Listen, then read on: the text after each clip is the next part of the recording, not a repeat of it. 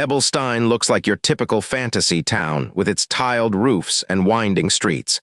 Little do the people living here know that a future legend is currently hiding in plain sight. Down in the alleyways, an old man in tattered clothes raises his hand as a bright blue light begins to glow. He looks like a total beggar, but he is actually wielding real magic. Despite his power, the guy is basically at the bottom of the food chain. He can only use basic one-star magic, which makes him the local laughingstock of the town. The local kids are absolute menaces and won't stop pulling pranks on him. Eventually, the old man just snaps, losing his mind and shouting at them to leave him alone. Derek stares at the old man with a cold and piercing gaze. He remembers how this grumpy veteran was the only person willing to take him in when he had nothing. The two of them eventually set up camp outside of town. By the warmth of a flickering fire, the old man starts teaching Derek the fundamentals of the magical arts. Derek listens intently, his eyes reflecting the glow of the embers. He knows this is his only shot at becoming someone powerful, and he is not going to waste a single second. Time starts to fly by as the seasons shift. Snow begins to pile up on the branches, marking a long and cold winter of training in the wilderness. The seasons continue to turn until the harsh winter finally gives way to spring. Derek remains focused on his goal while his mentor watches him from the sidelines. The kid is pushing himself to the absolute limit. Sweat pours down his face as a massive aura of blue mana begins to swirl around his small body. The old man looks on with a stunned expression, his jaw practically hitting the floor. He starts to wonder if this kid is actually some kind of once-in-a-lifetime prodigy. The mana becomes so volatile that it begins to flicker like lightning around his face. Derek is pushing his internal limits to reach a level of power he has never felt before. He forces the chaotic energy into his palm while focusing on the target ahead. This is the ultimate test to see if he can truly manifest a physical spell on his own. The boy releases a high-velocity magic arrow that screams through the air toward the forest. His mentor watches in silence as the projectile leaves a glowing blue trail behind it. The arrow slams into a nearby tree with a violent explosion of energy. Splinters fly everywhere as the impact leaves a massive mark on the solid wood. Derek watches as the magical energy continues to burn against the bark of the trunk. He has finally managed to land a destructive blow that proves his potential as a mage. The old man is visibly shaken, sweat beading on his forehead as he tries to process what he just saw. He realized that the student has officially surpassed the teacher. Derek looks back with a serious and determined expression. He is not satisfied with just one successful spell. He wants to master everything this world has to offer. As night falls over the camp, the atmosphere turns quiet and somber. The campfire is the only source of light against the deep shadows of the forest. The old man is back to his usual habits, chugging from a bottle and letting out a loud hiccup. Even after seeing a miracle, he still seeks comfort in his drink. They share a simple meal of bread together by the fire. It is a quiet moment of bonding between a master and a student who have nothing but each other. Our boy takes a bite of the bread, looking thoughtful as he stares into the flames. This humble life is all he knows, but he can feel that everything is about to change. That night feels unusually long and heavy.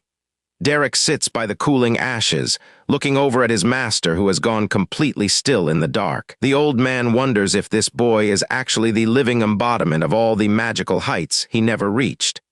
He drifts off to sleep while the campfire slowly turns into cold ash. The next morning, the sky opens up and a heavy downpour begins to soak the earth. The cheerful spring weather has vanished, replaced by a cold and gray reality. Derek stands over the old man's body in the middle of the rain. The man who taught him everything is gone, leaving the young boy alone in the world once again. Derek stands motionless in the freezing rain while the water drips against his face. He realizes that the only light in his life has been extinguished for good. He grabs a rusty shovel and slams it into the muddy ground. Every strike is a reminder that his childhood of training is officially over. He uses every bit of his strength to pull his mentor across the muddy ground. Even though his body is small, he refuses to let the old man lie out in the storm. After hours of digging, he finally finishes the makeshift grave and marks it with a simple wooden cross. He stands there soaked to the bone, paying his final respects. The young mage closes his eyes and says a final silent prayer for the man who saved him. He knows that from this moment on he can only rely on himself to survive. Suddenly, a glowing blue system window flickers to life right in front of Derek. It tells him that a new choice has been unlocked and his path is about to diverge. Derek stares at the floating text with a sharp, piercing gaze. He realizes that he cannot stay in the woods forever, and it is time to make a real move. We head back toward the town of Ebelstein as the sun begins to rise again. The world is moving on, and Derek is ready to step back into society with his new powers. Kasha Flameheart is a legendary figure who would eventually take over Derek's education. She is a woman who commands respect with just a single look and a confident smile. Kasha is not just a mage. She is a warrior who carries herself with total confidence and grace. Born as a high-ranking noble, this woman was a 3-star mage with a reputation that preceded her. She took Derek under her wing back when he was still just a kid, learning the ropes of survival. Their training was intense, covering everything from combat strategy to the deep theory found in ancient leather-bound books. The journey eventually leads to a local tavern known as Beldun's Tier. It serves as the perfect hideout for our heroes to plan their next move in secret. They sit across from each other in the quiet corner of the inn, sharing a simple meal and talking. Kasha explains that magic is all about the flow of mana and the image you hold in your mind. Derek focuses on every word she says, knowing his life depends on mastering these lessons from his mentor. She tells him to use his mana to bring that mental image into the physical world right now. Our boy shuts his eyes and concentrates trying to grasp the elusive power swirling deep inside his young body. Kasha watches in shock as the sheer force of his mana output starts to tear the tavern room apart. She never expected him to possess such a terrifying amount of raw talent and untamed magical power. The boy finally taps into his hidden reserves, causing the atmosphere to vibrate with overwhelming energy. A massive explosion rocks the tavern and sends a deafening boom echoing through the entire village. Terrified locals rush toward the building as they try to figure out what just caused that massive blast. Derek is slumped over, breathing hard and sweating through his clothes after that massive discharge of raw energy. Kasha does not waste a second, grabbing his arm before the townspeople can burst through the front door. She pulls him along, her face set in a serious look as they make their quick exit together. Guards and villagers scramble through the streets, while the duo manages to slip through the chaos completely unnoticed. They slip into a quiet side street, leaving the noise and the confusion of the crowd far behind them. Derek calls out to her, sounding a bit shaken after realizing how much damage he almost caused the tavern. Kasha pauses to reflect on the danger they just escaped and the weight of the boy's natural talent. Our protagonist admits that he felt something strange during that last attempt, and he looks for her direct guidance. She begins to worry that his incredible strength will make him a target for every power-hungry noble in the land. She warns him that while nobles see power as a gift for people like them, it is a target. If the wrong people find out he has this kind of strength, they will never let him go free. Derek nods, finally understanding the weight of the secrets he is going to have to carry from now on. They spend a lot of time traveling after that, with Derek constantly maintaining his blades and practicing his focus. Eventually, they reach their destination, and it looks like it is finally time for them to part ways forever. Derek remembers her stories about the high society she left behind, specifically the terrifying influence of House Elvester. This was a family so high up the ladder that even the capital's Grand Duke showed them respect. Kasha gives him one last look, a small smile appearing as she prepares to say her final goodbye. She waves him off, confident that she has taught him enough to survive whatever the world throws his way. Our boy pulls up his status menu, revealing a massive list of magic skills he acquired during training. Derek sits alone on his bed, looking at the book Kasha gave him, ready for the journey ahead. Our protagonist leaves his past behind and steps into the sunlight to begin his new life as a powerful mage. He has finally completed his grueling training and is now fully focused on his next major objective. The boy enters a local tavern where the owner is busy bragging about finally landing high-paying request. This burly man sizes up the young traveler before offering him a dangerous but lucrative job opportunity. He flashes a greedy smile while thinking about how much gold they are going to make from this client. Our main character remains completely unimpressed by the man's overly friendly attitude and obvious desire for money. He starts tossing gold coins into the air to prove that the wealthy client has money to burn on this mission. The man invades his personal space and grabs his cloak to emphasize how important this secret meeting really is. Derek pulls away and demands to know the specific details of the job before he commits to anything dangerous. He looks down at the single coin with pure disappointment and questions why the payout is so pathetic for his skills. Derek takes a moment to think everything over while resting his chin on his hand. He suspects a lot more depth to the story, despite the small initial offer. Derek decides he has heard enough and starts heading for the exit without a second thought. The bartender panics and screams at him to wait because he cannot afford to lose a guy this talented. He stops and looks back over his shoulder to give the guy one last chance to explain himself. He isn't interested in doing charity work, so the explanation better be very convincing. The bartender shouts that he would do the job himself if he could find anyone else, but they specifically need a mage. He explains that mages are incredibly rare among mercenary groups these days. Derek looks down and questions why they would need a powerful mage just to take out a few monsters.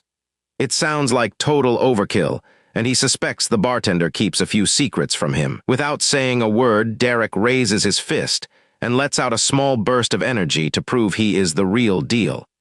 It is a subtle flex that perfectly demonstrates his overwhelming power. Seeing the display of power makes the bartender break into a satisfied smirk. He knows he just secured the heavy hitter he needed to make this difficult contract work. Our protagonist stares at the coin in his hand and finally accepts the contract despite his initial doubts. He knows he needs to start somewhere to begin his new life. The focus shifts to the clients, including a stern man wearing a monocle and a kind-looking maid. A mysterious girl also hides her face under a deep blue hood. The bartender introduces Derek to the man with the monocle while patting our boy on the shoulder.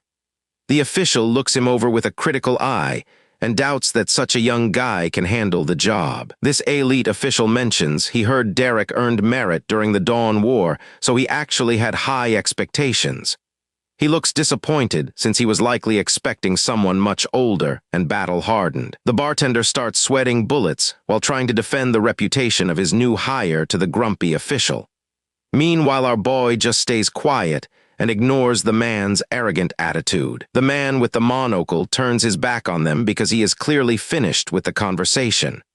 The maid and the hooded girl follow close behind as the group prepares to head out. As they walk away, the maid and the official whisper to each other while a heavy door opens. They are finally heading toward the location where the monster trouble is supposed to be. The girl in the blue hood steals a quick glance back at Derek while her face remains hidden in the shadows. Curiosity shines in her eyes as if she sees something special in him that the others missed. Our protagonist catches her looking and stares right back with his piercing red eyes. He does not know who she is yet, but he can tell she is far more important than she looks. They arrive at the territory of the Grand Duchy of Duplain, where the monster infestation is located. Action explodes instantly as a goblin gets sent flying by a powerful strike of blue magical energy. Derek wasted no time jumping into the fray to clear the path for his new clients. Our boy becomes a whirlwind of death with his eyes glowing red while he carves through the goblin horde. Blood splatters everywhere as his blade finds its mark again and again with lethal precision. A goblin tries to sneak up behind him with a rusty axe while its eyes go wide with malice. It thinks it found an opening, but our boy is way too sharp to fall for a basic ambush. With a casual movement, Derek dodges the attack and delivers a devastating counterslash that cuts through the air. The goblin is completely outclassed, failing to even touch the hem of our boy's cloak. He is dancing around these enemies like they are standing perfectly still. The sheer gap in power is honestly just embarrassing for the monsters. He stands amidst the carnage covered in the blood of his enemies while staring down the remaining creatures.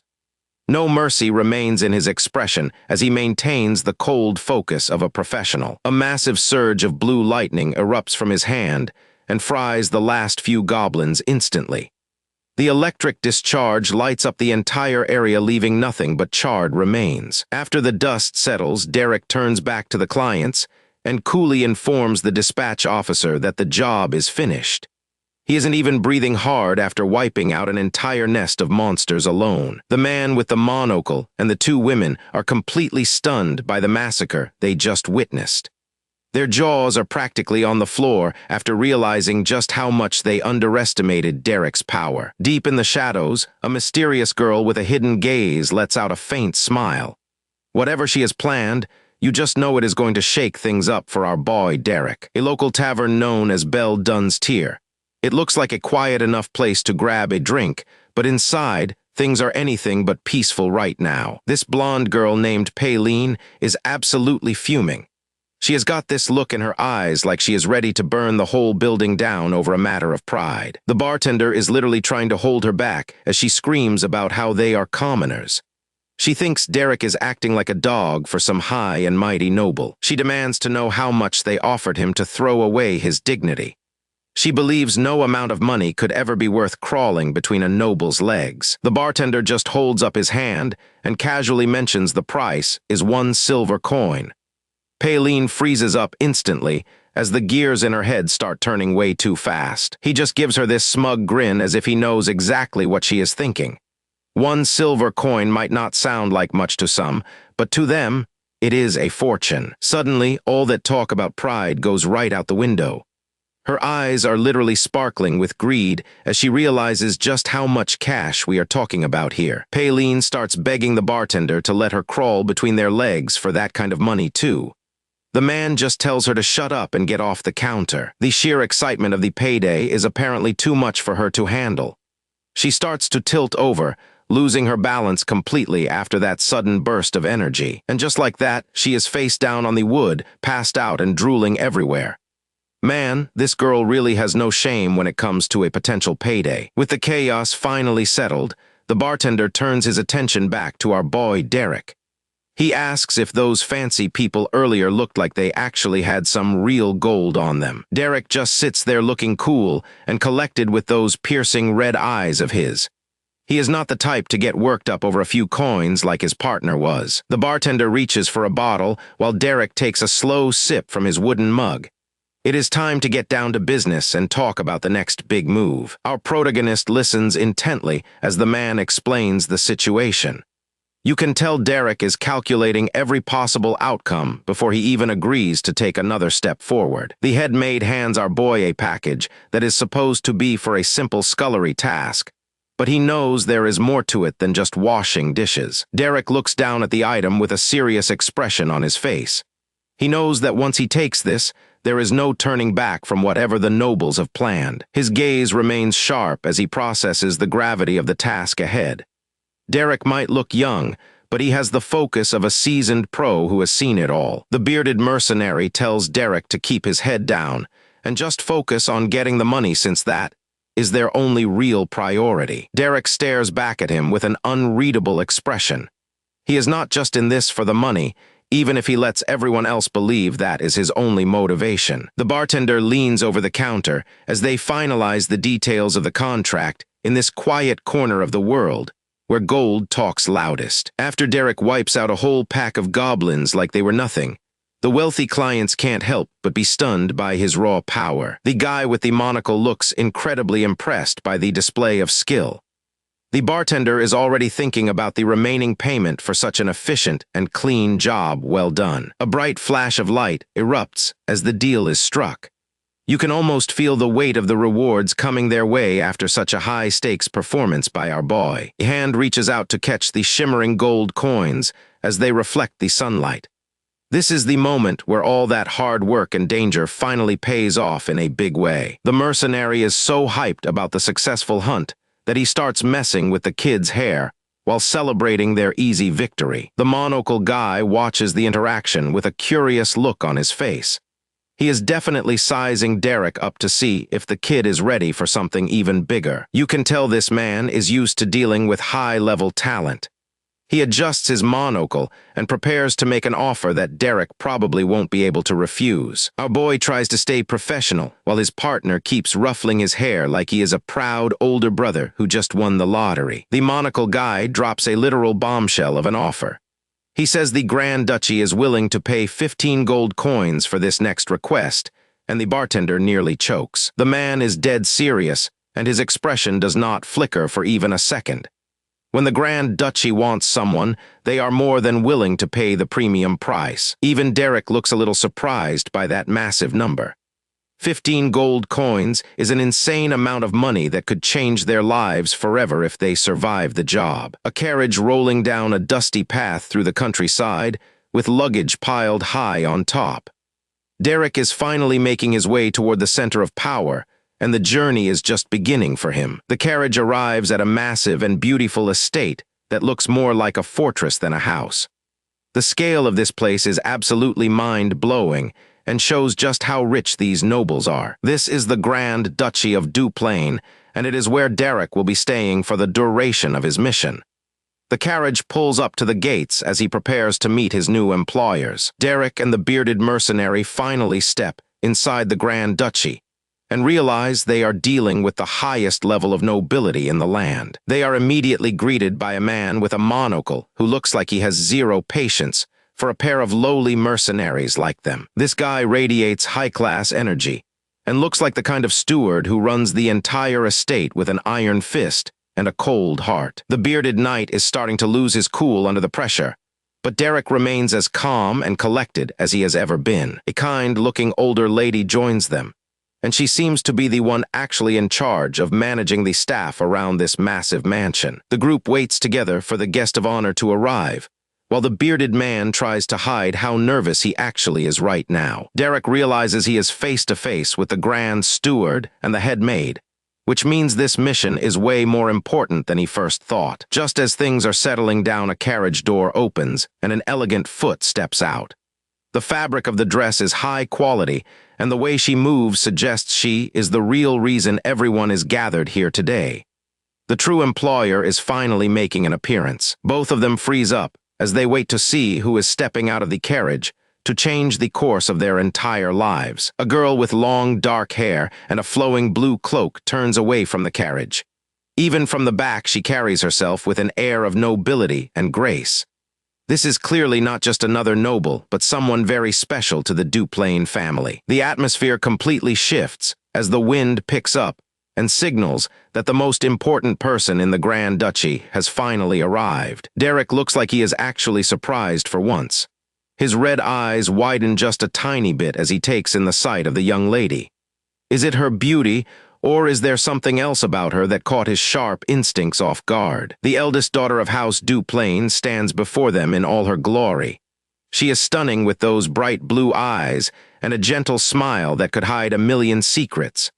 This is the person Derek is supposed to be working for, and she looks like trouble. Our boy narrows his eyes as he studies her carefully.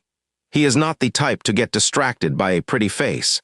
He is looking for a hidden agenda or any sign of danger that might be lurking beneath that polished, noble exterior. A bead of sweat starts to form on Derek's face as the reality of the situation hits him. He is usually prepared for anything, but this mission is taking a turn he did not expect. The pressure of the Grand Duchy is finally starting to weigh on him. The realization finally clicks, and Derek is internally screaming. His job is to be a magic tutor for a noble lady. This is a complete curveball compared to the dangerous combat missions he is used to handling. The sun rises over the massive Grand Duchy of Duplain, where the staff is already busy preparing for another day of high-stakes noble drama. Suddenly, these massive, ornate doors fly open with a loud bang, as someone barges in without an invitation or any regard for the rules of the house. Raig barges into the office and demands that his father and Valerian take a look at the reports he brought to destroy his enemies. The Duke stays perfectly calm while he continues to write with his quill. He looks like a man who has heard every excuse in the book and is not impressed by his son's loud temper tantrum. Raig continues his aggressive rant, without noticing that the terrified maid behind him is literally shaking and crying from his explosive temper. This poor maid is absolutely terrified, and the tears are streaming down her face.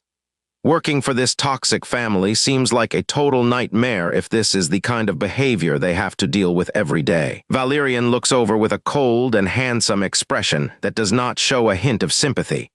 He is clearly used to these outbursts, and just wants to get this meeting over with as soon as possible. Rhaeg keeps screaming about how the girl smashes everything she touches, as he desperately tries to frame her as a dangerous villain to his family. The arrogant son leans over the desk and gets right into his father's personal space, which is a massive mistake considering the Duke's growing fury. The Duke finally reaches his breaking point and roars his son's name, as Valerian stands up to witness the inevitable disaster about to unfold. Valerian stares at his brother with pure exhaustion and disappointment, while realizing that Rhaeg is too far gone to listen to any reason. Rhaeg is stubborn and determined to prove he is right no matter the cost. He has that look in his eyes that screams he does not know when to shut his mouth and walk away before things get violent. He remembers the image of the girl who looks so innocent and gentle on the outside. But in his mind, she is a shadow of her former self and a threat to everything they built in this household over the years. His eyes fill with a dark and burning resentment, because he will do whatever it takes to kick this girl out of the family forever. The Duke slowly takes off his glasses, and you know that is the universal sign for someone is about to get wrecked. He is done playing the role of the patient father and listener for the day. Rhaeg is still talking, and he does not even see the danger coming.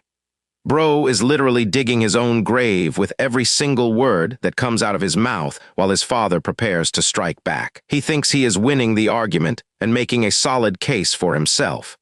Little does he know that his father has heard enough of his whining for one lifetime and is about to put an end to it. The Duke grabs his son's head and slams his face into the wooden desk with enough force to silence his annoying whining once and for all. The Duke looms over his son like a terrifying demon, while reminding him that he is the subordinate and has no right to make these decisions. The impact was so hard that the desk actually shakes and Rhaeg is left completely stunned.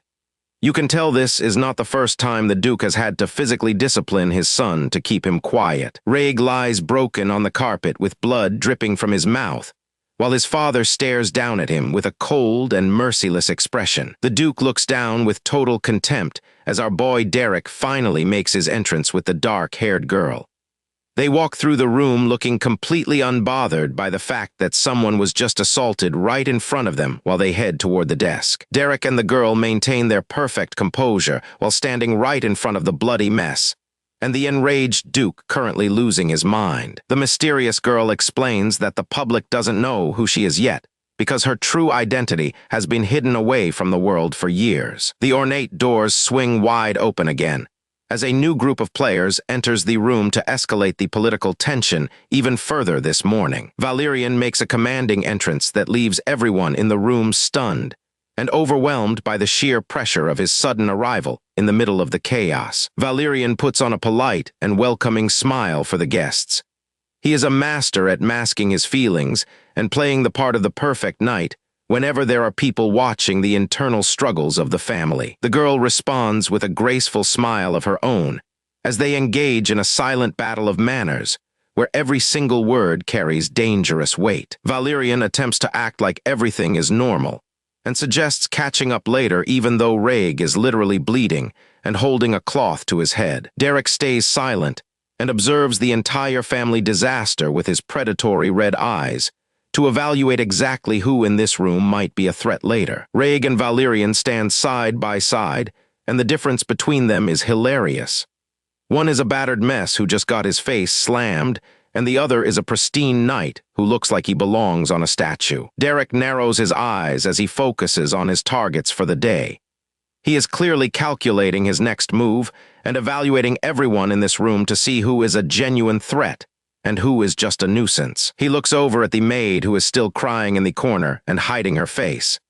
Even in a house full of powerful people, it is the innocent ones who suffer most when the lords get into a fight. Derek possesses a gaze so sharp and predatory that it becomes obvious he is the most dangerous person in the room waiting for the perfect moment to strike. The tension remains high while everyone plays their part in this political theater and waits for the next person to make a move that ruins everything. The bearded official at the desk expresses his relief that the noble lady has been doing well during her recent time away in the city of Ebelstein. The lady offers a charming smile to put the official at ease, while Derek sits behind her like a silent shadow ready to react to any danger. The bearded man gives a thoughtful hum while processing the news.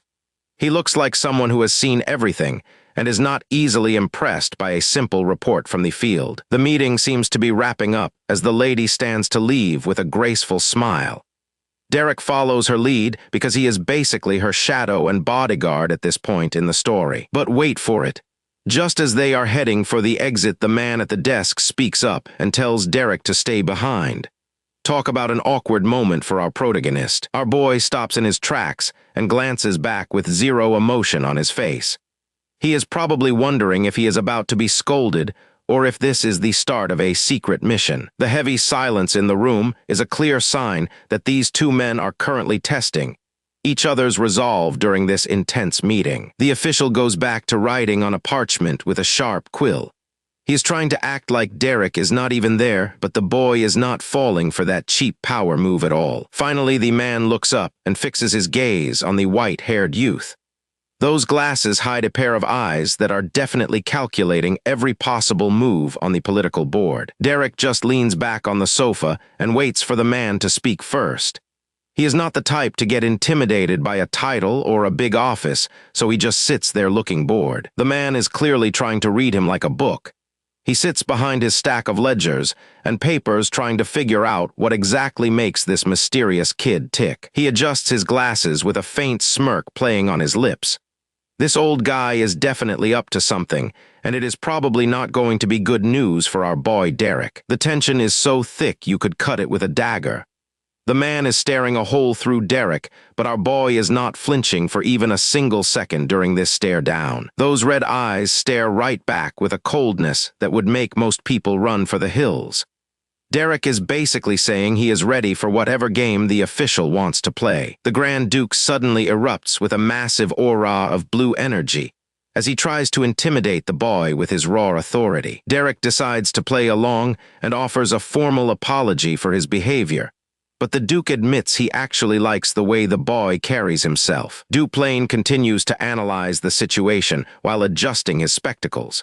He is realizing that this is not just some random guard, but someone who actually knows his own worth in this dangerous world. A tiny hint of a smile appears on Derek's face. It is almost like he is enjoying this little mental chess match with one of the most powerful men in the entire country. The Grand Duke looks away for a moment as he considers his next words carefully. He knows that if he wants to use someone as capable as Derek, he has to treat him with respect. The two of them sit across from each other in the massive, silent office. It is a battle of wills between the established power of the nobility and the raw potential of our protagonist. Duplain narrows his eyes as he focuses on a specific detail. He is looking for any crack in the armor or any sign of weakness he can exploit during their future dealings together. He finally starts talking again, and you can tell he is laying out a plan. The way his mouth is set suggests he is making an offer that is very hard for anyone to refuse. Derek stares back with an intensity that proves he is already 10 steps ahead of whatever political trap the Duke is trying to set for him. The Duke remains behind his desk, looking every bit the ruler he is supposed to be. He has laid his cards on the table, and now the ball is in Derek's court to decide. He continues explaining the details of the situation. Every word is carefully chosen to guide Derek toward the conclusion that they absolutely need to work together to achieve their goals. Our boy is not taking anything at face value. He is scrutinizing every detail and looking for the hidden catch in the middle of this high-stakes negotiation with a master politician. Duplain stares him down, waiting for a final answer. He is used to getting what he wants, but he can tell that Derek is a much tougher nut to crack than most guards. Suddenly, Plate zooms through the air with incredible speed. Someone is clearly having a massive tantrum in another part of the building and throwing things around the room in a rage. The poor maid is literally shaking with fear as the porcelain shatters against the wall right behind her. This family is toxic as hell, and she is just trying to survive her shift. She drops to the floor and bows as deeply as possible while trembling. A woman in a red dress stands over her, but we only see her legs as she looms over the servant. The poor servant is trembling with absolute terror, while praying that the floor will just open up and swallow her before the noble lady lashes out again. A cup of hot tea sits on the table, steaming gently in the sunlight. It is a calm contrast to the absolute chaos and fear that just happened with the maid in the previous room. Back with the noble lady and a different man in a brown vest. He mentions that magic tutors should have been lined up at Duplain to help her out, but something clearly went wrong. The lady looks down with a really sad expression on her face. It seems like the political games and the family drama are starting to take a serious toll on her spirit lately. The man in the vest looks at her with a mix of concern and determination. He is trying to figure out how to navigate these treacherous waters without everything falling apart around them. The lady with the blue hair has a knowing smirk on her face as she plots her next move. She seems way too comfortable with the chaos that is about to unfold in this house. She sits across from a man with a goatee and a sharp suit while they discuss some very sensitive information. The atmosphere in the room is heavy with the weight of political secrets. The man with the beard drops a major bombshell about our boy. Apparently, Derek was working as a hardened mercenary before he was even old enough to be considered an adult. Our lead lady listens intently as the truth about Derek begins to surface. Knowing his violent background changes everything about how she needs to handle him moving forward. Derek strides through the massive hallway with a cold and focused look, while the butler and maid struggle to keep up with his pace. Our boy stops right in front of a massive set of double doors. He takes a second to compose himself before dealing with the drama waiting on the other side. He reaches out and gives the door a firm knock. Even through his gloves, you can tell he is prepared for whatever verbal abuse is coming his way. Derek stares at the wood of the door with his piercing red eyes. He has survived battlefields, so a little bit of family drama should be a walk in the park for him. Derek is finished with being patient and reaches for the door handle, so he can finally confront the person who has been pulling all the strings. The door swings open, and our boy steps into a brightly lit room. He looks around to find the person who summoned him to this part of the mansion. Derek introduces himself and asks for a moment of her time while standing behind the girl sitting at the table.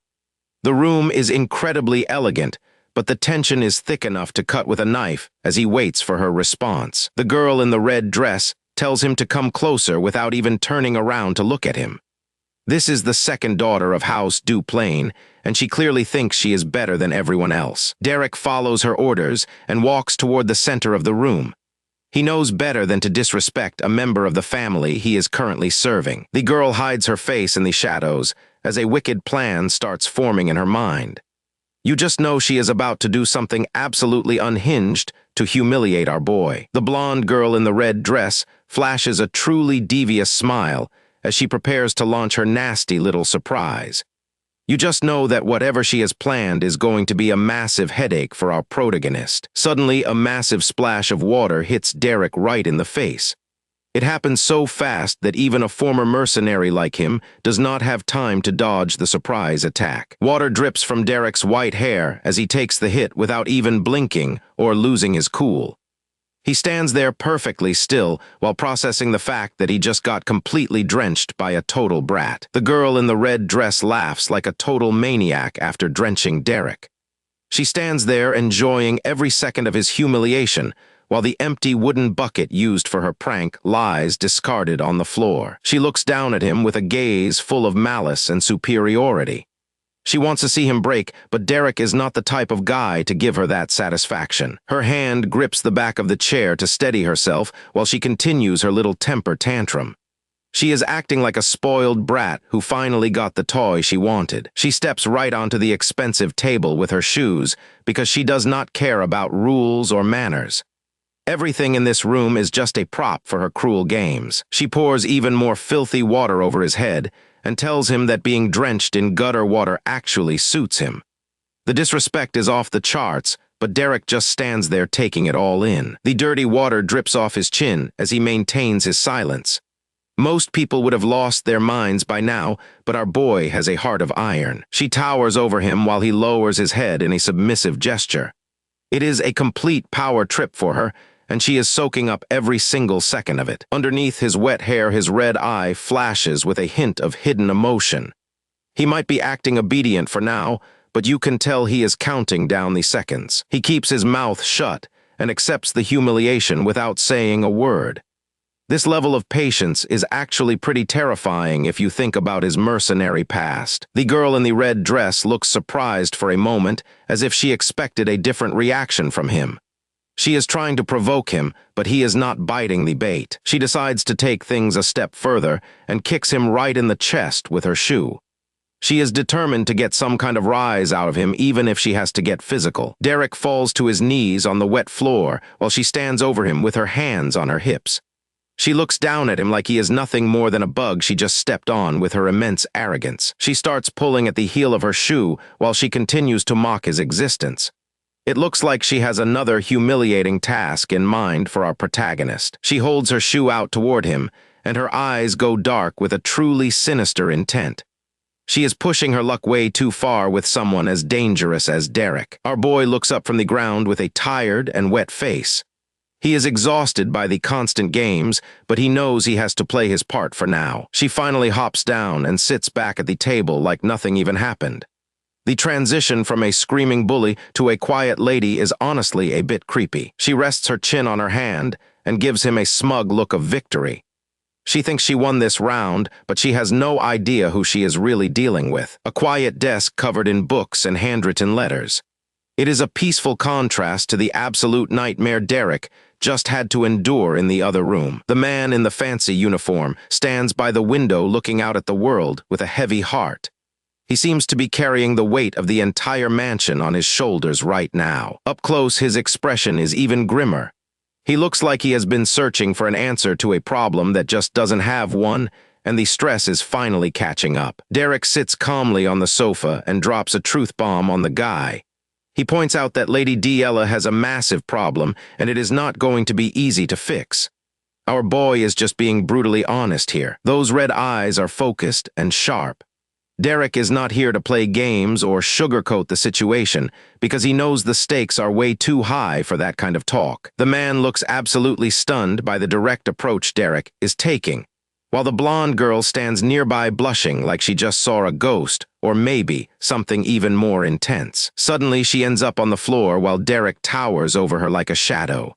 He looks down with a cold stare that would make anyone shiver. What did he even do to make her collapse like that? Derek leans in, and the pressure in the room becomes insane. He looks like a true villain or a savior, depending on how you view it. The girl looks up at him with wide eyes and a face as red as a tomato because she is completely overwhelmed by his aura and presence. She touches her cheek with a stunned expression. Her brain is basically fried, and she can't even find the words to respond to him. Talk about a total power move from our protagonist. Our story hits the road with Derek riding in the back of a carriage under a bright blue sky. Beside him sits a mysterious woman in a dark cloak who looks like she has seen some serious stuff in her time. While the carriage bounces along, our boy Derek is busy wiping blood off his blade with a piece of cloth. He is not even flinching at the mess, which tells us he is already used to getting his hands dirty. This mentor figure looks out at the horizon, her mind clearly drifting to the challenges Derek is about to face. She is thinking about the kind of world they live in and how soft hearts do not survive very long in these parts. You can tell she is preparing to drop some heavy wisdom on our protagonist. Derek listens intently as his mentor lays down the law about how to handle difficult people. He realizes that kindness is no longer an option when dealing with those who refuse to listen to reason. She starts explaining that if you cannot get through to people with kindness and understanding, then you have to change your strategy. It is all about finding a different starting point when logic and reasoning fail to make an impact. This is where things get chilling because she tells him the only way left is by carving pure fear into their hearts. Her expression turns dark and menacing as she explains that some people only learn through absolute terror. Suddenly, the results of that advice as a young girl named Diella stares back in total shock. Her cheek is glowing red from a fresh slap, and her eyes are wide with disbelief that someone actually dared to hit her. Our boy Derek stands over her with his back turned, looking completely unimpressed by her royal status or her tears. He coldly tells her that she needs to start treating others with respect and consideration if she wants to get back up. Diella is trembling on the ground, her hands shaking as she tries to process the humiliation she just endured. The sound of her heavy breathing fills the room while she realizes that her usual tantrums will not work on this newcomer. But instead of backing down, this bratty girl lunges forward with a punch aimed straight at Derek's face. She is screaming in frustration, trying to regain some shred of power through violence because she cannot stand losing control. Her face is twisted in a mask of pure hatred as she glares up at Derek with gritted teeth. You can see the veins popping in her neck, because she is so used to being the one in control, and this is the face of a spoiled girl losing her mind. Derek does not even blink as he delivers another sharp slap that sends her head spinning in the other direction. He is not playing around, and he definitely is not intimidated by her family name or her pathetic attempts to strike him. After taking a hit to the face, Derek remains completely unfazed while staring down his opponent with those cold, red eyes. He is clearly not going to let this disrespect slide for much longer. Instead of crying again, Diella looks up with this absolutely twisted grin that sends shivers down your spine. She realizes she can play the victim and make Derek's life a living hell with just a few well-placed words of accusation. She starts screaming at the top of her lungs, accusing this low-born boy of daring to put his hands on a lady of her status. The sheer volume of her voice echoes through the hallways, making sure every servant in the building hears her cry. The butler and maids barge into the room in a total panic after hearing the commotion. They immediately rush to the blonde girl's side to see if she has been harmed during the confrontation. The butler positions himself between the kids, looking ready to demand an explanation for this outrageous behavior. Diella stands in the background looking smug, thinking she has finally won and that Derek is about to get executed. Without saying a single word, Derek reaches into his belt and pulls out a rolled-up scroll. He is not acting like a criminal or someone who is afraid of the consequences because he has a secret weapon that is about to change everything. He holds up the document for everyone to see, revealing an official seal from the Duke himself. Derek calmly explains that His Grace has personally permitted him to handle things exactly how he sees fit. The power dynamic in the room shifts instantly the moment that paper is revealed to the staff. A quick adjustment of his monocle shows the butler is reading the scroll intently as his face turns pale. His hands start shaking because he knows he cannot touch Derek without defying the highest authority in the land. It is a total checkmate for our protagonist against the house staff. The blonde girl stands there in complete shock while the butler reviews the official documents. She cannot believe that her spoiled lifestyle might actually be coming to an end. As night falls over the massive estate, the moon hangs high in the sky over the Gothic towers of the mansion. The atmosphere is thick with tension as everyone tries to process the chaos that happened earlier during the day. A blonde knight named Valerian comes stomping through the hallways with another man trying desperately to hold him back. He is absolutely livid after hearing what happened to Diella, and he is looking for blood. Valerian kicks open the door to Derek's room, his face red with fury as he demands an answer for the assault. He is not interested in letters or permissions. He just wants to punish the person who touched his sister. Our boy Derek is just sitting there calmly on his bed, holding a small leather book as if nothing is happening around him. He does not even look up when the door is kicked in, which only makes the knight even more furious. Valerian lunges forward and grabs Derek by the shirt, lifting him up and screaming about how he dared to hit Diella.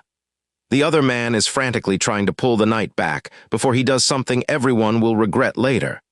It is a chaotic scene, but Derek's expression remains completely blank and unshaken by the threat. We get a close look at Derek's profile as he is being manhandled, and he looks like he is miles away in his own mind.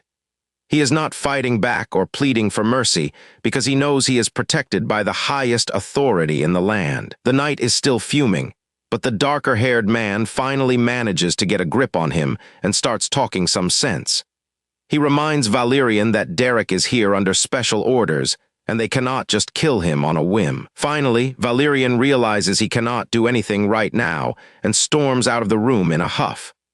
Derek just stays right where he was, adjusting his clothes as if he just dealt with a minor inconvenience instead of a death threat. This dark-haired guy actually walks over and puts a comforting hand on Derek's shoulder, telling him not to worry about the night. He surprises us by admitting that Diella actually needed a good beating to bring her back to her senses. It turns out Derek has an unexpected ally in this toxic household after all. Derek looks up at him, his red eyes searching for any sign of a trap or a lie. He is so used to people being hostile that a moment of genuine kindness feels suspicious to him, and he remains constantly on guard. The man watches as Valerian disappears down the hall, wondering aloud why the knight is so obsessed with protecting such a hopeless person. He clearly sees through Diella's act just as much as Derek does. It is a quiet moment of bonding between two people who know the ugly truth about the family. Later on, the light from a doorway spills into a dark room, revealing a lifeless doll sitting alone on the floor. It looks incredibly eerie with its big glassy eyes and ruffled dress, waiting in the shadows for someone to find it. Valerian and Derek stand at the entrance of the nursery, the knight's shadow stretching across the floor as he tells the girl to come in. The room is filled with toys and dolls, but it feels more like a prison than a playroom. Derek looks around, trying to figure out his new role. As they walk deeper into the room, Derek follows closely behind the knight while keeping a sharp eye on their surroundings. He is entering a whole new world of palace politics and hidden secrets that could get him killed. Derek stops to examine a mysterious painting, wondering why someone would keep such a specific scene in a place like this. He tries to understand if there is a deeper meaning behind the art or if it is just another piece of royal junk. The knight continues to lead him through the gallery, acting like a guide through this maze of high society and expensive decor. Derek follows along silently, trying to figure out where exactly he is being taken and for what purpose. The artwork depicts a peaceful sunset over a forest, providing a strange contrast to the violence and shouting that Derek just endured. It serves as a reminder of the world outside these oppressive mansion walls that he is currently stuck in. Derek looks a bit skeptical as he listens to the man speak, his red eyes narrowed in suspicion. He knows that in a place like this, nobody does anything just out of the kindness of their heart. Turning away from the artwork, our protagonist demands to know the real reason he was brought to this specific room. He is not here for a history lesson, and he wants to cut straight to the chase. The blond man looks down with a soft, almost pitying gaze, as if he knows something about Derek that our boy has not even realized yet. His silence only makes the atmosphere feel more heavy. Our boy remains unmoved by the emotional display, keeping his guard up as he waits for a real answer. He has learned the hard way that a soft face often hides a very sharp blade. Derek starts gathering a heavy stack of books, deciding that he might as well get some use out of this visit. If they are going to waste his time, he is at least going to take some knowledge with him. The knight firmly places his hands on Derek's shoulders to force him to listen. He is done playing games and wants to make sure his message finally sinks in. Derek is clearly uncomfortable with the sudden physical contact after being a loner for so long. He stares at the hand on his chest while wondering what this man actually wants from him. He looks down at the dark book in his hands, his mind racing to figure out what game this man is playing. Every move in this palace feels like a step on a chessboard, and he hates being a pawn. The knight explains that nobles are essentially products of their strict environment from the moment they are born. He suggests that their cold behavior is just a result of the rigid regulations they were forced to follow in school. Derek stares back with an intense gaze, processing the information while trying to spot any lies. He is not sure if he can trust this man, but the words carry a weight of truth he cannot ignore. He finds himself mesmerized by a painting of a lush forest that seems to glow with its own mysterious light. It represents a world far more vibrant and alive than the cold stone walls of this palace. Our protagonist grips the book tightly, his knuckles turning white as he prepares for whatever comes next. He has a feeling that the things he learns in this room will change everything for him. Derek glances back at the room one last time before finally making his departure. He has the books he came for, but the knight's warning about the nobility continues to echo in his mind. As night falls over the palace, the moon hangs high above the ornate windows while the rest of the world sleeps. This eerie silence is usually a sign that something chaotic is about to happen. A young blonde girl is tucked away in her bed, sleeping soundly without a single worry in the world. She has no idea that her peaceful night is about to be interrupted by a very determined protagonist. Without any warning, A huge bucket of water is splashed through the air with a violent force. This is not exactly the most polite way to visit someone, but Derek clearly is not in the mood for manners. The young lady wakes up in a state of pure panic as a freezing wave of water hits her square in the face. She screams at the top of her lungs while trying to figure out if she is actually under attack. Derek stands at the foot of the bed with an empty wooden bucket and a look of pure indifference. He is dressed in his traveling cloak, looking like he is ready to head out into the night immediately. She sits up and glares at him with watery eyes, screaming at him to ask if he has completely lost his mind. This is definitely one way to make a lasting impression on a young noble lady. Ignoring her protests, our boy reaches out and tells her that they need to go somewhere immediately. He does not give her any details or time to process what is happening, acting with a sudden urgency that is honestly pretty scary. The girl is left trembling as she realizes he is not taking no for an answer. He drags the struggling girl through the corridors while ignoring her demands to be let go. The maids are absolutely horrified by the sight of a commoner manhandling a noble and scream for someone to stop him. As the moon rises over the dark estate, the atmosphere shifts into something much more dangerous and predatory. This is the perfect time for Derek to finally put his plan into motion. Derek pulls the terrified girl deep into the dark forest where no guards will be able to hear her cries for help. She is stumbling behind him while looking around the shadows for any possible escape. With a sudden shove, he sends the girl tumbling onto the grass, showing absolutely zero mercy. She looks up at him with wide, tearful eyes, her face filled with a mixture of confusion and genuine fear. Our boy stands over her like a predator, his shadow stretching out across the forest floor in a menacing way. The girl barks back, demanding to know what he thinks he is going to change by doing something so reckless. She is trying to maintain her noble pride, but you can tell she is shaking like a leaf. She cowers on the ground as she looks up at the man she once thought was a simple tutor.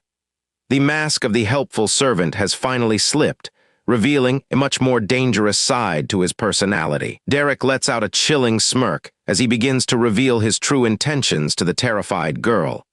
He is done playing the role of the polite tutor and is ready to show his dark side. Her face goes completely pale as she asks him to repeat the terrifying words he just spoke.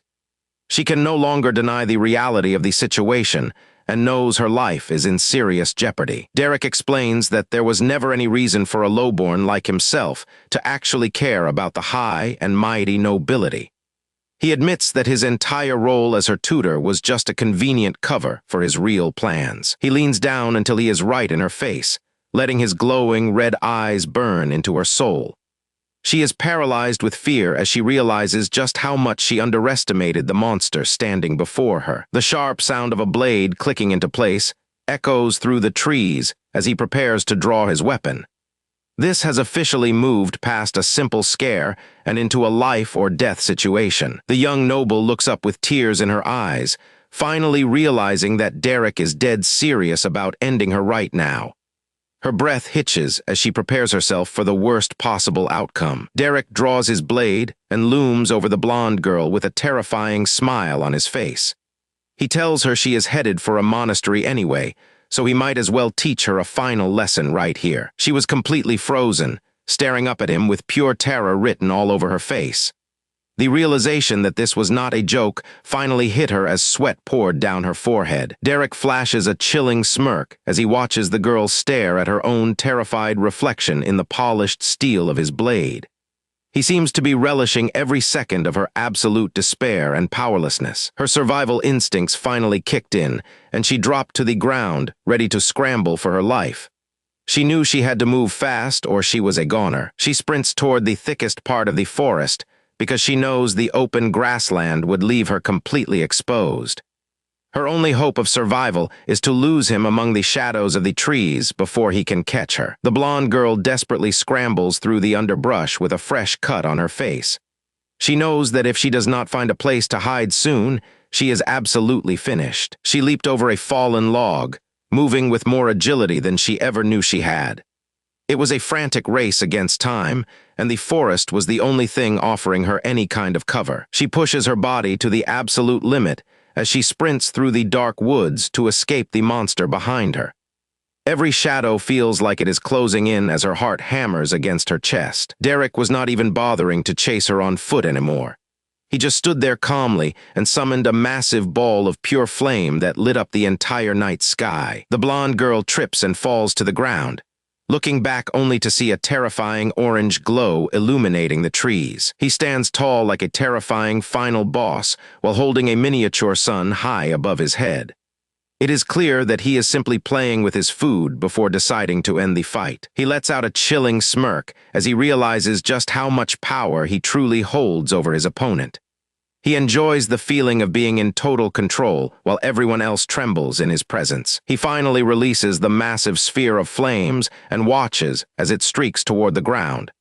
The sheer intensity of the heat suggests that nothing will be left of the target once it hits. The massive fireball slams down right in front of the terrified girl. The powerful explosion erupts with a deafening roar that shakes the ground beneath her feet.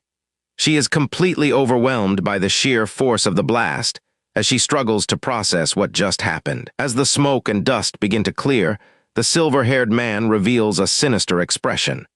His red eyes pierce through the haze as he admires the destruction he just caused with a single strike. Someone is in a massive hurry, sprinting through the dark woods as if their life depends on it. She pushes her body past its absolute limit, because she knows that stopping for even a single second means certain death at the hands of her pursuer. Just when she thinks she has a chance, her foot catches a gnarled tree root poking out of the dirt. She goes down hard, hitting the forest floor with a brutal thud that knocks the wind right out of her lungs. A pained groan escapes her as she tries to scramble back to her feet, but her body just isn't listening anymore. Deadly blue arrows whistle right past her head as she realizes just how close she came to losing her life in an instant. She barely manages to lunge out of the way before another volley of magical projectiles tears through the grass where she just stood. The impact sends dirt flying everywhere as she huddles on the ground, her heart hammering against her ribs like a trapped bird. Those arrows are not meant to kill her yet, they are meant to pin her down. She looks completely cornered with nowhere left to run. Sweat and tears mix on her face as she stares into the darkness, paralyzed by the sheer pressure of the hunt. Determination takes over, and she forces herself to keep moving, disappearing into the thicket while Derek watches her every move from the shadows. Panic starts clouding her mind as she wonders how much longer she can keep this up before he finally catches her. At this rate, she knows she cannot stay ahead of him for much longer. Her eyes go wide with shock as the situation takes a sharp turn that she never could have expected while trying to escape. Derek kneels down and channels his blue mana into the ground to track her exact movements through the dark and dense forest. He stares down the dark path she took, knowing that her trail of disturbed mana will lead him right to her hiding spot. He realizes this specific part of the woods looks exactly like the scenery from the paintings he saw earlier. It hits him that it is the very place where she spent her entire childhood running around. He is starting to see the connection between her art and the world she is so desperate to escape. Back then, she probably didn't even realize she was sensing the mana flowing through the wild. All she knew was the feeling of the forest, and she poured every ounce of that raw emotion onto her canvases.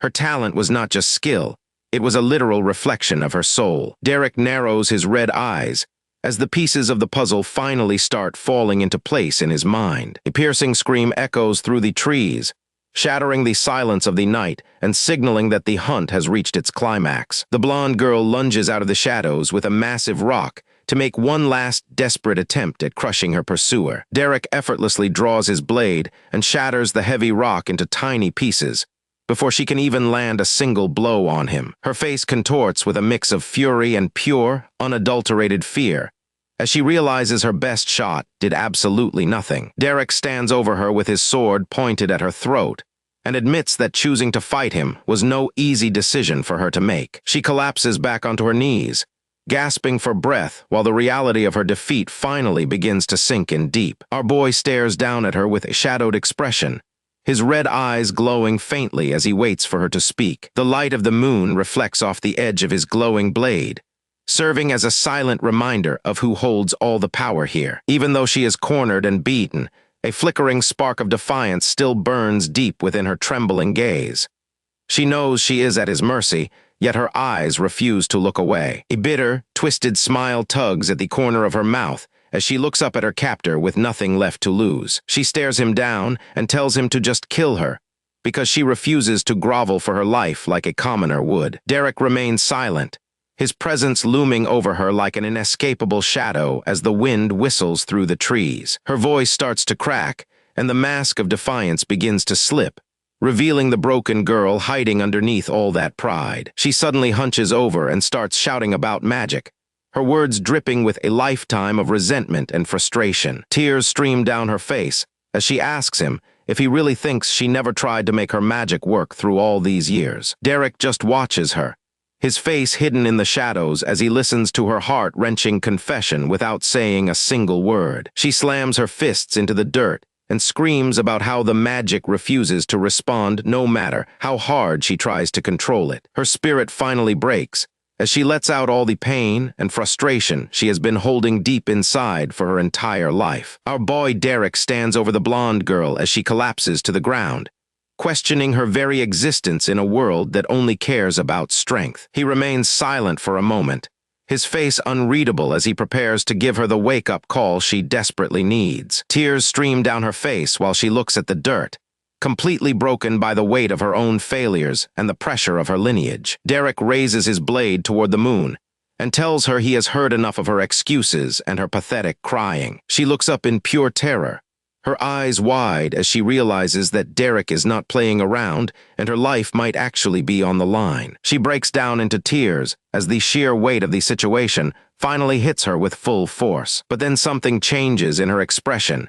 A tiny flicker of something besides fear starts to bubble up from deep within her soul. A sudden wave of cold energy pulses out from her body, freezing the ground instantly as her magic awakens. Massive shards of ice erupt around her, while Derek watches the incredible power of her bloodline manifest for the first time. She stares at her own hands in disbelief, seeing the faint glow of mana pulsing through her skin for the very first time in her life. With a sharp click, Derek sheathes his sword, satisfied that he got the reaction he was looking for from the supposed failure of the family. He places a hand over his heart and bows slightly, his cold exterior softening just enough to show a hint of respect for her breakthrough. The blonde girl is frozen in shock, the tears still fresh on her cheeks as she tries to process the fact that she actually did it. Our protagonist gives her a small, knowing smile, showing that he knew she had this power buried inside her all along. She gasps for air, her body trembling from the sudden drain on her energy,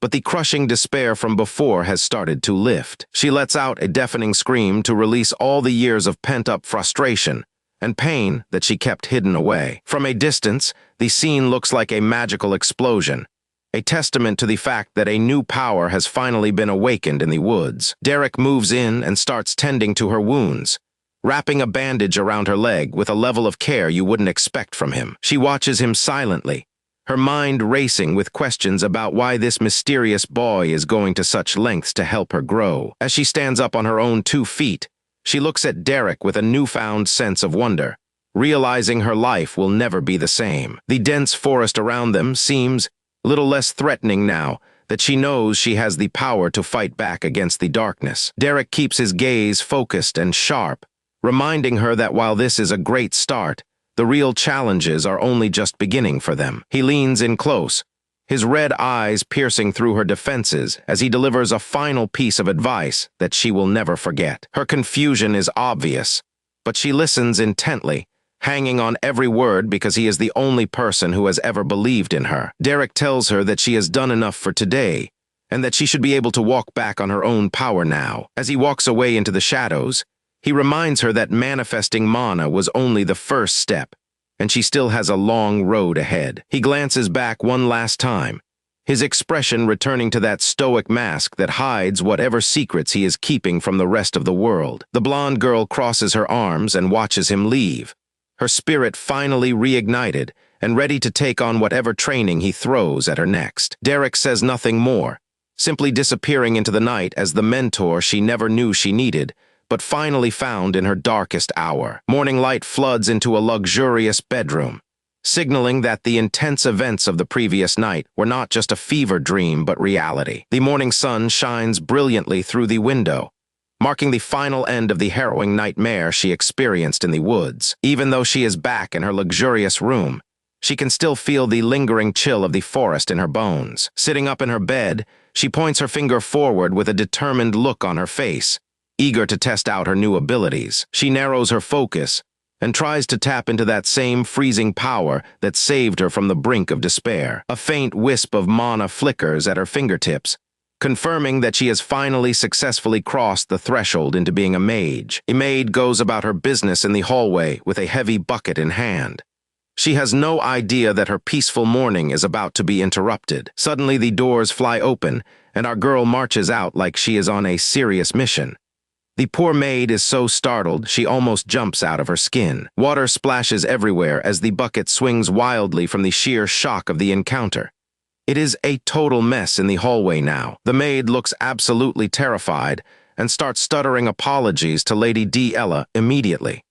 She thinks she is in major trouble for getting in the way of the young lady. She doesn't even notice the mess on the floor as she remains locked in her own world, processing her newfound abilities. This poor woman drops to the floor and begs for mercy, saying she has committed a sin worthy of death. Talk about the extreme drama of palace life. Our girl barely even acknowledges the drama and just walks away while casting one last glance back. She has much bigger things to worry about right now. The maid stays on the floor looking completely baffled by what just happened. She fully expected a harsh punishment, but got something else entirely. Other maids rush over to check on her and ask if she got hit by the lady. Surprisingly, she tells them Ella only warned her to be more careful. Meanwhile, in another part of the building, our boy Derek is having a rough time.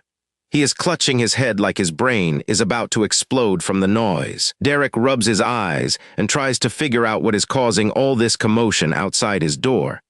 The poor kid just wants some peace and quiet. Our girl has already tracked down the older gentleman with the monocle to demand immediate training. She tells him straight up that she needs to handle her new mana. This news hits the gentleman like a ton of bricks, and he looks like his monocle might pop off. He cannot believe she actually awakened her powers already. Lady D. Ella does not back down for a second and keeps that sharp focus on her goal. She is not letting this opportunity to get stronger slide away. The gentleman tries to push it off and tells her to come back in the afternoon instead. He clearly needs a minute to process this absolute bombshell. He starts getting all emotional and wiping his eyes while our girl stands there with a forced smile. She is clearly losing her patience with his dramatic reaction. She lets out a shout demanding to be taught right now, and the sheer force of it sends our boy Derek tumbling back. That is one way to wake up. A massive mansion sits under the bright sun, looking every bit like the home of high society royalty. Polished boots click against the ornate carpet as someone strides through the quiet hallways with a clear purpose. Two maids are busy scrubbing the floors, but they are way more interested in sharing the latest juicy gossip. They whisper about Lady D. Ella, saying the rumors are true and she actually manifested magic for the first time. A young man with sharp eyes and dark hair listens in as he walks past the chatting staff members. Deep inside a private office, a feather pen scratches across parchment as someone prepares a very important document. The Duke sits at his massive desk while a knight and another official wait for him to address them. The Duke feels like he is staring at a total disaster as he processes the massive implications of the magic manifestation report. One of the subordinates looks worried, wondering how the Duke is going to react to this magic manifestation news. The blonde knight starts getting heated, likely arguing about how they should handle the sudden appearance of magic powers. The Duke narrows his eyes behind his lenses, processing every single word of the report with a cold calculation. Our guy just listens quietly from the side, keeping his thoughts to himself as the tension in the room rises. He stays silent for now, but you can tell his brain is working overtime to figure out the best move. Finally, the Duke finishes his letter and sets the pen down with a look of absolute determination on his face. Ella stays slumped on her bed while making an exaggerated pouting face because she thinks her life is totally ruined. Our boy Derek walks into the room and finds her in the middle of a major stubborn mood swing. She does not even turn to look at him, just stays curled up and brooding like a frustrated kid. Derek scratches his head, clearly not having a single clue on how to handle an angry girl with magic. Ella is just not having it today and keeps ignoring him while making the most exaggerated pouting face ever. He gives her a calm look, trying to figure out the right words to get through her thick skull. Suddenly, she snaps and yells that she is angry, throwing a total tantrum right in the middle of the room. Our protagonist just stares at her with those cold, red eyes, completely unfazed by all the drama she is causing. Ella realizes her yelling is not doing anything to bother him, so she settles back down into a huff. Derek starts tightening the leather straps on his gear, while ignoring her tantrum to focus on getting ready for their upcoming departure. He explains that he knows exactly what she is going through, because he has been through the same thing. As he speaks, he sets a book down on the table to prepare for a much-needed magic lesson. She rolls her eyes and mocks him, thinking he is just being arrogant and full of himself like usual. Derek gets a bit of a dark look in his eyes for a second, hinting at a hidden past. He recounts the terrifying memories of his past, when he had to stand alone against the world with nothing but a sword and his own inner fire. She lets out a huge sigh of relief and relaxes, realizing she might actually have to listen to him. Derek raises his hand and manifests a small, flickering blue flame right in front of her widened eyes. He tells her that this type of magic is all about pursuing freedom, rather than following boring old regulations. Ella listens intently now, her arms crossed as she processes this brand new perspective on her latent powers. Our boy tells her that her wild and free-spirited nature is actually perfect for the school of the wild. Her ears perk up at the mention of her personality being an asset instead of a problem for her magic. Ella is deep in thought, her cheeks a bit flush, as she tries to wrap her head around these new magical concepts she just learned. She stares at him in disbelief, as she tries to process the fact that this total stranger understands her magical potential better than anyone else. From outside the window, you can hear them bickering about the nature of magic,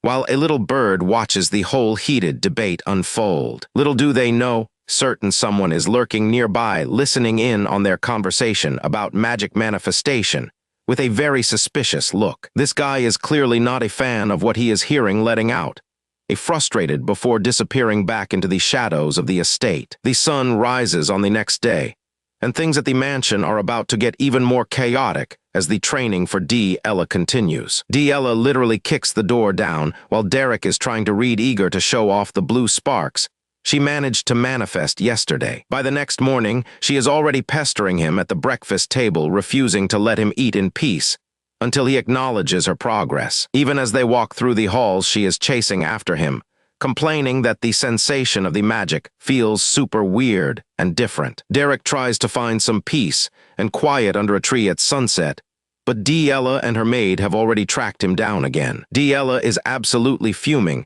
as she demands to know why Derek is slacking off in the grass, instead of making use of the spellbooks her father lent him. Our boy Derek does not even look up from his book, completely unfazed by her constant shouting, because he is used to her high energy. Ella grabs Derek by the hand and drags him across the field because she finally figured out how to let the magic flow through her body. Later that evening, a mysterious man in a fancy white uniform stands by the window looking out at the estate with a heavy air. The heavy doors creak, open, signaling that Derek has arrived for their scheduled meeting in the private study of the mansion. Derek steps into the room, and the blonde man turns around looking like he has been waiting for this serious conversation for quite a while. The two sit down for some tea, and the blonde man immediately starts asking how Ella has been holding up with her training lately. Derek sits there with his usual poker face, looking like he would rather be anywhere else than trapped in a polite conversation with this dude. The blonde man gets a serious look in his eyes, dropping the friendly act to focus on the real reason they are meeting today. He stares right at Derek, his gaze intensifying, as if he is trying to read every secret hidden behind those cold red eyes. Derek just gives him a cool look back and asks the man if he already knew the truth about what was happening with Ella. The man looks away, his expression softening, as he contemplates the complicated situation involving the members of their noble family. He stands up and starts pacing, explaining that his position requires him to protect and embrace every single member of the house, no matter what. The blonde man starts getting way too dramatic, while Derek just sits on the sofa wondering when this over-the-top performance about family bonds is finally going to end. Our boy is definitely not impressed by the theatrics, keeping his guard up, while he listens to this man ramble on about his duty. Suddenly, the guy pumps his fist into the air looking like he just found some kind of sudden inner resolve or great inspiration. He is actually getting emotional, now declaring his intentions with a look of pure, unadulterated passion that is honestly a bit much for Derek. Derek just stares at him with this deadpan expression, probably thinking that this family is even more weird than he originally thought after joining them. While the blonde man continues his little victory pose in the background, Derek calmly takes a sip of his tea and ignores the madness. The man leans over the back of the sofa looking like he is about to cry while he asks for advice on winning Ella affection. Meanwhile, Ella is running through the house, shouting the name of Derek at the top of her lungs, looking for her favorite training partner. Back in the room, the blonde man excitedly tells Derek that he even learned a brand new skill from the maids to show affection. He pulls out this absolutely terrifying lopsided doll and proudly asks if Derek thinks it looks exactly like Ella. Man, this thing is cursed. Derek's brain just completely short-circuits as he stares at the creepy object, realizing this guy might actually be a few sandwiches short of a picnic. The blonde man starts weeping with joy, convinced that his masterpiece is the key to finally getting on the good side of his sister. This massive mansion belongs to a family with way too much money and power, and things inside are about to get a lot more chaotic than the peaceful exterior suggests. Derek finally steps inside the grand hall where the noblewoman looks down at him and claims she has already heard plenty about his reputation. This lady is practically purring with satisfaction because she thinks she has our boy exactly where she wants him and assumes he will bow to her authority. She carries herself like a queen and assumes Derek is just another ambitious noble. But she is far too blinded by her own status to see the truth. Derek delivers the ultimate shocker when he calmly states that he doesn't belong to any of the noble houses she expects him to serve. That one sentence hits her like a freight train and wipes the smug look right off her face as she realizes she completely miscalculated the situation. Our protagonist just stares back with those cold red eyes because a fancy family name or a crest means absolutely nothing to someone with his level of power. Her jaw hits the floor as her noble composure completely evaporates, because she cannot believe a commoner would dare to speak to her with such confidence. A week before all the chaos went down, a fancy carriage pulled up to this massive Gothic estate that looked more like a fortress than a home. You could tell just by the architecture that the people living inside were part of the highest tier of the nobility. This blue-haired girl was all smiles, looking like she did not have a single care in the world as they prepared for their guest. She seemed genuinely happy about whatever was happening, but man, looks can be totally deceiving in these high-stakes noble stories. Our boy Derek was not sharing her enthusiasm at all, standing there with his hood up and a look of deep contemplation. He looked like he was bracing himself for a psychological storm that nobody else in the area could see coming yet. This bearded guy in a brown vest stepped up and dropped a heavy hand on our boy's shoulder, giving him a look of approval. Derek just stood there stoic as ever, not even cracking a smile for the man who was technically his new employer. Our white-haired boy watches as the bearded man and the blue-haired girl settle into their carriage for the long journey ahead. He stands there in silence while the two of them look back, likely wondering if they will ever see him again. Derek stands alone on the steps of the massive estate and watches as the carriage slowly disappears into the distance. He is being left behind in this fortress-like home while the others head off on a journey without him. Suddenly, the blue-haired girl's expression totally shifted, and she looked like she just remembered something absolutely terrifying. She realized that she completely forgot a pretty major detail that was going to change the entire vibe for Derek and his arrival. She looked over at the window with this panicked expression, worried because she had failed to give him a proper heads-up about what to expect. It was one of those moments where you just know things are about to get incredibly messy very fast. The bearded man just sat there watching her, probably wondering why she was suddenly acting like she had seen a ghost during their travel. He did not realize that a storm was already brewing back at the house they had just left behind. While they were traveling, the scene inside the mansion was a total disaster zone of high society drama and loud shouting.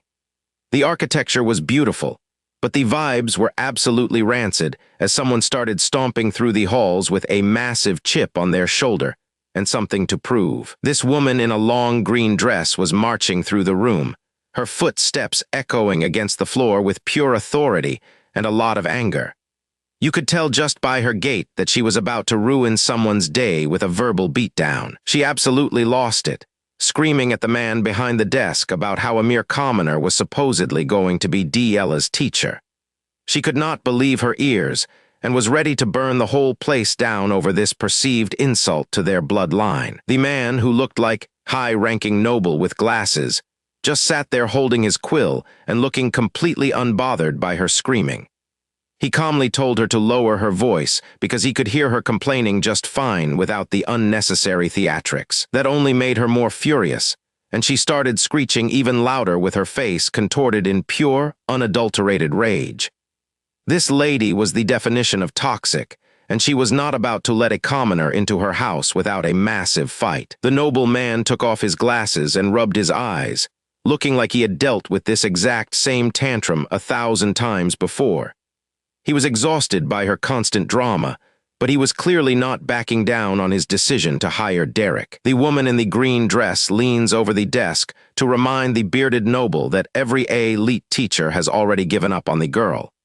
She is making it clear that finding a mentor for someone with such a difficult reputation is practically impossible for their family. He gave her this deadpan stare that basically said he was done listening to her elitist nonsense for the day. The logic was sound and practical, but you could tell by her face that she did not care about logic at all. She started pacing around the office, clutching her head like she was having a physical reaction to his words. She kept shouting that there had to be a certain standard kept for their family name and their social standing in the capital. The woman looked like she was on the verge of a total breakdown, rubbing her forehead while trying to process the humiliation of this choice. To her, having a commoner around was basically the end of the world as she knew it. The noble man just watched her with this cold, calculating expression, waiting for her to finally run out of steam and stop the dramatic performance. He was the rock in this relationship, and she was the chaotic hurricane trying to move him. But she was not done yet, letting out another piercing scream that probably shook the chandeliers all the way down in the hallway. She was determined to get her way through sheer volume and these aggressive intimidation tactics she kept using. She pointed her finger right at him, making one last desperate demand to stop this madness before the guest actually arrived. The tension in that room was so thick you could probably cut it with a literal sword if you tried. Suddenly the massive doors to the office swung wide open, cutting her off right in the middle of her latest angry sentence. Someone else was joining this family meeting, and they definitely did not look like they were in a good mood. This blonde guy in a white military uniform walked in and asked if she had really come there just to fight with their father again. He looked disappointed, like he was tired of seeing his parents constantly at each other's throats over everything. The woman turned around with a sharp look, clearly annoyed that her son was interrupting her very important screaming session. She did not like being questioned, especially when she was in the middle of a rant about family standards and bloodlines. Another young man wearing a dark black uniform stepped into the room, his presence immediately shifting the dynamic of the argument. The blonde guy was still standing there looking worried while the father stayed glued to his desk, watching the newest arrival with a mix of curiosity and exhaustion. The mother turns toward her blonde son with a look of weary expectation as she continues her heated rant. She is desperately searching for an ally in this room who will agree that her husband's choice in teachers is a complete disgrace to their name. The dark-haired officer walked forward with total confidence, his boots clicking against the floor as he approached the desk. The mother started talking about how if a commoner truly had the right qualities, she might be able to tolerate it, but her face said she was already planning a way to get rid of them. He looked sharp and disciplined, the kind of guy who followed the rules to a fault and expected everyone else to do the same. His side profile was cold and completely devoid of any warmth or emotion as he approached his father. The father looked up at him with a serious expression, evaluating his son's reaction to the news of the new teacher. It was clear that the opinion of these two brothers carried a lot of weight in this house and the father's office. His eyes narrowed as he focused on the conversation, looking like he was searching for any sign of weakness or lies in the air. This guy was definitely going to be a problem for our boy Derek later on down the road. He did not say much at first, just keeping his lips pressed together in a thin line of disapproval while he listened to the explanation. You could tell he was a man of few words but very high expectations for everyone. Standing right in front of his father's desk, he held his hands behind his back like a perfect soldier on duty. He was waiting for his turn to speak and drop some harsh truth on the current situation regarding the commoner teacher. The blonde brother watched him closely, looking concerned about what kind of judgment was about to be passed on their new guest. The brothers were clearly on two very different wavelengths when it came to how they treated people outside their class. The dark-haired officer looked like he had already made up his mind about the situation before even meeting our protagonist. He had this intense, focused look that promised he would be keeping a very close eye on everything Derek did. The bearded noble sat in silence, his expression unreadable as he pondered the weight of his next move. Raig marches through the hall with an air of absolute authority, while his blonde brother struggles to keep pace behind him. The difference in their temperaments is obvious, as the elder brother leads the way with cold and steady determination. The blonde brother clenches his fists in a silent rage as he follows behind his sibling through the grand corridor. He is clearly at his breaking point, and looks like he is about to snap if one more thing goes wrong today. Raig finally stops and throws a sharp look over his shoulder at his brother to see what all the fuss is about. He has zero patience for any more whining, and wants to get this family business over with as quickly as possible. This blonde noble man stares back with a look of pure coldness that could freeze an entire room.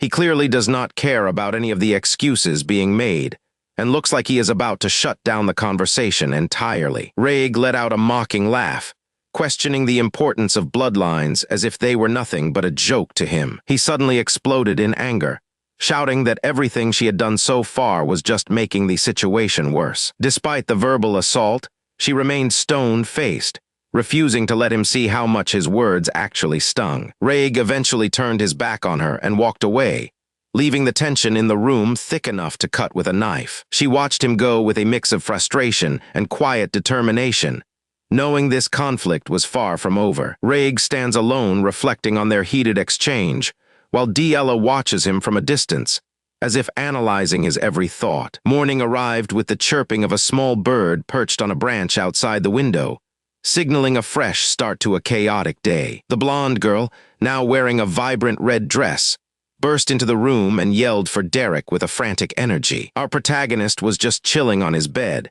casually flipping through a book while looking completely unbothered by her sudden entrance. A mysterious scroll lay atop the pages filled with complex magic circles, suggesting Derek had been busy studying some pretty high-level stuff. She stood over him with her arms crossed, making it clear that if she lost the upcoming magic spar, he was officially fired. Derek just stared at the scroll in his hands, his red eyes revealing nothing about what he was actually thinking in that moment. She leaned in closer and screamed that his job was on the line, trying her best to get a reaction out of him. Our boy just gave her this blank look, as if he were waiting for her to finish her little tantrum so he could get back to work. Her aggressive facade cracked for a second, showing a hint of surprise when she realized her threats weren't having any effect on him. Outside, flag bearing a griffin emblem whipped violently in the wind, marking the arrival of some very important guests to the estate. The training grounds were busy with activity, as servants and nobles alike began to gather for the day's big event. The head of the household leads a group of nobles across the courtyard,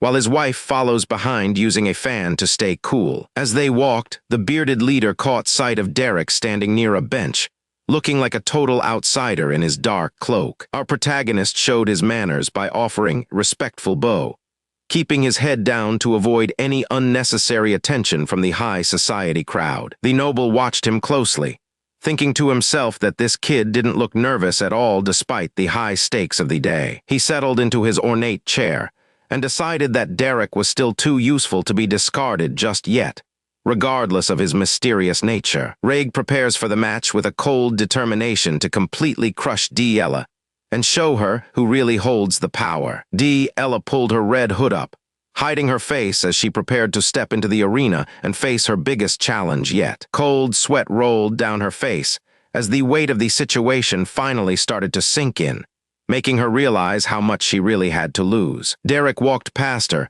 and whispered that her magic growth was already on track, even if she couldn't use top-tier spells just yet. She watched him put on his cloak, feeling a strange sense of comfort from the confidence he radiated despite the impossible odds. Our boy kept his gaze forward, his white hair contrasting against the dark fabric as he mentally prepared for what was coming next. He mentioned something called the School of the Wild, a phrase that clearly carried a heavy meaning for both of them in this world. Ella was left shouting in desperation, her eyes filled with tears as she struggled to find the strength to go through with the fight. Derek keeps a perfectly calm expression because he knows exactly how to push her buttons to find her inner strength. Ella is reaching her breaking point, and her face says it all.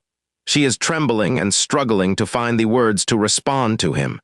The weight of the situation is finally starting to crush her spirit. The poor girl finally reaches her breaking point as tears flow freely down her face while she processes her own helplessness. Derek prepares for battle by tightening his gloves while showing absolutely no sympathy for the girl's current emotional breakdown. He stares her down with his piercing red eyes and demands to know if she has the resolve to keep moving forward. Memories of the cruel gossip start to resurface about how the young lady did not possess a single ounce of magic in her body. The rumors were relentless, as people whispered that even the most famous teachers in the kingdom eventually gave up on her. Shadowy figures lurk in the background, while they discuss how the prestigious house of Duplain has fallen from its former glory. Even as a small child holding her favorite teddy bear, she was surrounded by judging eyes that never gave her a moment of peace. The harsh words from the gossipers continue as they label the poor girl a total disaster who only knows how to bring shame to her household. It seems like the entire world has decided she is a failure before she even has a chance to prove herself. Everyone constantly compares her to her highly successful siblings while questioning why the youngest turned out so useless. They even pity the Grand Duke for having to deal with such an incompetent daughter. These shadowy figures celebrate because they believe Lady Iceline is their ticket to victory. They are convinced that his own child will be the key to finally bringing the man down. The cruelest rumors suggest it would have been better if she were never born at all. Growing up in a house filled with such venomous words would have broken anyone else. Even with tears still streaming down her face, something inside Ella finally snaps. She is completely done letting those hateful voices from her past dictate who she is supposed to be. Ella finally leaves her victim persona behind as she takes a decisive step forward into the blinding light. She is ready to embrace the powerful role she was always destined to play. Derek watches her transformation with an intense gaze as he carefully analyzes her every move. He wanted to see if she truly had the guts to stand up for herself, and it looks like he finally got his answer. Beneath the shadow of her red hood, her gaze is now cold and incredibly focused. She isn't that scared little girl anymore, and is now ready to prove all of those haters wrong. The dark flag of the noble house snaps in the wind as the family honor is finally put on the line. Our girl in the red hood stands her ground against the arrogant Raig, who looks like he has never lost a fight. The referee carefully prepares to signal the start of the match, while the tension in the arena reaches its breaking point. The official referee checks his pocket watch to ensure the duel begins exactly on schedule, so the crowd doesn't get restless. Raig narrows his eyes with pure intensity as he prepares to show this commoner girl why nobles are at the top. The arrogant noble finally gives the command for the match to begin, while wearing a smirk that promises a quick victory. She stares back with determined blue eyes from under her hood to show that she isn't intimidated by his power. Nobles use expensive accessories like this magic necklace that automatically activates to nullify any major damage from an opponent's spell. She realizes that rich kids basically throw money away on magic items just to have a spar without any real danger. Our boy Derek is doing the math in his head and realizes the match is set for 10 minutes. He can tell that Raig is planning to finish this whole thing way before the timer even gets close to the end.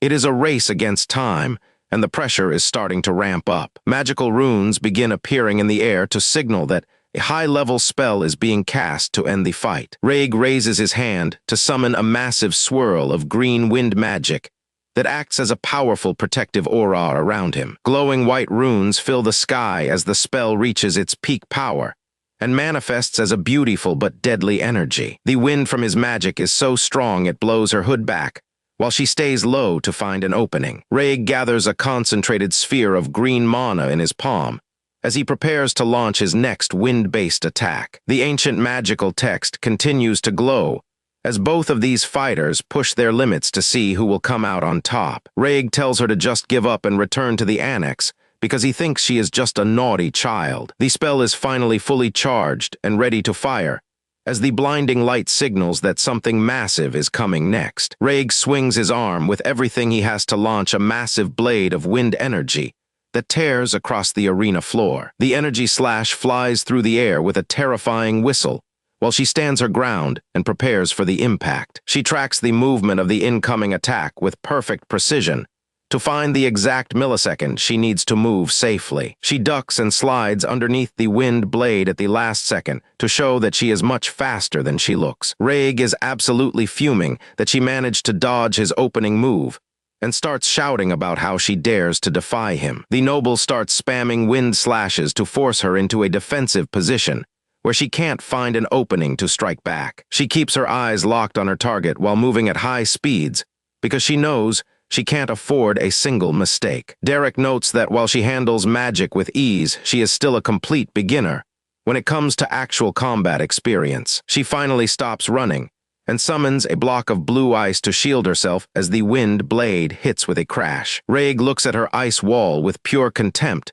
because he realizes she is just using raw power manifestation instead of refined magic. He gathers massive spheres of energy to prove that her defensive tactics are completely useless against his superior noble magic power. He decides to break right through her defense with pure firepower and unloads every bit of mana he has left into his attack. He launches 3 energy orbs simultaneously to create a meteor shower of light that heads straight for her frozen shield. She remembers Derek telling her that mercenaries fight differently because they can't afford the luxury of treating fair play as a virtue. The blonde girl starts breaking a sweat as the reality of the situation hits her, and she realizes this is no ordinary duel. Derek watches her struggle with a cold expression because he knows she needs to learn this difficult lesson all on her own. She grits her teeth and lets out a defiant shout to show the noble brat that her spirit is still very much intact. Our lead narrows her eyes and pulls up her hood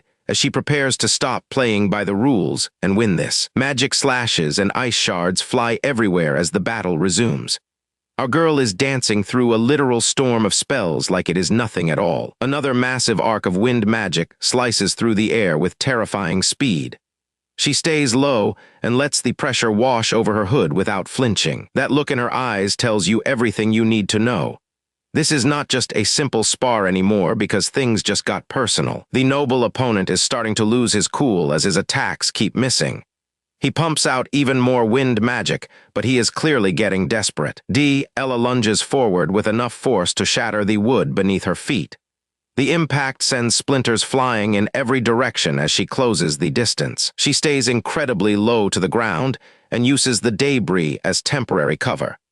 Our girl knows exactly how to use the environment to her advantage. A massive crescent of pure magical energy screams past her head. One wrong move, and she would have been sliced in half right then and there. The sheer force of the wind blast shatters a nearby ice pillar into a million tiny pieces. Talk about absolute overkill for a school match. Ella peeks through the frozen mist while watching her opponent struggle to keep up. Meanwhile, the noble guy grits his teeth in pure frustration and rage. Something unusual catches her eye as she prepares her next move. The atmosphere in the arena shifts as the tension hits an all-time high. Ella slides across the wooden planks while a massive explosion of dust and debris swallows the center of the arena and blocks everyone's view of the fight. Derek watches the chaos from the sidelines with those cold, red eyes. Our boy looks completely unfazed by the destruction happening right in front of him. Up in the VIP section, this noble lady is completely losing her mind.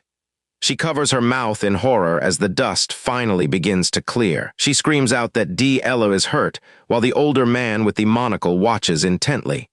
The crowd is starting to panic as the smoke settles. The bearded noble steps forward to set things straight for the worried spectators. He tells everyone to calm down because it is not what they think. He points out that the magic circle meant to trigger upon defeat never actually activated. The panicking lady behind him can hardly believe her own ears. He stares down at the arena with a grim and focused expression. Something is definitely wrong, and he is the only one who has realized it. Back to our boy Derek, who is just sitting there on the wooden bench. He looks like he is watching a boring play rather than a fight. He thinks to himself that the guy did not even blink during that explosion. He wonders if everyone already expected her to grow this much today. The noble opponent stands alone on the platform while being surrounded by thick dust. He is searching everywhere for any sign of his hidden target. He is totally confused because his last attack should have definitely landed a hit. He wonders where on earth she could have disappeared to so quickly. Suddenly, he hears a loud snap from beneath him and his eyes go wide. He looks down and realizes the floor is literally disintegrating away. A massive crack splits the wooden boards right where he is standing. This is definitely not going to end well for the noble brat. Boom! A giant pillar of ice erupts from below the stage and sends the noble brat flying high into the air with a shock. He manages to stabilize himself mid-air, but his face is pale with shock. He never expected an attack to come from literally under the floor. He thinks he can still win on technicality, because leaving the platform should result in an immediate disqualification according to the official rules of the duel. But the referee with the monocle just shakes his head in disagreement. He is clearly not going to call the match just yet. He remains silent and continues watching the fight with a stone-cold expression. It seems the rules are a bit more flexible than expected. The noble guy is starting to sweat as the pressure mounts. He realizes the referee does not count being under the platform as being outside. He starts to realize that a petty trick like this would never happen in a normal noble spar. Our girl is playing by different rules. Before he can even process the danger, the floor continues to explode upward in a violent wave of jagged ice and shattered wood. Another massive ice spike surges toward the sky with incredible force. He barely manages to leap out of the way just in time. The entire platform is quickly becoming a forest of jagged ice. He is running out of places to land as the arena is reclaimed. The noble guy is starting to panic because he knows that landing an attack is going to be nearly impossible.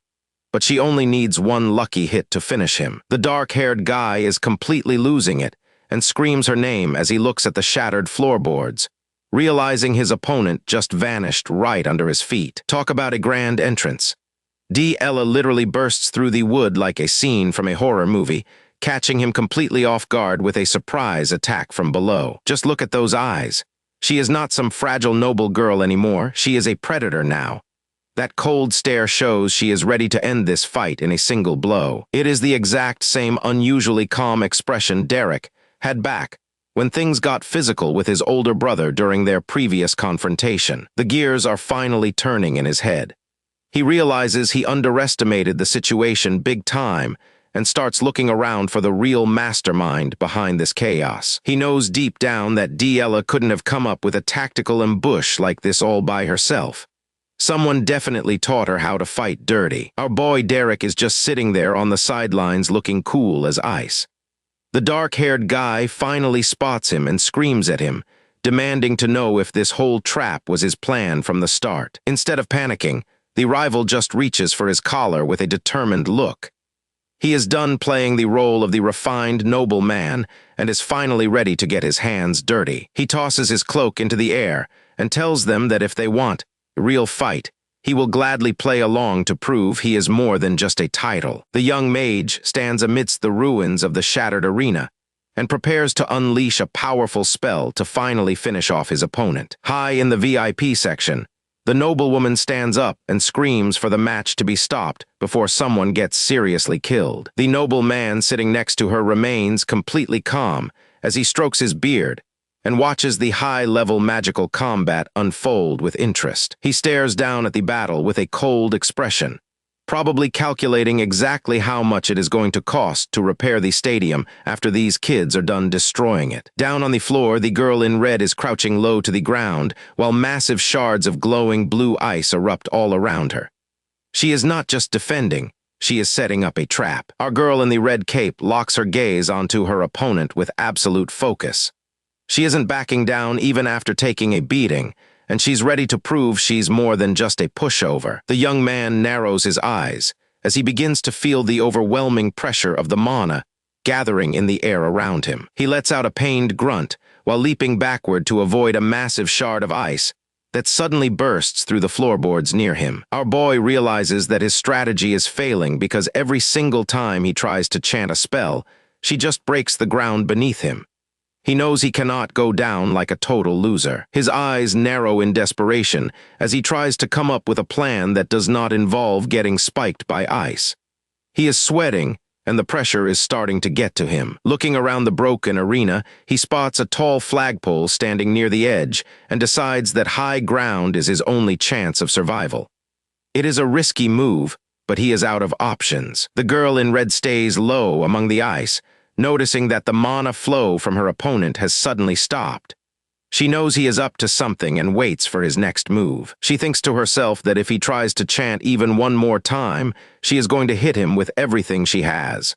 Her focus is laser sharp, and she is not letting up. An older gentleman with a monocle watches from the sidelines, looking extremely worried about the dangerous level of magic being thrown around by these two. He can tell things are about to explode. He scales the flagpole with incredible speed and hopes that the distance will prevent her from being able to counter his next risky move. Since he cannot use a chant from this awkward position, he decides to gather his mana and destroy the entire platform with raw force. A massive explosion erupts right at the top of the flagpole, sending a blinding white shock wave across the entire arena that makes everyone shield their eyes. The sheer force of the blast is insane. As the massive blast ripples through the stadium, the white-haired boy in the stands watches the chaos with a cold and calculating expression. The wooden structure shatters into a million pieces as magical energy and electricity tear through the floorboards with terrifying destructive force to everyone watching. Our mage friend loses his footing as the pole shakes and he comes falling toward the ground, hoping he actually managed to hit his target with that last-ditch attack. He looks totally spent. A huge cloud of dust and smoke covers the entire center of the arena, making it impossible for the spectators to see if anyone is still conscious down there.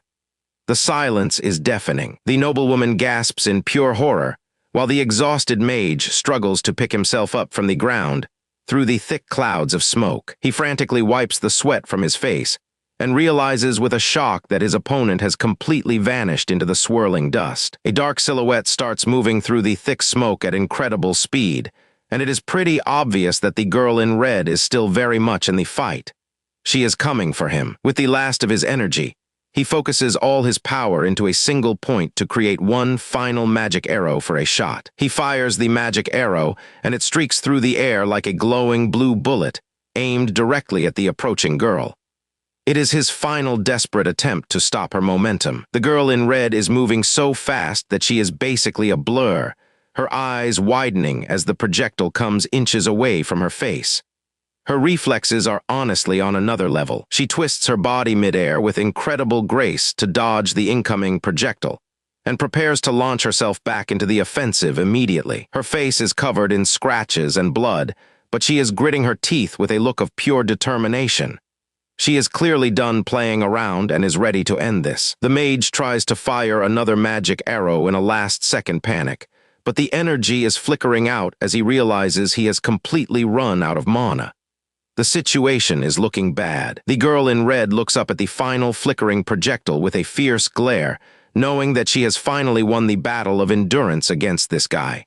She is about to strike. She lunges forward with a burst of speed that leaves the mage staring in shock, his eyes wide as he realizes he is about to get hit with the force of a truck. He realizes he made a massive mistake by allowing her to get this close, as she delivers a powerful kick directly to his chest. She grits her teeth and pours every last drop of her remaining strength into this final blow to secure her hard-fought victory. The impact is so devastating that he is sent flying backward and immediately loses consciousness as his eyes roll back into his head. The guy is clutching his chest and breathing hard, looking completely rattled after that previous exchange. He can barely keep his balance as his heart hammers against his ribs. Diella isn't playing fair, and why should she? She grabs a handful of dirt and throws it right in his face to buy herself some distance, knowing this is a survival fight where every second counts. He grunts in pain while rubbing the grit out of his eyes.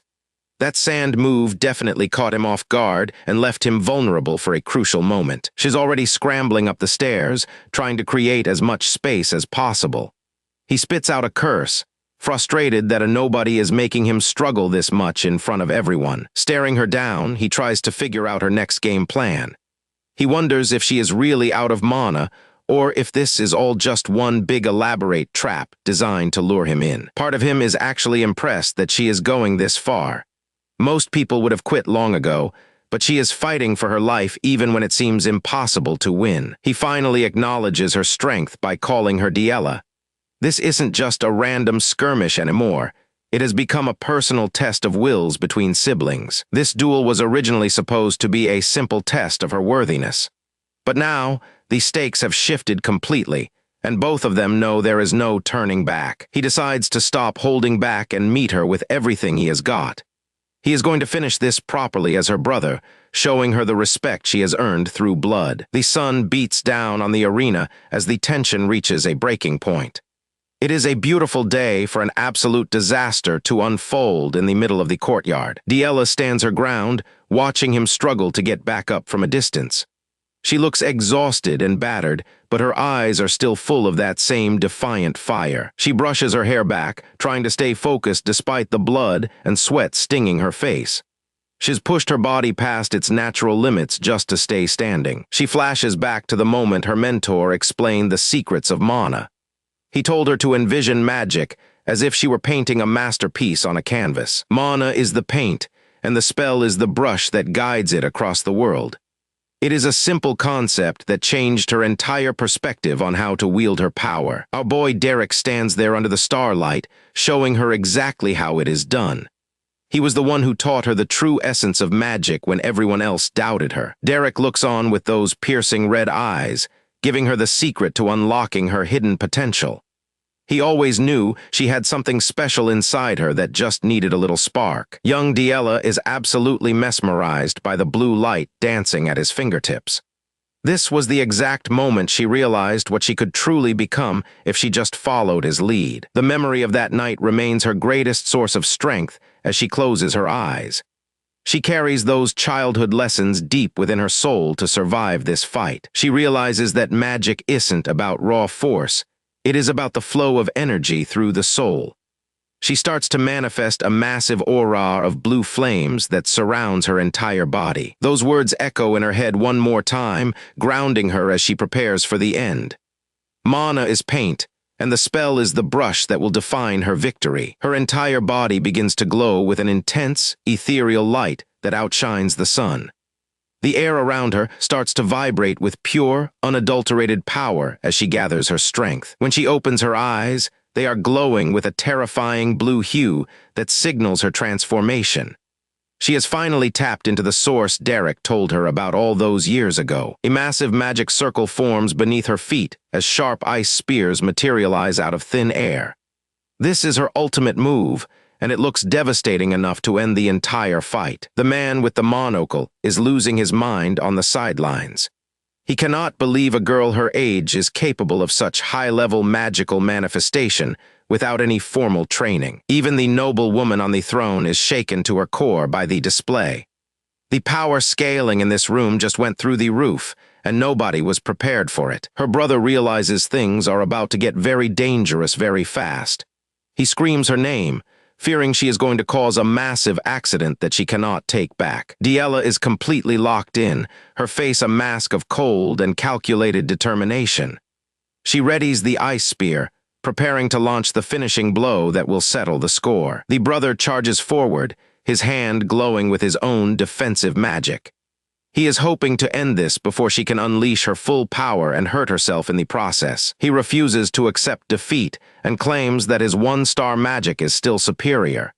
He bets everything on his speed to intercept her before she can unleash hell. He focuses entirely on landing the first blow to secure his victory. The distance between them disappears as he pushes himself to move faster than ever before. The ice spear tears through the air with enough force to shatter the ground. Her brother tries to counter the assault, but the sheer volume of her mana creates a blinding beam of destruction. The noble woman can only watch in horror as the entire arena is consumed by the explosion. This was way more power than any of them bargained for in a simple test. A giant sphere of magical energy erupts and sends shockwaves through the entire foundation of the castle. Everyone holds their breath as a massive cloud of dust completely blankets the courtyard. Someone is gasping for air, their breath coming out in cold puffs as the dust settles. The physical toll of that massive attack was absolutely insane on both of them. Diella stands there with a shadow over her eyes, looking completely drained of every last drop of mana. She gave it everything she had left in the tank and more. Derek stares ahead with those piercing red eyes as the dust finally starts to settle. While Diella is completely tapped out after that massive mana dump, our boy looks like he is just getting started. He stands still with a stone-cold expression, already calculating his next move while the heavy atmosphere hangs over the entire battlefield. Peace and quiet started the day with a simple nest of chirping birds. It was the calm before a literal magical storm hit this family. These little guys have no idea what is about to happen nearby. The mother bird returns to feed her hungry babies, completely unaware of the magical chaos that is currently unfolding inside the nearby noble estate. A man with a thick beard walked through the halls with his butler following closely behind. He looked like a dude who just received the worst news of his life and was trying to process the mess. The butler asks the Duke for specific instructions on how to handle the situation, knowing that the girl's power has caused a massive scandal. Diella sits curled up on a chair in the dark, feeling absolutely crushed by the weight of the expectations her family has placed on her. Her father stood there in silence, his face a mask of conflict and regret. He knew things were never going to be the same for his daughter after what happened today in front of the entire household. Diella stands paralyzed as her magical energy finally explodes outward, leaving her covered in blood and terrified of her own destructive potential. A hidden magical trigger within the girl is suddenly activated, signaling the moment she finally lost control of the power building up inside her. Derek watches the aftermath of the explosion with a calm expression, seemingly the only person who isn't shocked by the girl's terrifying display of strength. The white-haired boy stares at the scene with a gaze far too mature for his age, appearing more exhausted by the family drama than anything else. Ella lets out a heartbreaking scream that echoes through the mansion, while her father watches the destruction she caused from the balcony above. The Duchess is absolutely furious about the outcome of the fight, screaming at the Duke for allowing such a vulgar and messy display of magic. The young girl continues to cry her eyes out while her father turns his back on her, unable to face the child he just finished exploiting. A knight in full armor declares that it is a great honor to join the war effort under the Duke's leadership, ready to face the coming battles. An older warrior notices that the young knight's eyes resemble a famous figure from the past, suggesting that he carries a heavy and important destiny. The soldier keeps his focus entirely on the mission ahead, refusing to let the complicated emotions of the noble household distract him from his duty. Ella struggles to wipe away her tears with a trembling hand, but the memory of her power exploding in the arena continues to haunt her. The Duke watches his daughter from across the courtyard with a cold and conflicted expression, realizing that his relationship with her is permanently broken. The maids rush toward Lady Ella with looks of genuine panic, desperate to check on the girl after seeing the blood on her face. The household staff gathers around the traumatized girl to offer comfort, acting as the only support system she has in this cold and heartless mansion. Ella flinches in terror when one of the maids tries to touch her, showing just how much the duel has damaged her sense of safety. The girl stumbles across the shattered floorboards of the arena, leaving her defeated opponent behind, as she tries to escape the eyes of the crowd. Her rival looks at her with a mixture of shock and concern, finally realizing that Ella is suffering just as much as he is from the fight. Despite the chaos she just caused, Ella stopped to give a polite bow to her opponent. Even when her world is ending, she still has to play the part of a perfect noble lady and maintain her manners. The maids finally managed to catch up and began guiding her toward the inner chambers. They wanted to hide her away before anyone else saw the state she was in, and to clean up the blood on her face. Della hides her face behind her long blonde hair and rushes past the staff, wanting nothing more than to disappear into the shadows of the garden. Della finds Derek sitting alone on a bench and approaches him, finally feeling safe enough to drop the mask of a perfect, noble lady. Derek looks up with a steady and calm gaze, providing the stability the girl needs as her world continues to crumble around her. The girl stands before her only friend with her head bowed, waiting for a lecture or a punishment that she feels she rightfully deserves. All of Della's noble training is forgotten as she begins to sob uncontrollably, finally letting out all the pain she was hiding from the staff. She reached out and grabbed the dark cloak of Derek, holding on for dear life as she let her emotions out.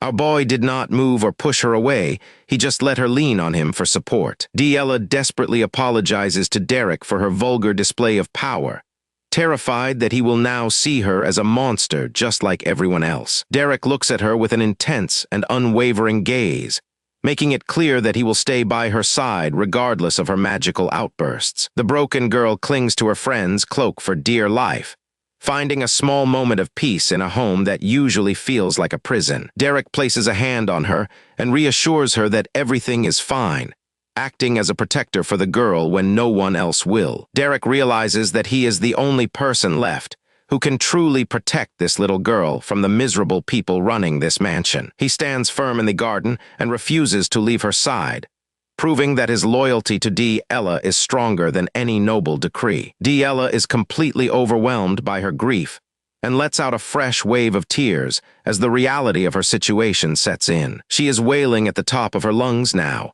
Even Derek looks a bit taken back by the sheer volume of her crying in this garden. The maids watch from the edge of the garden as the two children share a quiet moment, unsure of how to help their suffering young mistress. Suddenly, someone comes rushing across the stone tiles.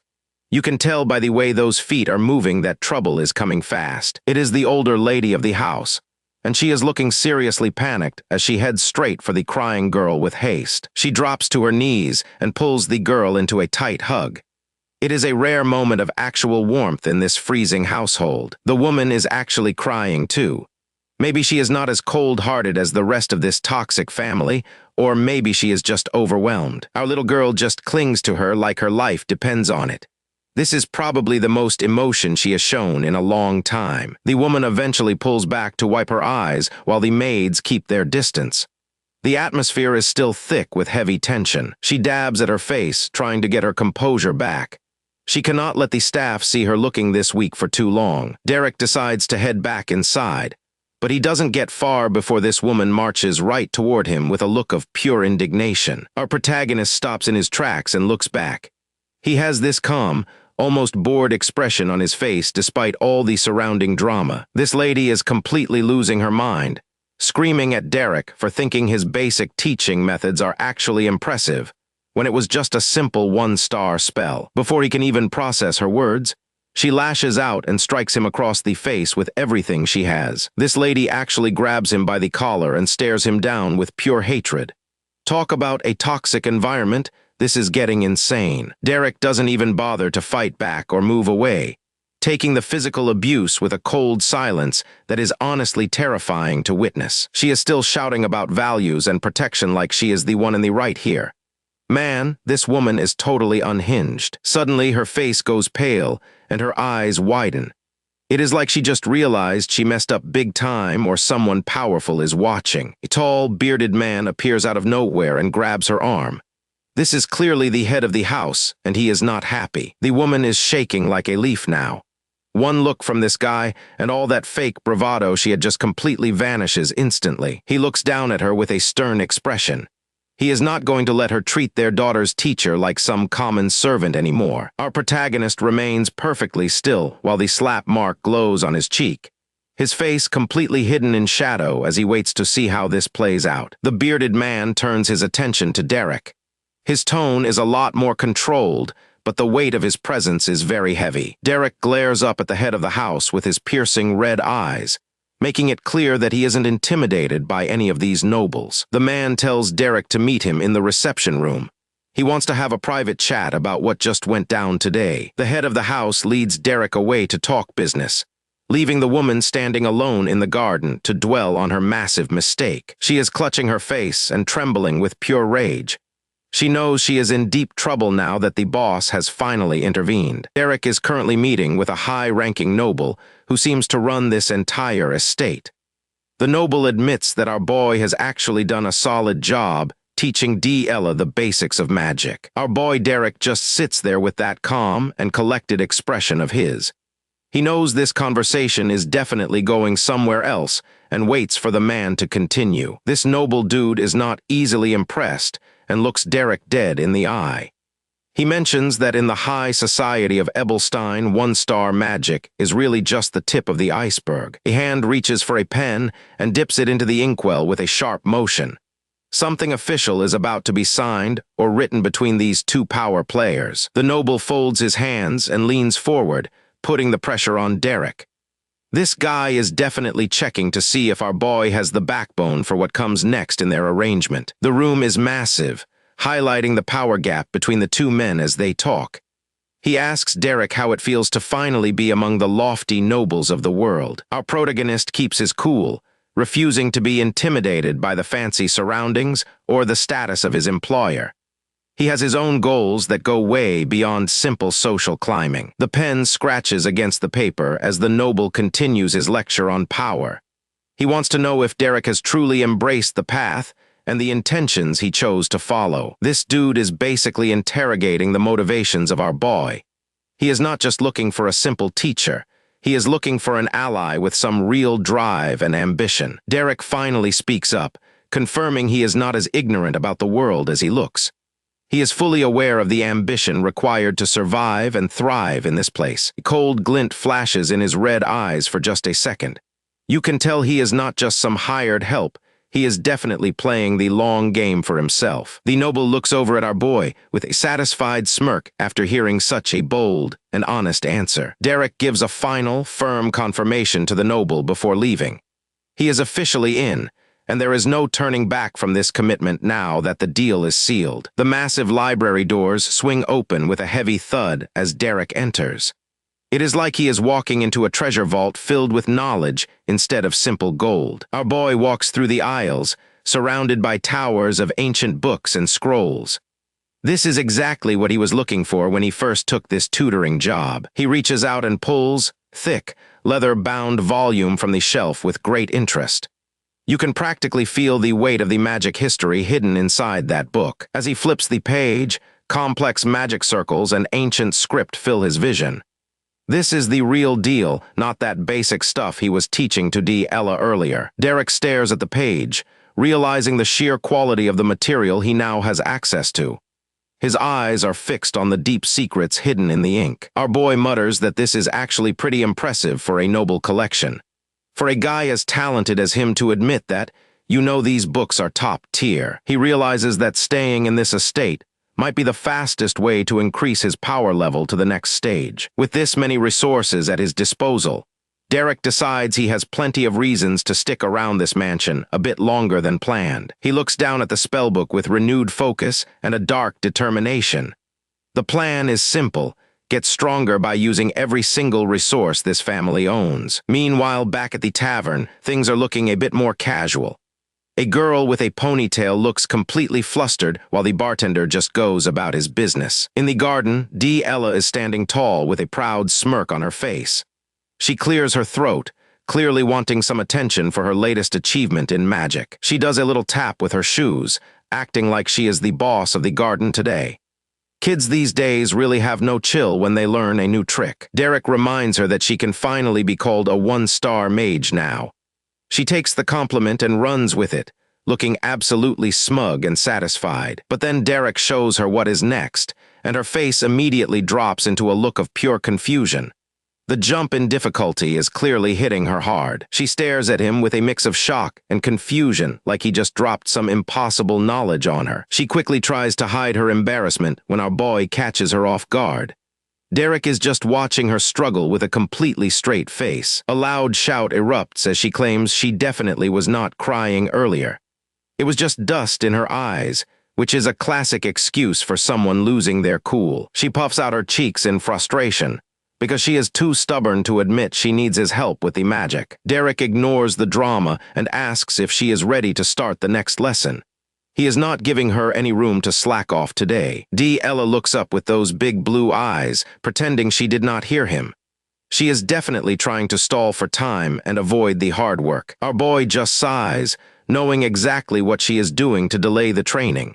He is used to her antics by now and just wants to get back to the books. She points a finger in the air and declares that she is a woman of her word. Despite the whining, she is ready to keep pushing forward today. She has no idea that the white-haired guy is just sitting back and listening to her ridiculous boast. She looks more determined than ever to prove that she can handle the next level of her training session. He just watches her with a cold expression, while waiting for her to finally stop her endless yapping. Our boy finally gives in and tells her, "Fine, let's do it." Ella looks a bit caught off guard when he actually agrees to start the session without any more arguing. Her eyes go wide with surprise. Is he actually being serious for once? Usually he is the one trying to get her back to the books instead of the sword. She just blinks at him in total silence. The atmosphere is getting a little awkward between them as she tries to figure out what he is actually thinking behind those red eyes. Finally, she breaks the tension and asks why he is looking at her like that. She is wondering if she has something on her face or if he is just judging her again. Derek keeps his poker face perfectly still. He is probably already calculating 10 different ways to break her spirit during the next round of training. He is such a cold teacher. Ella gets all flustered and looks away with a blush. She absolutely hates it when he gets all mysterious and quiet like this, because it usually means trouble for her later. She remembers back to when things were much simpler. Back then, she could just dump a whole bucket of water on his head and laugh while he looked like a drowned rat. Now she is just standing there looking totally dejected. Derek is still just chilling in his chair like a statue while she tries to process her own feelings about the training. She admits that some memories are simply impossible to forget no matter how much time has passed since they actually happened. She finally decides she has had enough and stomps away in a total huff, while Derek just watches her dramatic exit from his seat. Night falls over the grand castle and the mood shifts instantly. The stars are out, but there is no time for relaxing when our protagonist is in charge of your schedule. Our girl is absolutely gassed out on the ground. She is huffing and puffing like she just ran a marathon through a literal war zone, and she looks completely spent. Derek walks up to her and casually mentions that things are only going to get busier from here on out. Talk about a teacher with absolutely zero mercy for his students. She groans while leaning on her knees and realizes he heard the rumors too. This training is taking every single bit of energy she has left in her small body. Ella clutches her head in pure frustration. She looks like she is about to have total emotional meltdown right there in the middle of the grass at midnight. She looks up at him with those tired eyes and asks if he really thinks she is happy doing all this. The poor girl is reaching her absolute breaking point tonight. She doesn't understand why she even has to learn this difficult stuff. She starts wondering how Aislinn ever managed to endure all of this torture without losing her mind completely. Derek looks down at her with those cold and piercing red eyes. He is not the type to give her a hug and tell her everything is going to be fine. He tells her that since he was personally hired by His Grace, they have plenty of freedom to change her magic curriculum whenever they want. He asks her a very simple and direct question.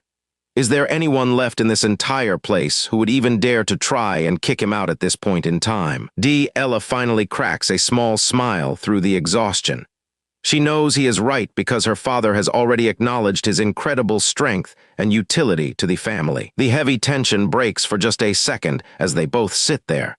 They are just two people under the starlight trying to figure out their next move in this game. Derek is lost in his own thoughts for a moment. He knows that there is a very long and dangerous road ahead for both of them if they keep going. He tells her that it is nothing special. Just another day of hard work for our boy who is used to dealing with high stakes and difficult personalities every single day. But then he gets that scary look in his eyes again. It is the kind of look that says things are about to get very dangerous for anyone standing in their way. Ella looks like she just saw a ghost and starts sweating once she realizes just how terrifying her teacher can be when he is serious. Morning light hits the estate, and everything looks peaceful and serene on the outside. The birds are chirping and the sun is shining, but the peace is not going to last. An older woman walks through the mansion corridors, looking incredibly stressed about the current state of her household affairs lately. She is worried sick that her precious daughter has been paired with a shady teacher who looks like a total monster in her imagination. The doors suddenly burst open as Diella returns home, while casually carrying a massive wild boar over her shoulders like it is nothing. The poor woman is absolutely horrified as she realizes her sweet little daughter has developed a terrifying and bloodthirsty taste for battle. The mistress of the estate is fuming because she refuses to let a lowly commoner influence her daughter any further regardless of her husband's opinion. She clutches her head in total frustration, while desperately trying to find a way to stop Derek from ruining Diella's reputation forever. Just then, she spots Diella and calls out to her with a look of genuine affection. Even though she is fuming at Derek, her love for her daughter is the one thing keeping her from totally losing it. She starts thinking about how much she adores her daughter and how she loves it when the girl runs into her arms with a smile. It is a sweet motherly moment, but the tears start to well up in her eyes as she worries about Diella's future, and if that innocence is already fading away. A single tear escapes as she realizes just how much is at stake here. She wants to protect her daughter and keep her from turning into something she does not recognize. Our girl Diella looks like an absolute angel, walking with grace as glowing butterflies flutter around her. It is such a serene sight that you would almost forget the chaos happening behind the scenes. But then the mistress gets this look on her face like she just saw a ghost. Something is definitely off, and that sweat drop tells us she is starting to feel the pressure. Diella gives this subtle, knowing look that is way too mature for her age. Is she onto something, or is she just playing along with whatever is happening in the estate? The mistress is stumbling over her words now, barely managing to give a response. She is clearly thrown off balance by her daughter's sudden change in demeanor and calm attitude. She stands there stiff as a board, trying to maintain her composure as the mistress of the house. You can tell she is internally screaming while trying to keep up appearances. Diella politely explains that she has to leave immediately because her education schedule is becoming far too tight for her to stay and chat. This completely stuns the mistress, who just stares blankly at her daughter. This is not the little girl she remembers, and the realization is hitting her like a freight train. Diella smiles with a chilling confidence as the spectral image of another woman looms behind her like a guiding shadow. It is clear that she is no longer the innocent child everyone once knew, and she is being driven by a much darker purpose. All the mistress can do is stammer out a confused agreement.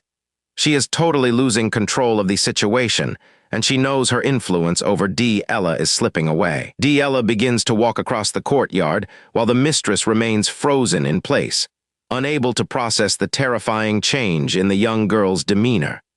The surrounding servants can feel the pressure of her presence as she passes by them. Suddenly, a loud clang echoes through the area as one of the maids drops her tray in a panic. The sound breaks the silence and draws everyone's attention to the clumsy mistake. Instead of getting angry, Diella stops and asks if the maid is okay with the most polite tone imaginable.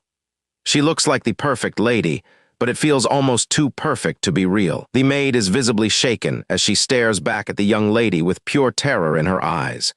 She trembles with fear as if she is looking at a monster hidden behind a beautiful mask, and cannot even find the words to apologize. The mistress watches the interaction from a distance and feels a heavy sense of dread sinking into her chest.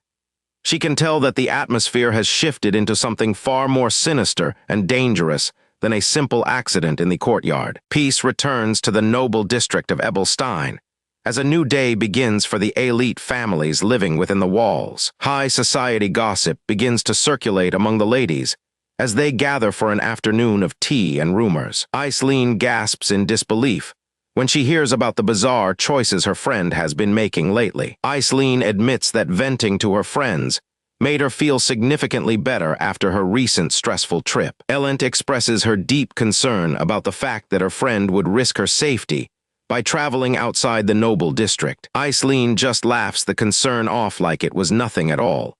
She is practically glowing with joy as she takes another sip of her drink and enjoys the beautiful weather. Elent is baffled that someone as high-ranking as Eislene would personally go out of her way to find a mere commoner. Denise from the prestigious house Veltus carefully observes the group, while looking for any useful secrets hidden in their conversation. The conversation shifts to Ella, who has apparently become such a proper lady that she is almost unrecognizable. Even the passing servants are taking notice of how much she has truly changed. Eislene cannot stop praising her by saying her conduct was both neat and composed. It is hard for them to imagine this is the same wild girl they used to know. Denise is actually taking notes on this change of behavior like she is studying for an exam. Why is she so interested in the sudden transformation of a young girl like Ella? Eislene enjoys the confusion of her friends and chooses to keep them in suspense about the identity of her savior. Elent is absolutely stunned to learn that a lowly mercenary could be responsible for such a drastic personality change. She remembers how the family cook was once driven to tears because of Ella's terrifying and violent tantrums in the mansion. It is almost impossible to believe that a teacher could reform an infamous brute into a one-star mage. Elent is trying to process this insane power move while keeping her cool. Elent hides a knowing smirk behind her cup as she begins contemplating how to exploit this new information for her benefit. The ladies sit together in the beautiful garden, but the mood has shifted completely. Eislene blinks in confusion, as if she just heard something totally unexpected from her friend across the table. Elent maintains her perfect noble mask with a gentle and innocent look. She is the absolute queen of keeping her true intentions hidden behind a pretty face and a fake smile. Suddenly the name Derek is brought up by the dark-haired girl. This is the guy behind everything, and his name alone carries a ton of weight in this high-stakes conversation. Ella politely recounts her recent training experiences, while trying her best to act like a refined lady of the house. The veteran noblewoman listens with a critical ear, while her student recounts the events of the past few days. Ella just won't stop talking about all the amazing things that Derek taught her. You can tell she absolutely adores her new teacher and thinks he is the best in the world. She lets out a cute little giggle and covers her mouth while thinking of him. It is clear that our boy Derek has made a massive impact on her life lately. The older woman is starting to get seriously annoyed by the constant praise. Every other word out of the girl's mouth is Derek this and Derek that until she cannot take it. The older woman storms through the hallway in a blind rage because she is tired of hearing that man's name. She clenches her teeth in fury while vowing to find a way to eliminate this dangerous influence from the young lady's life. The laundry maid breathes a sigh of relief now that the young lady has finally stopped mistreating the mansion staff. The gardener can hardly believe his ears, because the once arrogant girl is now greeting the workers with a cheerful smile. Even the head butler is stunned by the miraculous transformation of the child, who used to be a complete nightmare. Back inside, the lady of the house is still seething with pure rage. She does not care about the positive changes because she hates whoever this Derek guy is with a passion. Darkness settles over the quiet mountains as the intense training session continues far away from the prying eyes of the nobility. Derek continues his secret magical studies deep into the night as the ancient tome begins to pulse with mysterious energy. Derek is drenched in sweat as he pushes his physical and mental limits. He is not just some ordinary mercenary, and his focus during training is absolutely terrifying to behold. Mana surges around him as his red eyes glow with incredible intensity. Our boy is tapping into a level of power that most regular people can only dream of reaching. He finally collapses onto the ground, gasping for air after the intense session is over. Training like this is brutal, but it is the only way he stays ahead of everyone. He forces himself to stand back up despite his exhaustion, because he knows he must reach a higher level of power. A knight approaches the training ground to offer some words of encouragement to the exhausted young mercenary. Derek turns around to see who is bothering him during his cool-down period. He is absolutely exhausted from the workout, but he still keeps his guard up regardless of who is approaching him. The long training session finally comes to an end as the moon reaches its peak in the silent night sky. The two of them sit down for a deep heart-to-heart talk under the cool moonlight. The knight mentions he wants to talk about Ella, and Derek agrees to listen to what he has to say. Derek catches sight of a small book in the knight's hands and immediately senses that some deep family secrets are about to be revealed. The knight starts sweating and acting flustered, as he struggles to find the courage to speak his mind during their quiet training session. Derek remains silent while waiting for the knight to gather his thoughts and finally deliver the heavy news he has been dreading all night. A vision of an older man with a thick beard and a stern gaze suddenly fills the air. This dude looks like the kind of strict authority figure that you would never want to disappoint or cross. The knight continues to fumble with his words, while Derek watches him with a calm and knowing expression, as if he already understands the struggle. They continue sitting on the log in silence for a moment as the weight of the topic sinks in. The knight looks like he is carrying a heavy burden on his shoulders that he finally needs to share. He starts nervously gesturing with his hands and blushing like a little kid, because he simply cannot find a way to explain his complicated feelings. Derek is just looking at him like he is watching a weird comedy show, and he is not amused.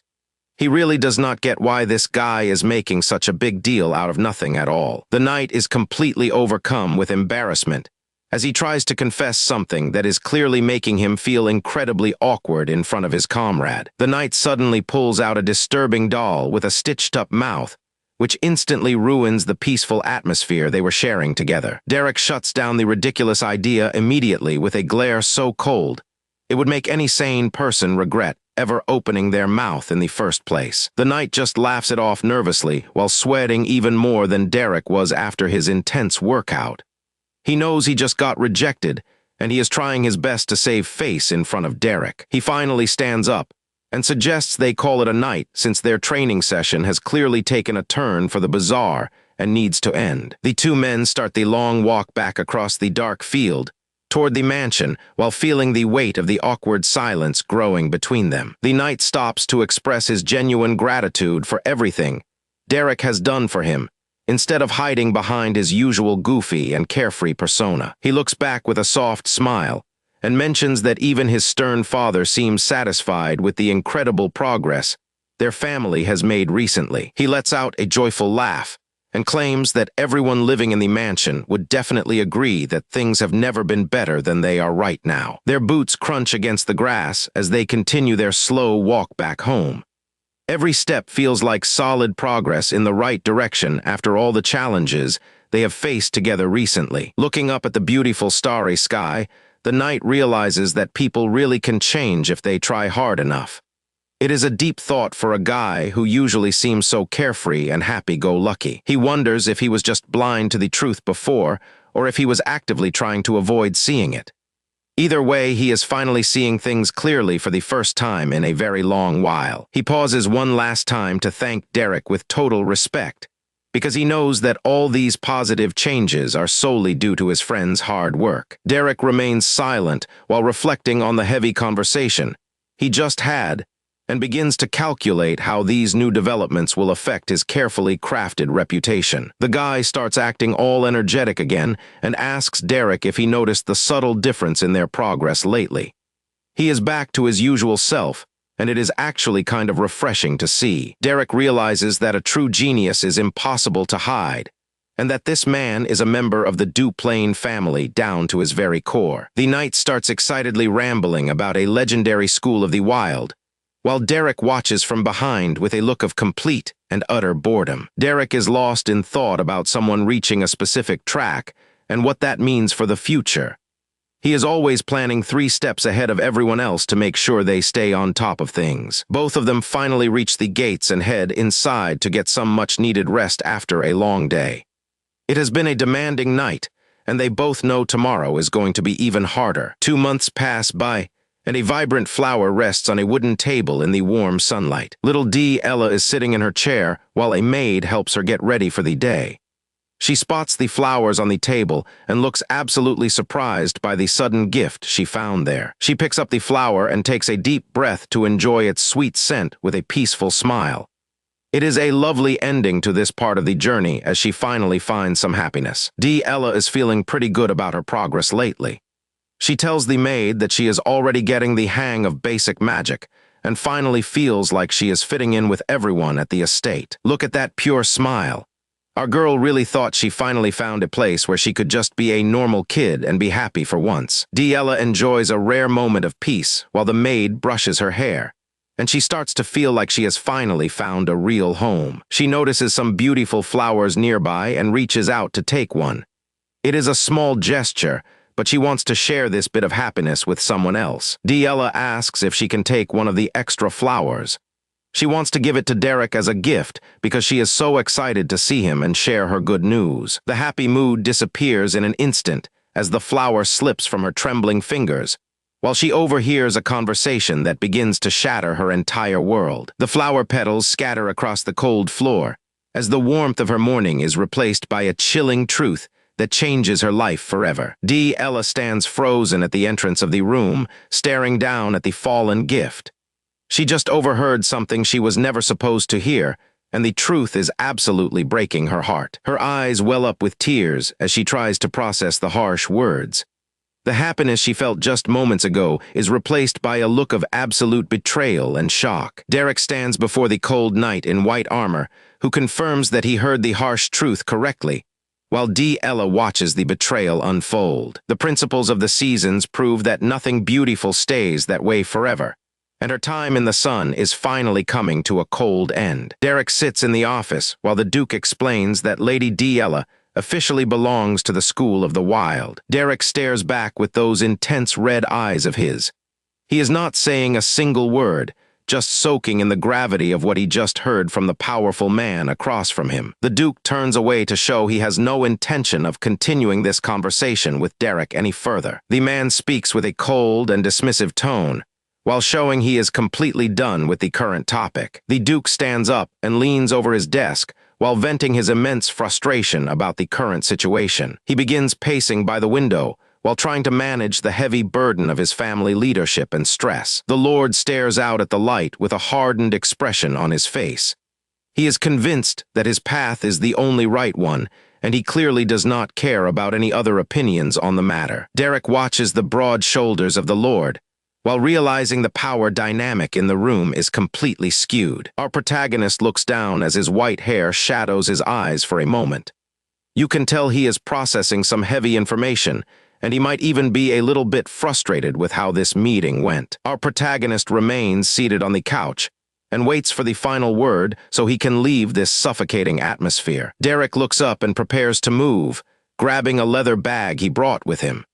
He is ready for whatever journey is coming next, and he does not look like he plans on looking back once he leaves. The Duke finally tells the boy to leave if he has nothing else to report, while showing zero respect. Derek keeps his emotions locked down tight, despite the insults, because he knows he must play the part for now. He offers a respectful bow to hide his true intentions, before turning his back on the arrogant man in the office. The boy exits the office and walks down a massive hallway that feels more like a cold and lonely prison. Suddenly, someone stops him in the middle of the hall.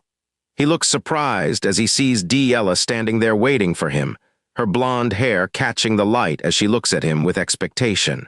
Ella waits for him in the corridor, looking completely out of place and terrified within the walls of her own home. They stand together in front of a giant window. Derek tells her that the situation cannot be helped, likely referring to the harsh decision the Lord just made regarding her future at the school. Ella looks absolutely heartbroken by what she is hearing.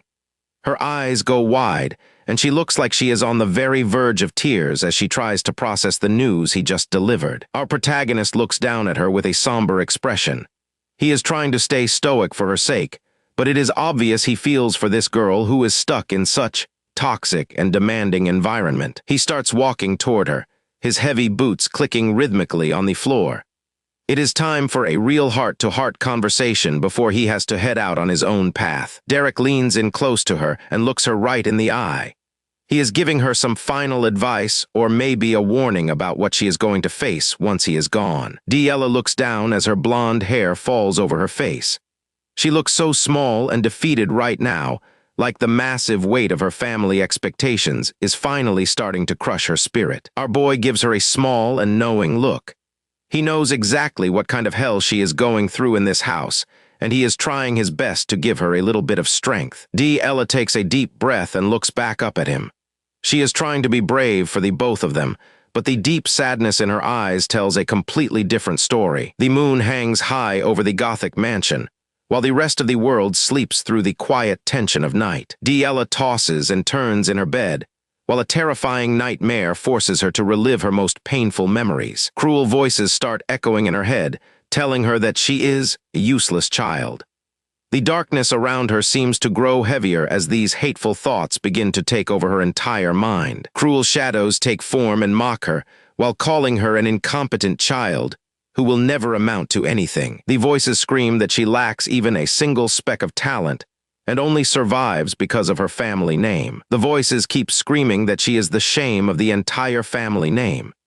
It is a psychological assault that proves just how much trauma and pressure this young girl is carrying around every day. A younger version of the girl trembles in fear as the voices tell her she should have never even been born. The nightmare reaches its peak and forces her to confront her deepest fears while she struggles to find reality. She suddenly bolts upright in her bed while gasping for air as the terror of the dream lingers.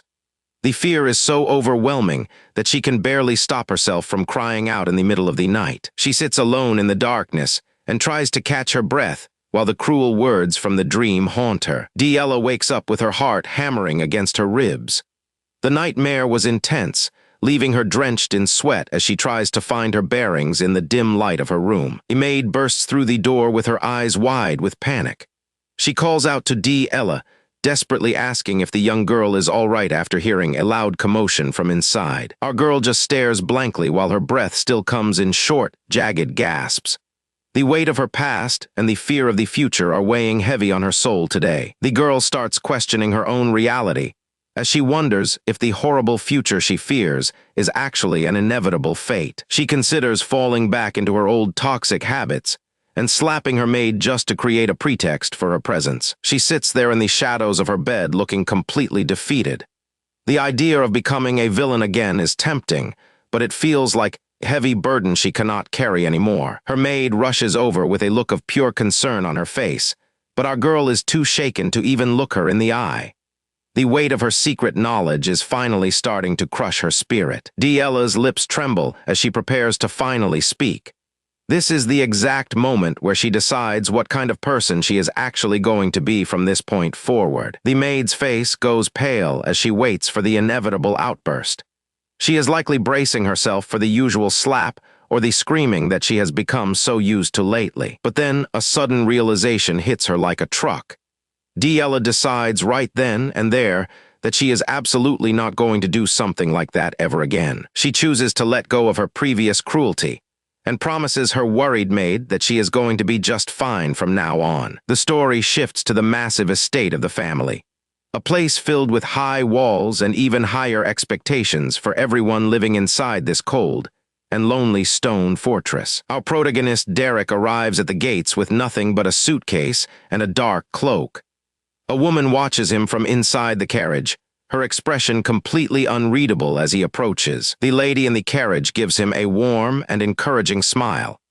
It is a rare moment of kindness in a world that usually treats him with nothing but cold indifference. Derek looks away with his red eyes filled with a quiet intensity. He knows that stepping into this mansion means his life is about to change forever, for better or worse. An entire welcoming party waits for him on the terrace. Knights in shining uniforms stand alongside maids, and of course Diella herself stands there looking as unimpressed as she possibly can. The white knight steps forward with a smug smirk, acting like he is the one in charge. Derek just stands there, soaking in the hostile atmosphere of his brand new home. These two knights look like they are sharing a private joke at Derek's expense. They clearly do not think much of the new arrival with the white hair and red eyes. Our boy Derek gives a respectful bow while keeping his head down.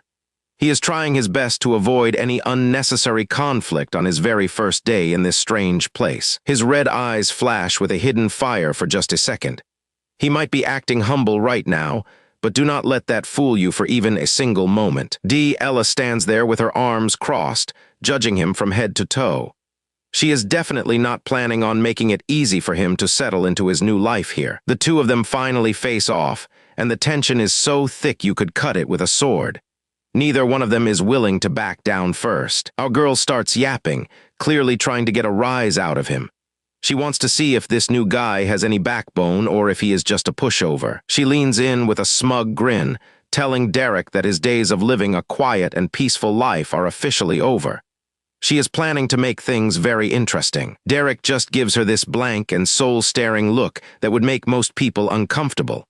He does not seem bothered by her threats or her attitude at all. She stands there stunned as she tries to process the blunt words he just tossed her way regarding their complicated reality. She snaps back at him while getting all defensive because she cannot read his expression. Our boy is playing it cool while she is slowly starting to lose her mind. Her face turns a bright shade of pink as she continues her rant. It is pretty obvious to everyone that she is just trying to cover up her own sudden confusion. Derek narrows his eyes as his mind starts drifting back to a time long before he ever set foot in this toxic mansion and met this girl. Young Derek crosses his arms and stubbornly insists that he is already an adult who doesn't need anyone to look after him. The woman pulls him into a tight hug with her presence offering a sense of warmth. It is a feeling that he has probably forgotten in his current harsh life. She tells him to take her words to heart, offering a piece of motherly advice that would stay with him through every single trial he faced in the future. Back in the present, the memory fades away, leaving Derek with a hardened resolve. He has been through way worse things than dealing with some bratty, noble girl. He opens his mouth to respond, and you can tell whatever he says next is about to shut Della down completely and change the dynamic of their conversation. Della looks like she just saw a ghost with her blue eyes wide with shock. Whatever Derek just said, it definitely was not what she was expecting to hear. In a surprisingly tender moment, our protagonist reaches out to give Della a gentle pat on the head. He wants her to know that she is doing just fine and does not need to worry so much anymore. She tries to hold back her emotions, but the tears start falling as she realizes this goodbye is going to be much harder than she thought. She stands there in stunned silence while watching him walk toward the carriage as their first meeting finally comes to a close. Our boy remains completely focused on the road ahead as he prepares himself for whatever dangerous challenges his new life might throw at him. Ella forces a bright smile through her tears and waves her hand as hard as she can. She shouts out that she will see him again, making a promise to herself that this is not the end of their story. She stands there watching him go, keeping that hand raised until he is almost out of sight. It is a long walk back to the carriage, but she does not look away for even a single second. Even as the tears keep falling down her cheeks, she has this bittersweet expression on her face. She is sad he is gone, but she is also clearly grateful for everything he did to help her out. A gritty commercial district where rats scurry through dark alleys and danger seems to be lurking around every corner. A heavy door is kicked open with enough force to announce that whoever just arrived is definitely looking for some trouble. Chaos immediately erupts inside as a massive fist connects with some poor guy's face and sends him flying across the room. Derek enters the room with his hood up, looking completely unfazed by the violence happening right in front of him. He finds two thugs being manhandled by someone he clearly recognizes from before. The brutal beatdown continues as one heavy blow after another connects with the guy's face. Whoever is throwing these hands is clearly venting some serious frustration on this poor soul. The mysterious attacker turns out to be a cheerful blonde girl who looks like she is having the time of her life, pummeling this guy into the floor. Derek just watches the carnage unfold with a calm and knowing expression. Welcome back to the world of Belle Dunn's Tier. This tavern has seen plenty of stories, but none quite like what is about to go down today. Derek and Della have finally made it back to their home base. The bartender greets them with a smile and offers a round on the house. Della immediately starts teasing our boy about his skin. She asks if he got even paler after spending all that time acting like fancy noble. The bartender leans in and asks for the full story. He is dying to know what happened while they were away on their mission. Derek takes a long sip from his wooden mug, while struggling to figure out where to even begin explaining this entire mess. Ella is already losing interest and leans her head on her hand. She looks totally drained from the long journey they just finished. Suddenly, she is wide awake and shouting in disbelief. Whatever Derek just said must have been a total shocker to her ears. The bartender just watches them with calm expression. He knows these two are always getting into some kind of high-stakes trouble. Derek explains that the gold was not the most important thing he found. He walked away with something far more valuable than mere coins. Derek reveals that the thick leather book he found during the mission is actually a legendary high-level grimoire. Diella nearly spits out her drink when she sees it.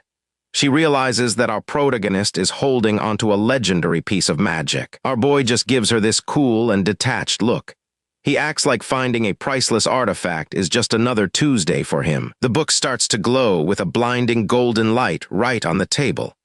The raw mana radiating from it is making everyone panic. Derek drops the ultimate bombshell on them. He reveals that the Grand Duke himself gave him this treasure as a personal gift. Diella completely loses her cool and grabs him by the collar. She is screaming in frustration while Derek just sighs at her reaction. The rowdy tavern finally settles down as the night gets darker. Only a single candle remains lit to push back the shadows. Derek is still hard at work studying the pages while Diella sleeps. Even after a long day, he refuses to stop his training. He looks over at the bartender who is still busy cleaning up. Our boy is clearly deep in thought about his next move. The bartender mentions how mages are always in short supply, because this line of work is far too dangerous for most. Derek keeps his eyes on the prize and doesn't say a word. He knows the road to becoming a master is going to be brutal. The duo hits the road again on the back of a wooden carriage. Diella is just vibing and enjoying a big piece of bread. Suddenly, a massive ogre appears and starts chasing after her. She is running for her life while the monster swings a club. They manage to take the beast down and stand over its corpse.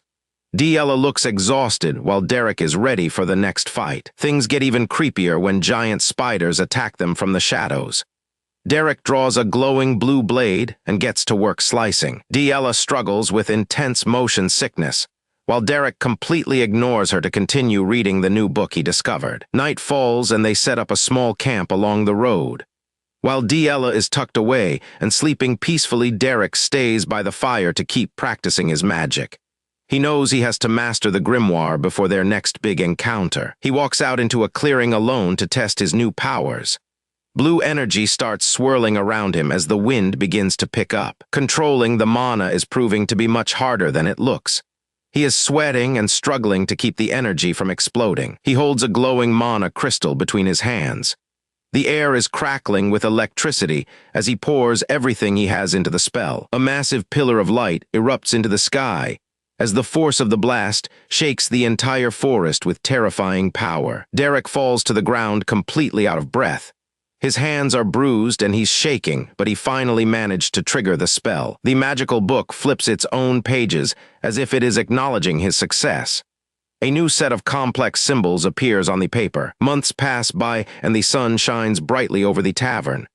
Life at Belle Dun's Tier continues on as the weather starts to shift. The leaves turn orange and begin to drift down from the trees. Autumn has arrived, and the world is preparing for the cold. Winter finally settles in and covers the entire tavern in a thick blanket of snow. A whole season of training is finally complete. Snow falls heavily outside as the tavern door swings open to let in the cold winter air. Someone has finally arrived from the frozen wilderness after a long journey. Derek and Diella stumble back into the tavern looking like they barely survived a war zone while being covered in monster blood. Without saying a word, Derek slams a massive blood-soaked bag onto the bar counter. Diella is still trying to get her heart rate down while the bartender looks over the goods they brought back. The bartender grabs the loot and starts cleaning the counter like it is just another Tuesday night. He is used to seeing these two come back looking like they went through hell and back. Derek starts wiping the blood off his face with a towel while Diella leans back in total exhaustion. You can tell they have had a long day of hunting monsters in the deep snow. The bartender leans in and tells Derek that a perfect request just came in specifically for him.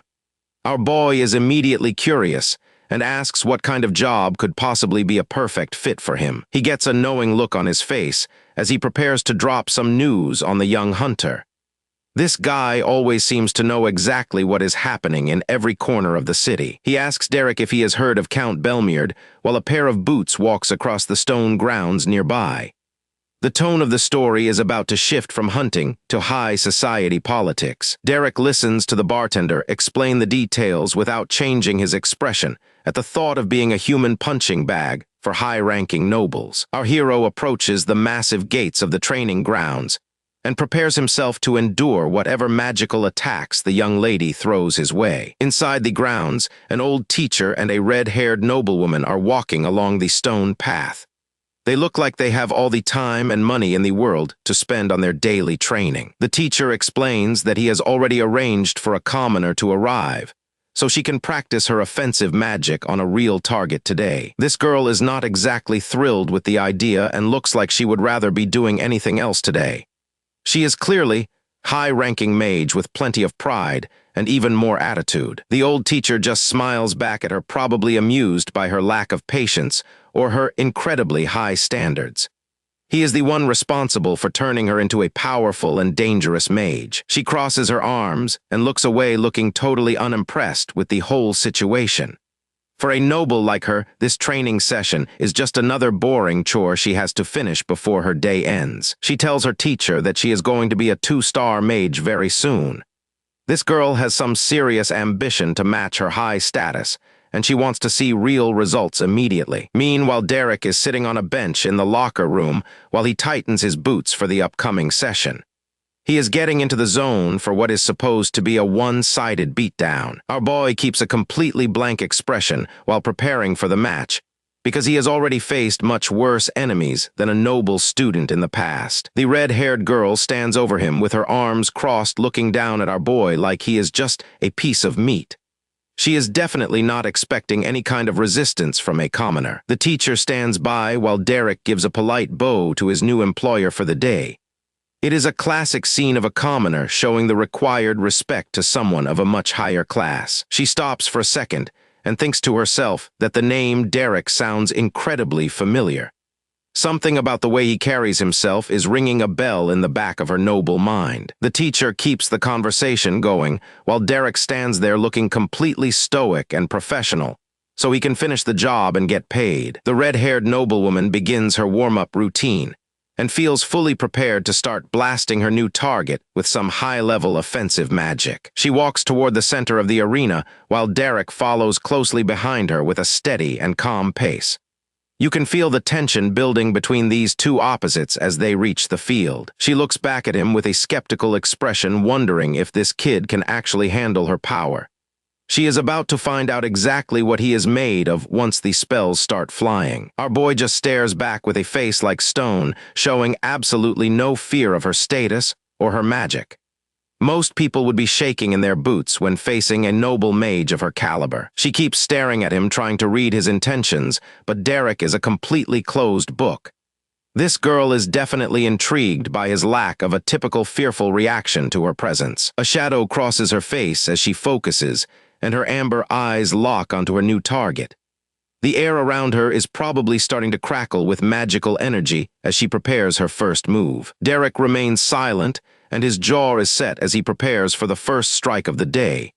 He knows exactly what he signed up for, and he is more than ready to handle it. She looks a bit annoyed now because she cannot intimidate him with just a single glance. This noble is used to people bowing and scraping whenever she enters a room, but Derek does not budge. Derek looks up at the sky and wonders how long this entire thing is going to take. He just wants to get the job done so he can collect his money and leave this place. The old teacher shakes his head in disappointment because he assumes this white-haired kid has no chance of surviving the upcoming magic bombardment. A small and confident smirk starts to form on the red-haired girl's lips. She thinks she has this win in the bag, and she is really going to enjoy showing off her skills. A smug smile spreads across the red-haired girl's face as she looks down at our hero, convinced that she has already won the battle. She gets into her final position and prepares to unleash whatever offensive magic she has been cooking up. Things are about to get very loud and very dangerous for our boy in the arena. Derek remains silent while the pressure in the arena continues to climb, waiting for the perfect moment to reveal his true power to his opponent. Finally, our boy decides he has seen enough and ignites a cold blue flame right in his hand. His red eyes glow with a lethal intensity as he prepares to show this girl exactly who the real monster is. He starts speaking with a voice as cold as ice, telling her things are going to go exactly as you expect. Derek stands ready as blue energy flickers around his hands. Across the arena, the noble girl prepares to launch her first attack with a look of pure arrogance. She starts her chant with a smirk, thinking this commoner brat is barely worth her time even if he mastered the star rank at such young age. The magic circles begin to glow brighter as the ritual continues, drawing in mana from the surroundings to power her opening move. She is determined to put Derek in his place once, and for all by making him understand that an unbreakable wall exists between a noble and a commoner. Without another word, she unleashes a massive burst of energy that tears across the floor, intended to end this fight before it even truly begins. Derek does not even blink as the attack rushes toward him.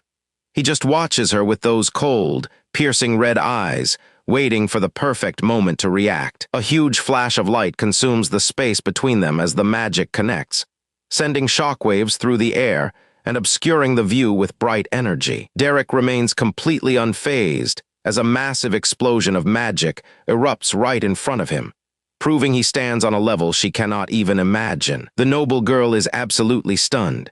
Her eyes go wide and her composure cracks as she realizes her first strike did not even leave a scratch on him. Our boy just looks at her with heavy sigh, clearly unimpressed by her performance and wondering if this is the best a noble has to offer. She starts to get frustrated, her face twisting with anger as she realizes this brat actually has a real reason to be so confident during their duel. She refuses to back down and summons dozens of magical spears, screaming that the wall between them will never disappear regardless of his talent. Glowing blue weapons materialize all around the arena floor, humming with energy and ready to strike Derek from every possible angle on her command. With a sharp motion, the noble girl sends the whole array of projectiles flying straight toward our boy with lethal intent. She is convinced this massive barrage will finally be the end of the match, and that Derek will finally understand his place. Dozens of mana spears rain down like a deadly storm across the arena floor,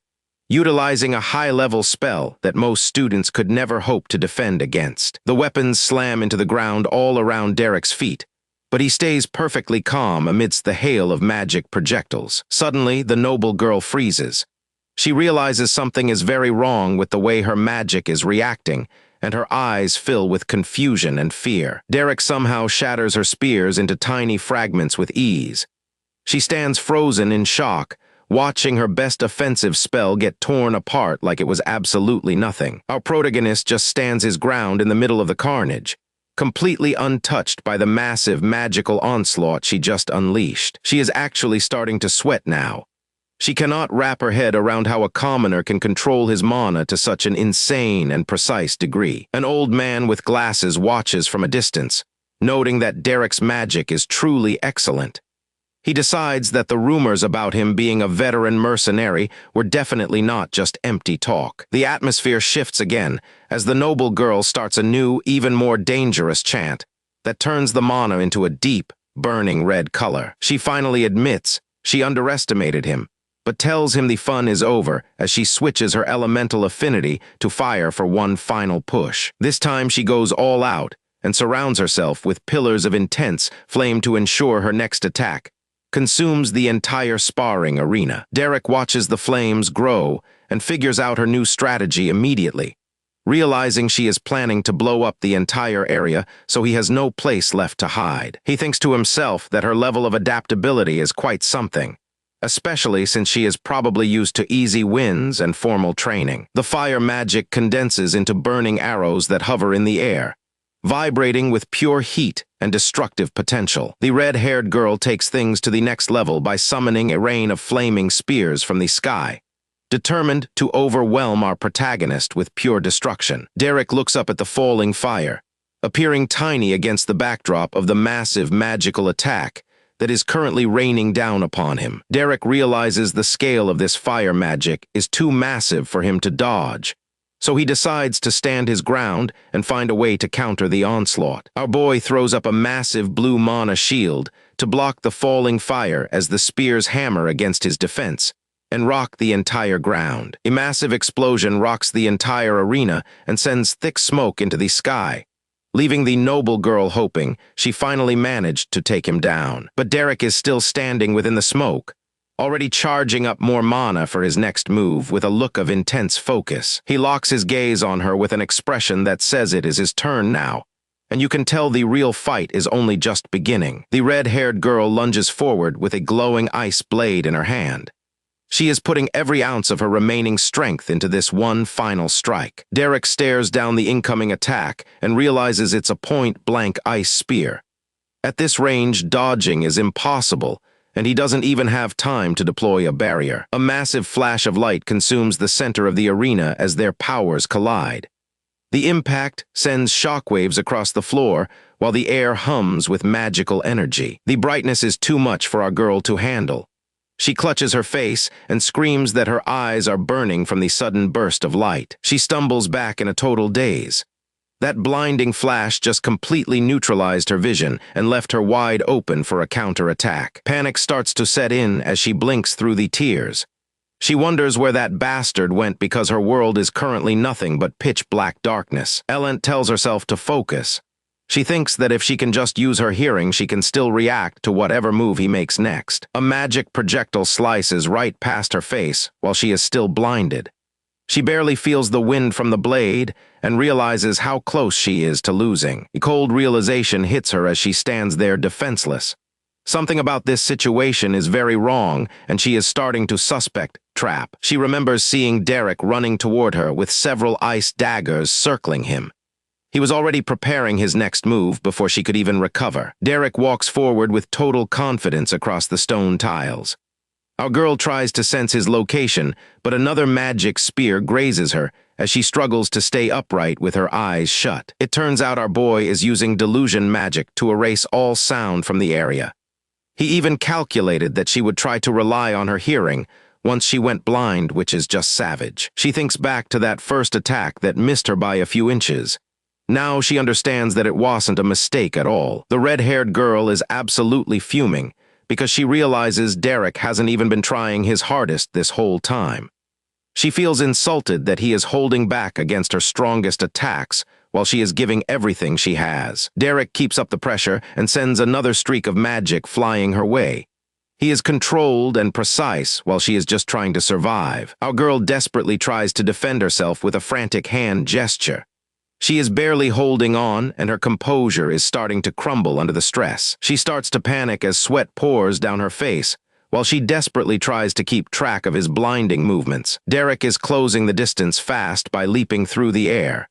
She looks up and realizes he is right on top of her before she can even blink. Despite Derek's overwhelming pressure, the red-haired girl smirks because she has one more trick up her sleeve.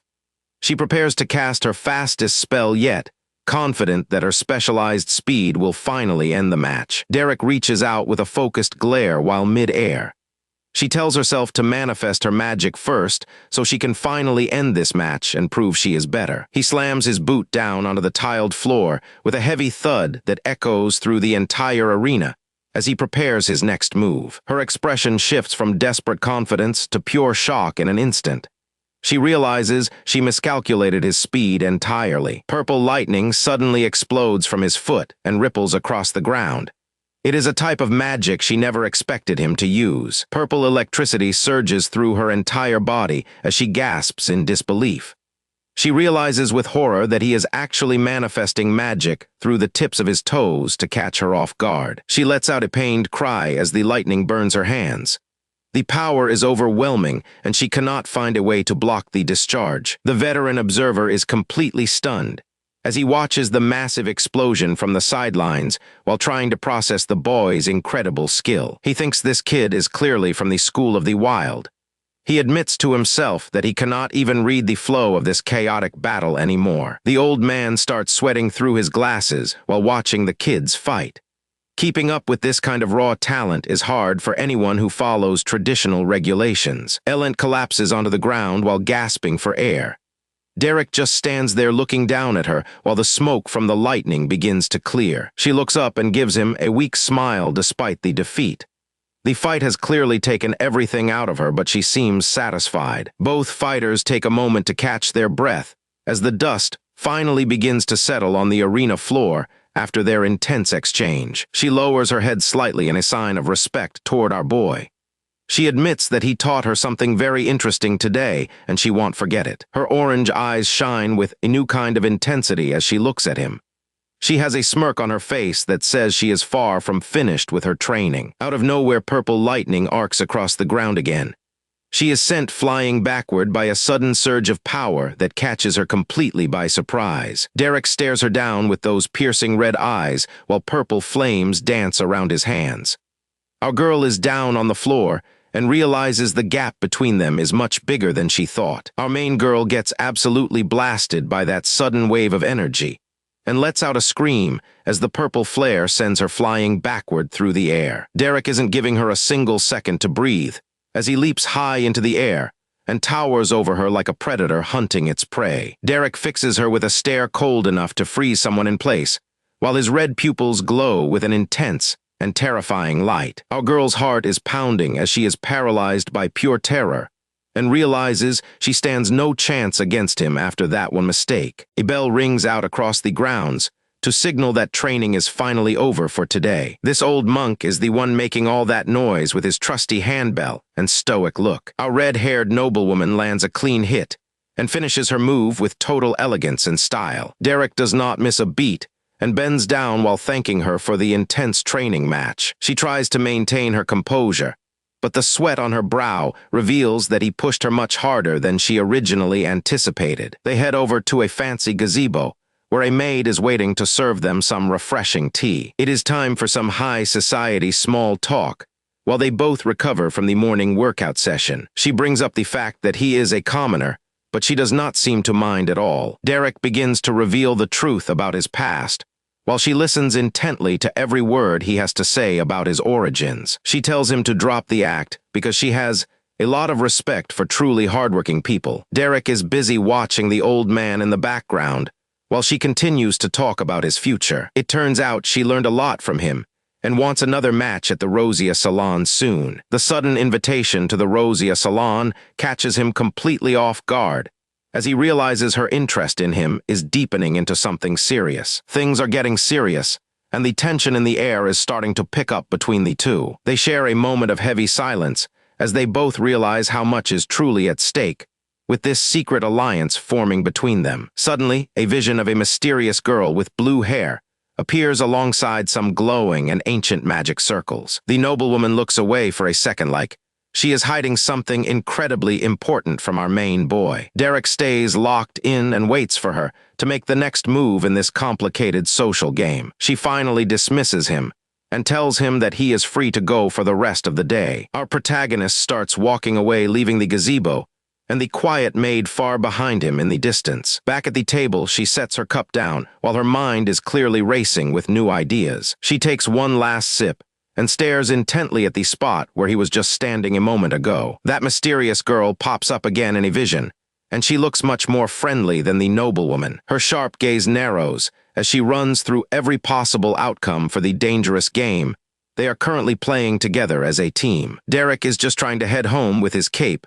blowing in the wind like a total boss. Just when he thinks he is clear, hand reaches out and firmly grabs him by the wrist. The noblewoman suddenly closes the distance and stops him in his tracks to ensure he understands she is still calling all the shots. Our protagonist refuses to show any fear, even as she looms over him with a presence that would crush any other normal commoner. She just smiles at him with this look that says she isn't letting him go that easily today. The sun starts to dip below the buildings as the long day finally comes to an end here. A fire is roaring in the fireplace now that they have moved the secret meeting indoors for privacy. She tells him she is going to get straight to the point about their future plans and partnership. Our boy sits there and listens while the orange firelight bounces off his white hair and clothes. Her big goal is reaching that 2-star rank before they can actually get things moving in earnest. Derek finishes his tea and prepares himself for whatever insane task she is about to give him next. She's mid-sentence,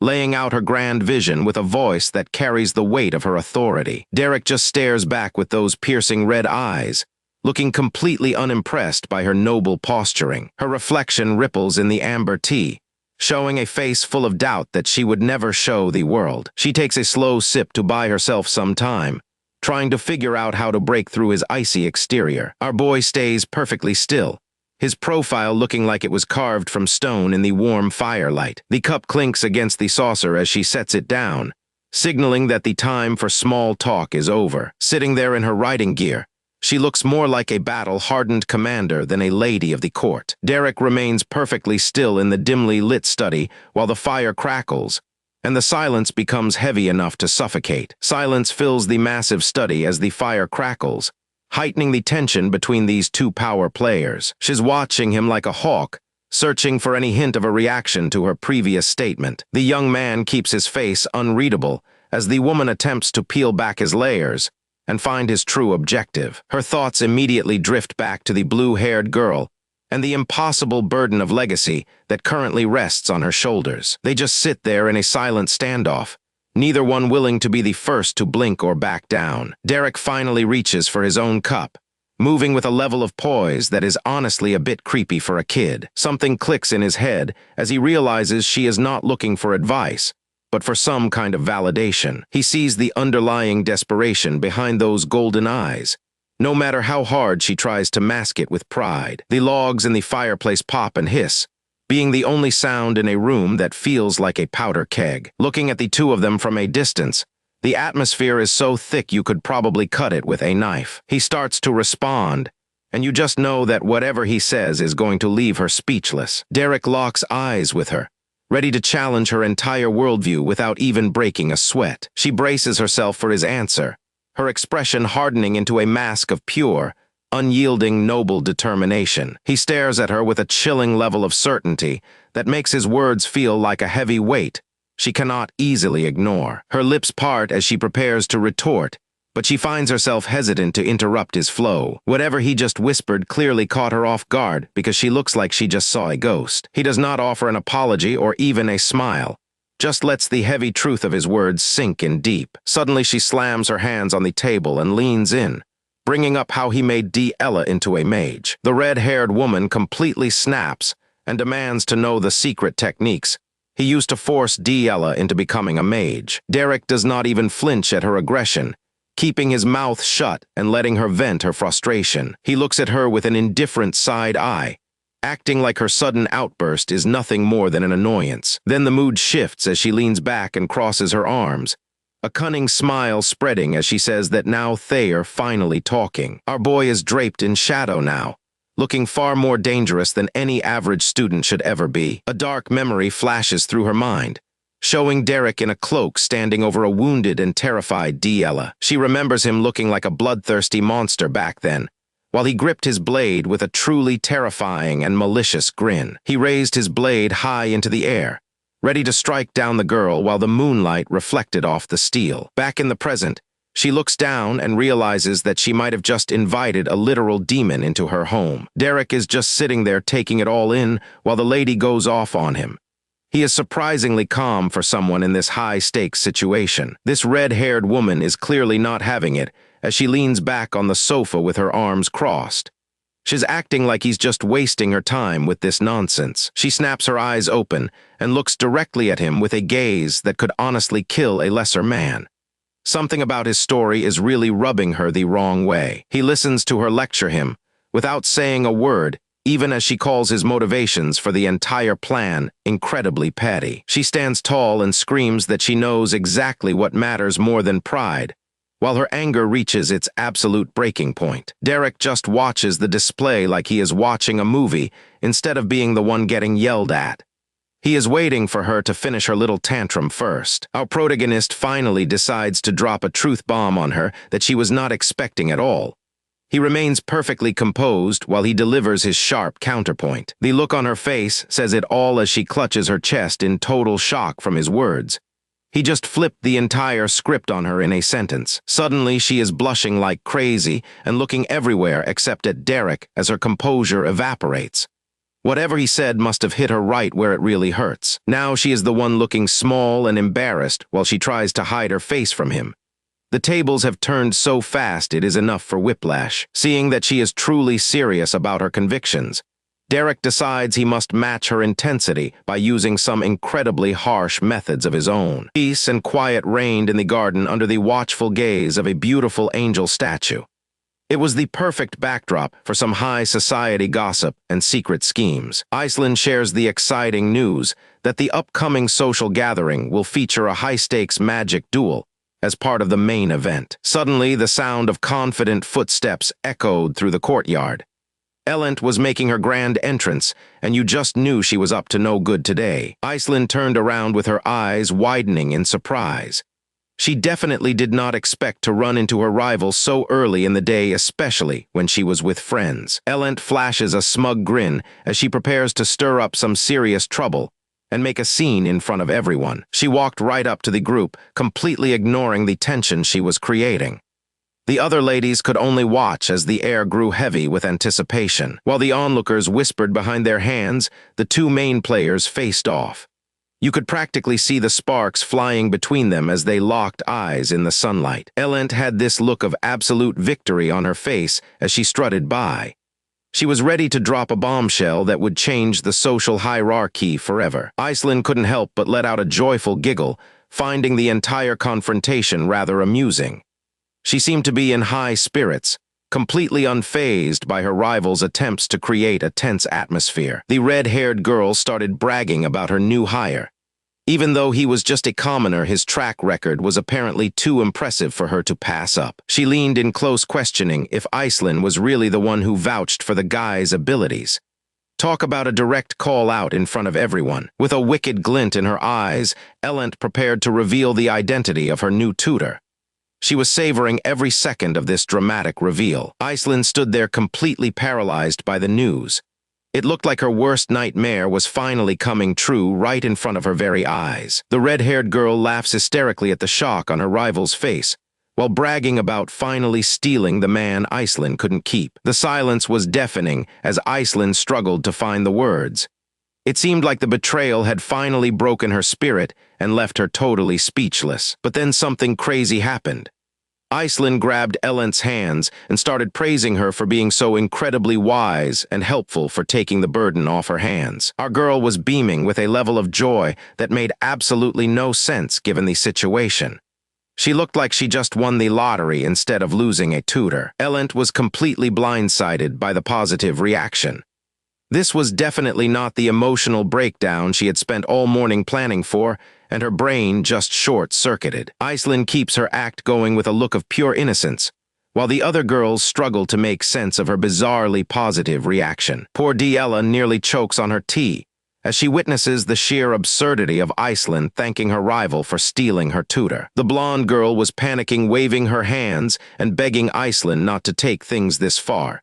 She was terrified of what was coming next from her friend. Iceland just stood there deep in thought, probably calculating exactly how much money she was going to save on those expensive tutor fees and travel costs. Elent tried to convince herself that this was all just a clever act. She was certain Iceland was secretly dying inside from the loss of the man. Elent continues to demand that her rival shows some real anger, because stealing the tutor should have been a crushing blow to Iceland's pride. The red-haired girl kept up her smug facade, but you could tell she was starting to get frustrated by the total lack of drama from Iceland. She finally decided to head out, giving a fake little wave and a smile that did not reach her eyes. The exit was not as triumphant as planned. As soon as she turned her back, Elent started shaking with suppressed laughter. She really thought she had the upper hand and had successfully sabotaged her rival. Iceland watched her go, a small bead of sweat rolling down her face, as she processed the sheer absurdity of the encounter and what it meant. Over at a nearby table D, Ella watched the whole scene unfold from a distance. The social politics of this place were getting way too complicated for her taste. She took a long sip of her tea, philosophizing about how everyone in this world was just trying their best to make a living and survive the day. The scene shifted over to a local tavern called Beldun's Tier. It was a much more grounded place compared to the stuffy noble gardens and fancy estates. Derek visits a local tavern to lie low and meets with a massive bearded man to discuss his current employment situation. Derek mentioned that he was glad he did not even need to make that long trip to the Earl's estate anymore. He looked pretty comfortable with his new situation. The bartender was impressed by how chill he was about the whole thing. To most people, a job change like that would be a huge deal, but Derek made it sound easy. The young man remains incredibly calm as he realizes his plan to avoid the noble estate and stay in the city is working perfectly. The bartender leans in close to get a better look at the kid, who seems completely unfazed by the dangerous rumors swirling around town. The bartender starts hauling these massive wooden barrels around like they weigh nothing at all. He clearly has some serious questions about what our protagonist is planning to do next in the city. Derek stays silent while calculating every possible outcome and staying 10 steps ahead of everyone else currently involved in his complicated situation. The massive man looks down with a suspicious gaze, because he cannot understand why someone so young acts with such calculated confidence. The protagonist holds his drink with a firm grip that signals he is ready to face any threat that comes through the tavern doors. This bearded guy is not dropping the subject and keeps staring Derek down while holding that heavy barrel.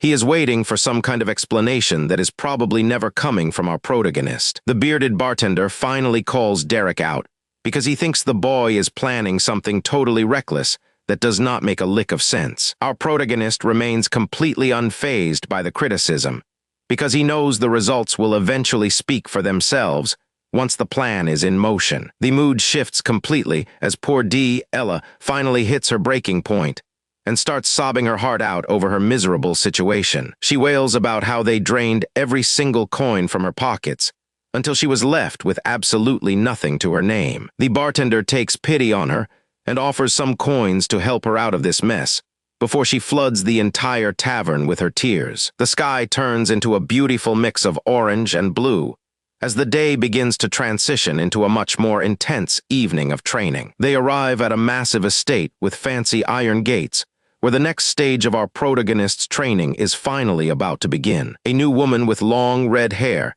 and a sharp outfit stands ready in front of the mansion to begin her lesson with our main guy. Derek starts stretching out his arms and getting his body ready for a serious session that is going to push everyone to their absolute limits. Our protagonist looks as calm as a lake before a storm. He has that focused gaze that usually means someone is about to have a very bad day during practice. Our boy tightens up his fingerless gloves to ensure he has the best grip possible before the real fighting starts in the courtyard. The red-haired woman looks back at him with a mix of determination and maybe a little bit of fear.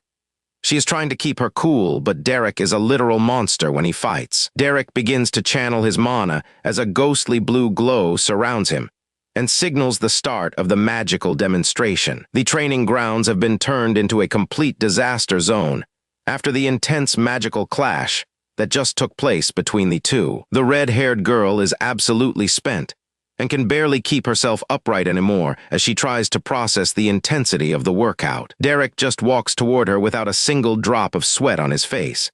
He is being a total taskmaster right now and shows zero mercy for her exhaustion because he knows she can do more if pushed. Her face is flushed and her hair is a mess as she tries to catch her breath.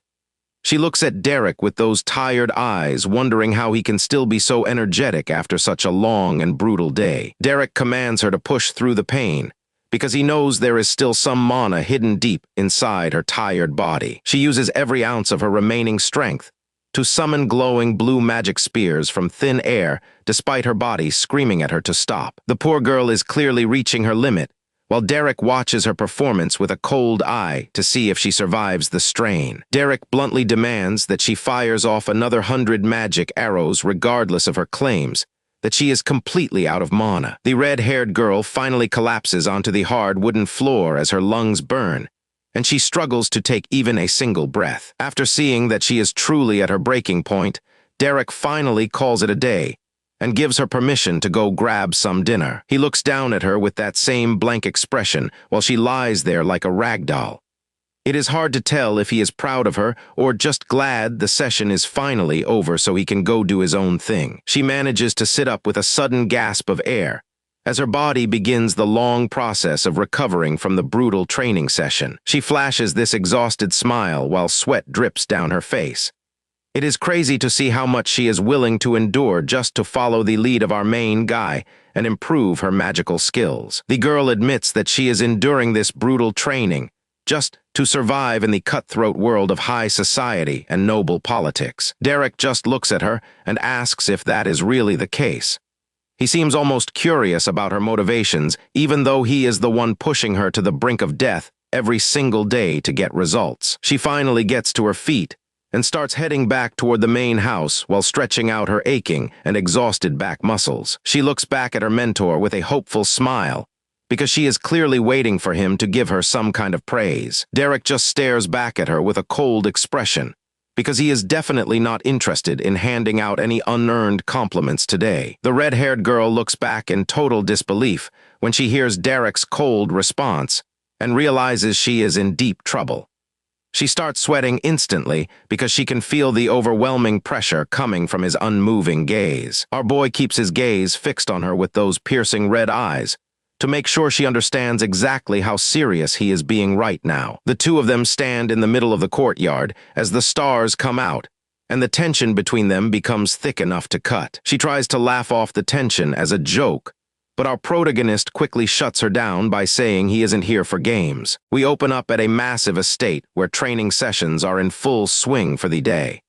Someone shouts at the red-haired girl to keep pushing because they know she has the potential to do much more. Derek pushes her further by demanding 5 more magic arrows, even though she is already shaking from exhaustion. She screams at her instructor for increasing the workload, just when she thought the grueling session was finally over. He decides that if her legs are too tired to run then, they will switch immediately to magic manifestation training. The red-haired lady eventually collapses into a nearby chair, while gasping for air after the intense workout. Her silver-haired coach leans in to check on her, but she forces a tired smile and claims she is having a blast. He gives her a long and suspicious stare to see if she is actually telling the truth about enjoying this torture. Ellen puts on her best acting face because she knows she has to maintain the facade of a dedicated student. The young man remains completely silent as he processes her bizarre enthusiasm for such a punishing training regimen. He finally decides to call it a day and stands up to leave while she watches him with a startled expression. 2 weeks pass by, and the peaceful atmosphere of the mansion garden is captured by a beautiful angel statue. Ellen is so drained from the recent training that she begs Lady Denise to wake her once the guest of honor arrives. She slumps onto the marble table and closes her eyes to squeeze in a tiny nap before the upcoming social event. Denise ignores the sleeping girl and stays focused on her book while waiting for the noble ladies to make their entrance. The contrast between the composed reader and the girl passed out on the furniture makes for a pretty hilarious scene. Our girl peeks one eye open to check her surroundings because she is still nervous about making a bad impression. Denise suddenly looks up from her reading when she senses that the long-awaited group of nobles has finally reached the garden. She offers a small word of encouragement and promises to cheer for her friend during the stressful meeting ahead. The silver-haired lady keeps a close watch on the approaching group as the tension in the air begins to rise. A group of elegant noble ladies arrives at the estate, and they look ready to engage in some serious social warfare. The announcement of the high-ranking guest's arrival causes Ellen to bolt upright in her chair with a look of pure panic. Lady Iceline finally makes her grand appearance looking absolutely flawless and radiating an aura of cold, noble authority. Ellen starts frantically fixing her messy hair because she is terrified that her rival saw her sleeping like a commoner. She breaks into a cold sweat while the noble group walks past her without acknowledging her presence in the garden. Denise watches her friend have a total meltdown over her appearance, while the other ladies continue their conversation nearby. The poor girl is stuck in a loop of embarrassment and continues to fuss over her looks long after the danger has passed. She eventually lets out a massive sigh of relief after convincing herself that the other girl didn't notice her unrefined behavior. However, the stunning brunette guest glances back over her shoulder with a sharp look that suggests she saw every single detail. Iceline keeps her thoughts to herself, but that suspicious gaze proves she definitely caught Ellen in an embarrassing moment. Night soon falls over the mansion grounds, and the peaceful garden vibes are replaced by a much darker and more serious tone. A maid enters the room to help her lady prepare for the evening, and mentions that a gift arrived from House Duplain. The gift box is filled with expensive potions and a formal letter, but the underlying intent behind it is clearly suspicious. Ellen looks at the offering with total disgust, because she knows better than to trust anything coming from that family. The maid tries to sell her on the quality of the items, but our girl immediately orders her to throw the garbage away. She refuses to even look at the treasures, because she refuses to let her enemies buy her favor with shiny trinkets. The room stays silent as she processes the audacity of her rivals while her servant waits for further instructions. The letter sits alone on the desk, and it's probably filled with the same empty promises and hidden threats as usual. Her maid continues to brush her hair in silence, while the physical comfort fails to ease the growing anger in her heart. Ellen crosses her arms and stares into the distance with a hardened expression as she prepares for the battles ahead. Meanwhile, the other noble ladies are having the time of their resides as they gush over the expensive jewelry in their boxes. She remembers seeing others so happy over simple gifts, and their faces were lit up with genuine joy. Why could she never feel that same spark of warmth? As the sun begins to set over the horizon, Derek sits alone in the courtyard trying to find some peace in his book. He is enjoying a rare moment of quiet before the chaos of the evening begins. His sharp senses immediately alert him to a presence nearby, causing him to look up from his reading. Those intense, red eyes lock onto his visitor before she can even say a word. He offers a respectful bow as Ellen approaches the terrace, noting that she arrived much earlier than expected. Even though she acts tough, he can tell she has something heavy on her mind. Derek watches her with a completely unreadable expression while he waits for her to speak first. An undeniable tension building between them that makes the air feel heavy. Our girl tries to act like everything is normal by stretching out her tired limbs after a long day. However, her stiff movements make it obvious that she is struggling to keep her composure. Our boy just stands there with his hands on his hips, refusing to play along with her casual act. He knows her better than anyone and is waiting for her to drop the games. She turns her back to him to avoid his piercing gaze, but the silence between them only makes her more uncomfortable. She realizes she cannot hide from the truth he is about to speak. She looks back over her shoulder with an expression of pure annoyance, demanding to know why he is looking at her like that. Her pride is the only thing keeping her from falling apart. Derek decides to be blunt and says exactly what she does not want to hear right now. He peels back her layers of lies until the real woman underneath is exposed. This immediately strikes a nerve, and she spins around to confront him with a look of pure shock. She cannot believe he would have the nerve to call her out so directly. This sets her off immediately as she spins around to face him. She is fuming, demanding to know how he could even suggest such a thing to her. Derek remains completely unfazed by her explosive outburst as he stares off into the distance. He has dealt with her temper enough times to know it is just a defense mechanism. Derek turns his head toward the darkening sky, seemingly unfazed by her outburst. He has heard it all before and knows she is just projecting her frustration. She covers her face with her hand as the weight of the day finally starts to crush her spirit. The fire she had just a second ago is replaced by a sense of total defeat. Derek watches her with a look of quiet concern, realizing that her wall of pride has finally crumbled. He sees the vulnerability she has tried so hard to hide from the world. Tears begin to stream down her face as she finally admits out loud that she feels absolutely pathetic. The truth tastes like ash in her mouth, but she can no longer hold it in. Our boy stays perfectly still and lets her experience the full weight of her own emotions. He knows that she needs to hit rock bottom before she can ever hope to change. She begins to sob uncontrollably, realizing that all the anger she directed at others was just a distraction. Her hand trembles as she tries to wipe away the endless tears. The tears start to fall freely now as she lets out all the frustration she has been bottling up. She looks so small compared to the fierce woman from earlier. In a moment of total honesty, she screams that she accepts every terrible thing he said about her. She confesses to being lacking and pathetic because she is tired of the facade. Her entire body shakes with the force of her crying as she loses the last bit of her dignity. She is letting go of the arrogant image she spent her whole life building. She grips her dress tight, and her whole body shakes with the force of her sobs. Every word feels like a confession she has been dying to make for years. She looks up with eyes clouded by sadness and asks why things had to turn out this way for her. All the confusion she felt throughout her life is poured into that one question. A memory of a younger version of herself flashes through her mind as she sits with a cold expression. Even back then, she was already questioning the path she was forced to walk. In the vision of the past, her younger self wonders what she needs to do to survive in this cruel family. She was ready to throw away her heart just to protect herself from the pain. She remembers how she chose to become a person who was cold and calculating to avoid being hurt. That decision led her down a lonely road that eventually broke her spirit. But here is the real twist that makes this moment so tragic for our girl.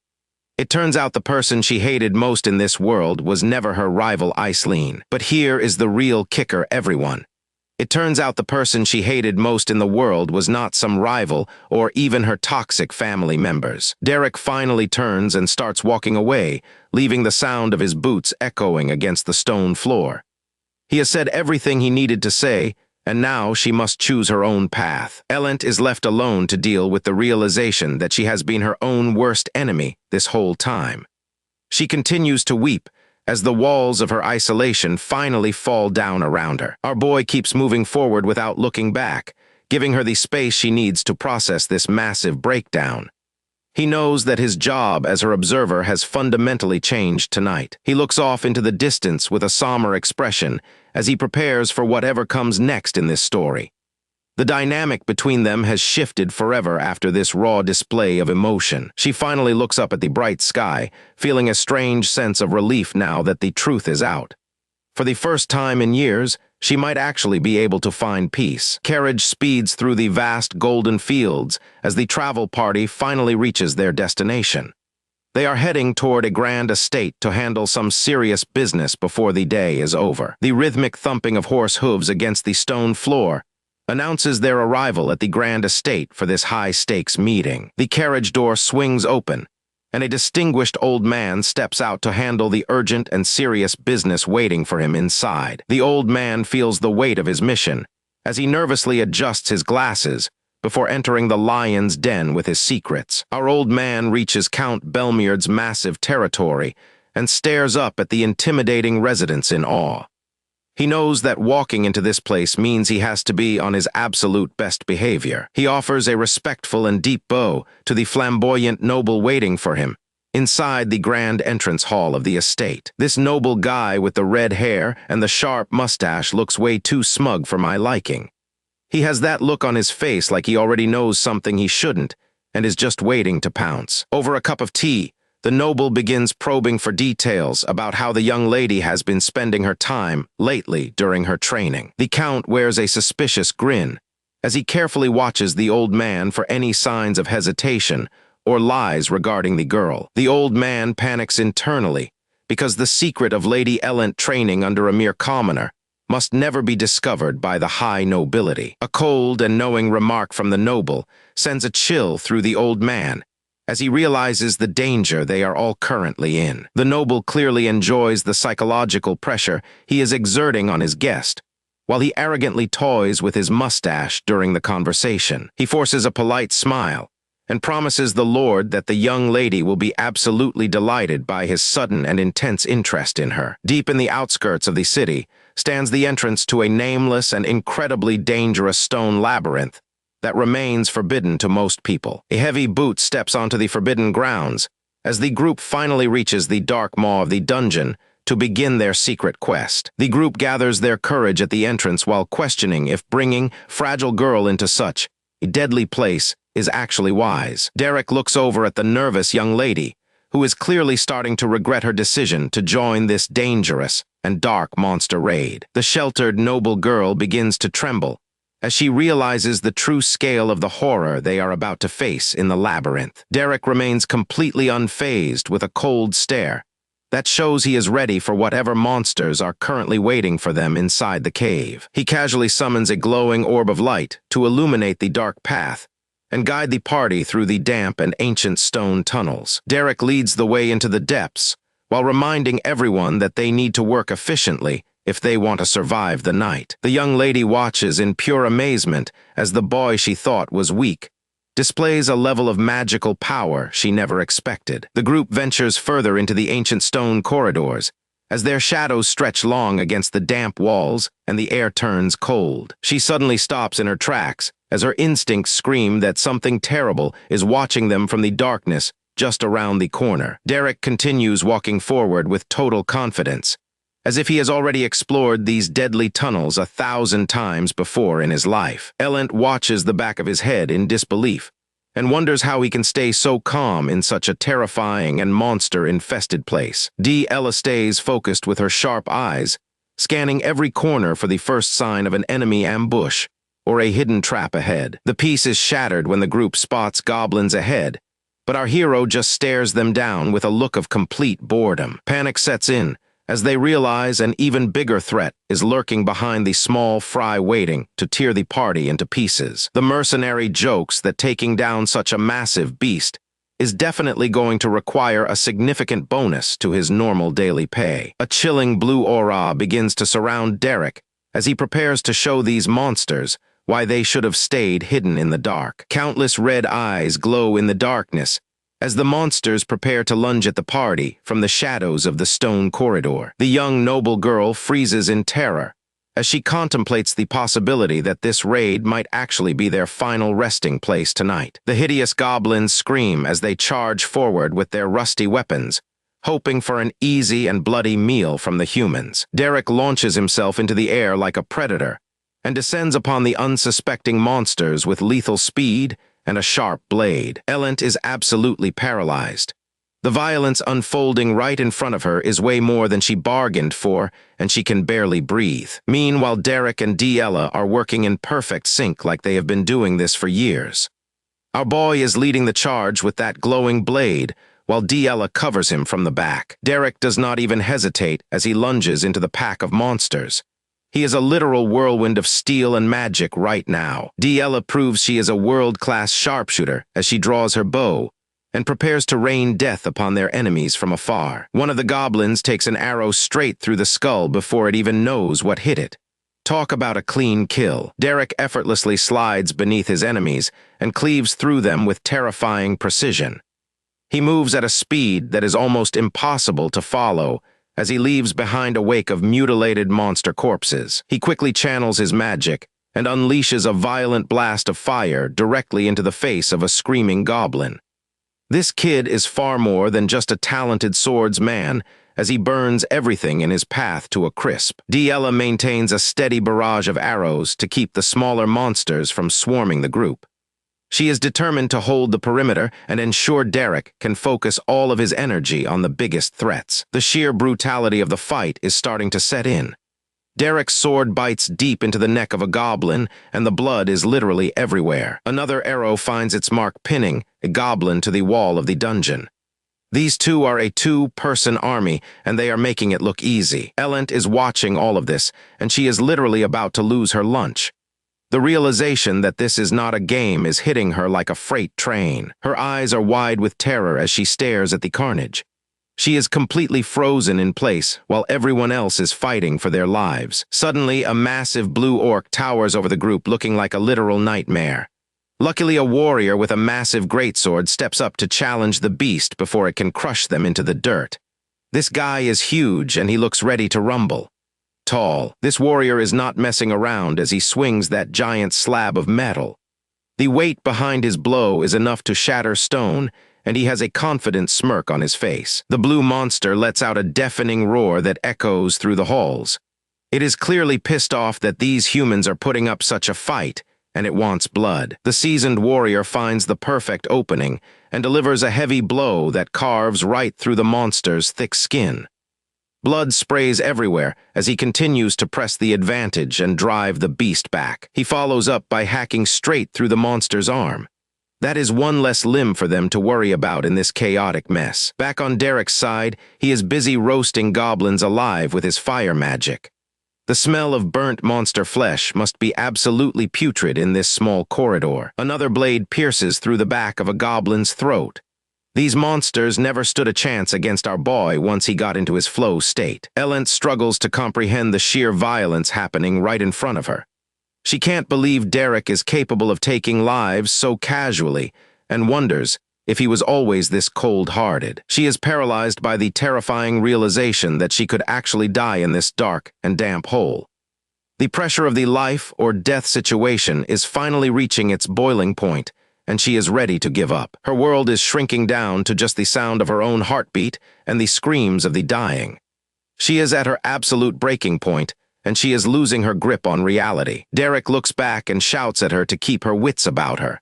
He does not have time to babysit her in the middle of a war zone, and he needs her to focus. Ellen stumbles back as a goblin moves in for the kill. It is a pathetic sight as she falls over her own feet while the monster raises its club. She is wide open and the monster knows it. Tall, she is convinced that this is the end of the line for her. All she can think about is how she is really going to die right here on this cold stone floor. She has completely given up hope. Tall, Derek's voice cuts through her panic one more time, demanding that she pulls herself together. He is trying to snap her out of it before the goblin finishes her off. Her entire life flashes before her eyes in an instant. She starts thinking about all the things she never got to do and how it is all ending so suddenly because she was too weak to move. Tall, a painful memory of her childhood resurfaces as she recalls all the times she felt completely useless. She finally admits to herself just how much she hates being the weak person who always needs to be saved. The goblin is standing right over her, now ready to deliver the finishing blow. She is cornered with nowhere left to run, and the club is coming down fast. She is drowning in a sea of self-loathing while wondering why this miserable feeling of humiliation refuses to leave her. She is reaching her limit, and the desire to change her fate begins to burn deep within her soul. She admits to herself that she has always been all talk and no action. But that realization is about to trigger something very dangerous and powerful inside her soul. The goblin lunges through the air, bringing its club down with everything it has. It thinks it has an easy target and a guaranteed kill. But then something snaps. Ellen's eyes glow a sinister red, and a twisted manic grin spreads across her face as she looks up at her attacker. She is not scared anymore. She is caught in a moment of absolute shock as she feels a sudden, overwhelming surge of power erupting from deep within her soul. Her eyes are wide with disbelief as the foreign energy begins to reshape her very being. She reaches out her hand, and a surge of blue magical energy begins to swirl around her fingers. The predator has just become the prey, and Ellen is finally ready to play for keeps. Ellen isn't playing around anymore as she unleashes a massive wave of blue magical energy. She thrusts her glowing spear forward with everything she has got, ready to end this fight once and for all. This is the moment she finally stops holding back and shows everyone what she is truly capable of when her back is against the wall. The goblin doesn't even see it coming as it lunges through the air with its claws out. It thinks it has found an easy meal, but it has no idea that it just jumped straight into a death trap. Derek watches the sudden shift in power with a calm and knowing gaze as blood drips down his face. He doesn't seem surprised by her transformation at all, and simply observes the result of her awakening. The seasoned warrior looks toward her with a serious expression after witnessing the raw intensity of her magical output. He clearly recognizes that she is no longer the dead weight she was just a few moments ago. Ella stays on high alert and keeps her arrow nocked while monitoring the surrounding area for any remaining threats. She isn't about to let her guard down until the entire dungeon floor is completely cleared. Ellen moves with terrifying speed and cuts right through the monster before it even has a chance to react. The battle is over in an instant as she proves she is finally capable of protecting herself. She takes a moment to catch her breath while the adrenaline continues to surge through her exhausted body. The massive amount of mana she just expended has left her physically drained but mentally sharper than ever before. She looks up with a fierce determination still burning in her eyes. Even though she is exhausted, she is not finished yet. This girl has the heart of a lion, and she is making sure everyone knows it. She looks over and sees Derek standing among a heap of goblin corpses like it was just another walk in the park. The gap between their skills is still massive, but she has finally taken the first step toward closing it. Derek offers a silent nod of approval to acknowledge that she successfully handled the situation on her own. It is a small gesture, but it means everything to her after struggling with her own weakness for so long. She catches her breath after the brutal battle, feeling a surge of relief that they actually managed to survive the encounter. Despite the exhaustion weighing on her body, she smirks as she realizes their plan worked perfectly against those monsters. A massive stone gate stands silent under the glow of a full moon, while guarding ancient secrets that have been hidden for centuries. Derek sits alone against a cold brick wall while blood stains his face, and he stares intensely at a crumpled letter from his past. He reads a simple apology on the page that hits him harder than any physical blow, while his red eyes fill with immense pain. His hand begins to tremble as he holds the paper, and realizes the elegant handwriting was written by someone in a desperate hurry. He remembers the times his teacher spent walking through the streets of Ebelstein, while she taught him the complex fundamentals of magic. The weight of his memories starts to hurt as he looks down at the letter, while the flickering torchlight casts long shadows behind him. His mentor once sat at her desk to carefully craft this message, while preparing to send Derek news that would change his life forever. Every stroke of her pen was intentional, as she dipped it into the dark inkwell to guide her student through the dark times ahead. She gazed out the window at the moon, while wondering if Derek would ever truly understand the difficult choices she had to make for him. Derek remains trapped in his own head, as the reality of his situation sinks in while he realizes he has been through absolute hell. Elent suddenly appears and points out that he has been moping in this exact spot for 2 weeks straight, without taking a single break. He slowly folds the parchment back into its original shape, with extreme care, as if the paper were made of the most fragile glass. Elent gives him a playful look, and comments that his teacher must have been incredible to deal with such a difficult and cold personality. He looks up at her with a deadpan expression that makes the atmosphere awkward, while his sharp red eyes pierce right through her soul. The silence between them stretches out as he refuses to give her a response, because he is prioritizing his own internal thoughts right now. Elent looks caught off guard by his intense stare, and realizes she might have pushed her luck a bit too far this time around. She eventually sits down and admits she was just taking a jab at him to see if he was still alive inside that moping head. With a heavy sigh, he finally tucks the letter away into his bag for safekeeping. It is time to stop looking back at the past and start focusing on whatever objective they have in front of them. Elent watches him with a look of genuine concern, because she knows he will only open up when he is finally ready to talk. He sets his jaw with a look of absolute determination as he prepares to finally leave the dark alleyway and face the world again. Elent lets out a bright smile with her amber eyes glowing to try and lighten the heavy mood hanging over the two of them. The Noble District Magic Duel Arena, where wealthy citizens gather in their finest clothes to witness the upcoming matches. A girl with long, dark blue hair is busy laughing with her friends, and looks like she belongs in this world of absolute luxury. The noble girl suddenly stops her conversation as she feels a familiar presence nearby.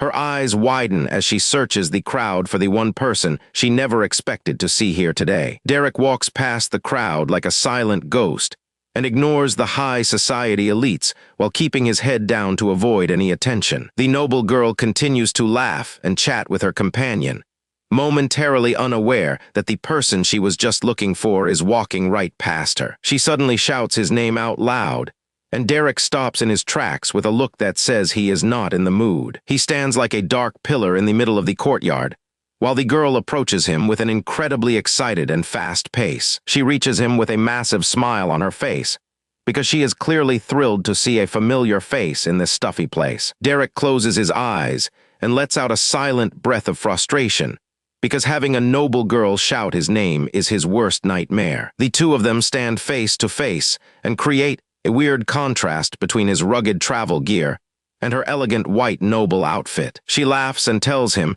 he is exactly the same as always, which is a direct reference to his legendary cold and distant attitude. Derek doesn't even crack a smile, because he is way too focused on his own goals to care about reuniting with old acquaintances. The girl blinks as the weight of his silence starts to make her feel incredibly awkward, since she was expecting a much warmer welcome. His piercing gaze and scars tell a story of a very different life than the one lived by the pampered nobles in this arena. This blue-eyed girl is clearly feeling the pressure as she looks out over the arena. Something big is about to go down, and she knows it. Everyone is whispering about Lady Iceland because apparently she is the one to beat today. The hype is real, and the crowd is buzzing for a show. The silver-haired Ice Queen stays perfectly calm while reading her book, because she already knows she is the strongest person in the room. Our blue-eyed girl starts her walk up the stairs toward the main stage. You can tell by her steps that she is trying her best to keep her cool. She walks past the maids who are all standing at attention for the upcoming match. The atmosphere is thick with anticipation as she finally takes her place. She takes a deep breath and puts her hand over her heart to calm herself down.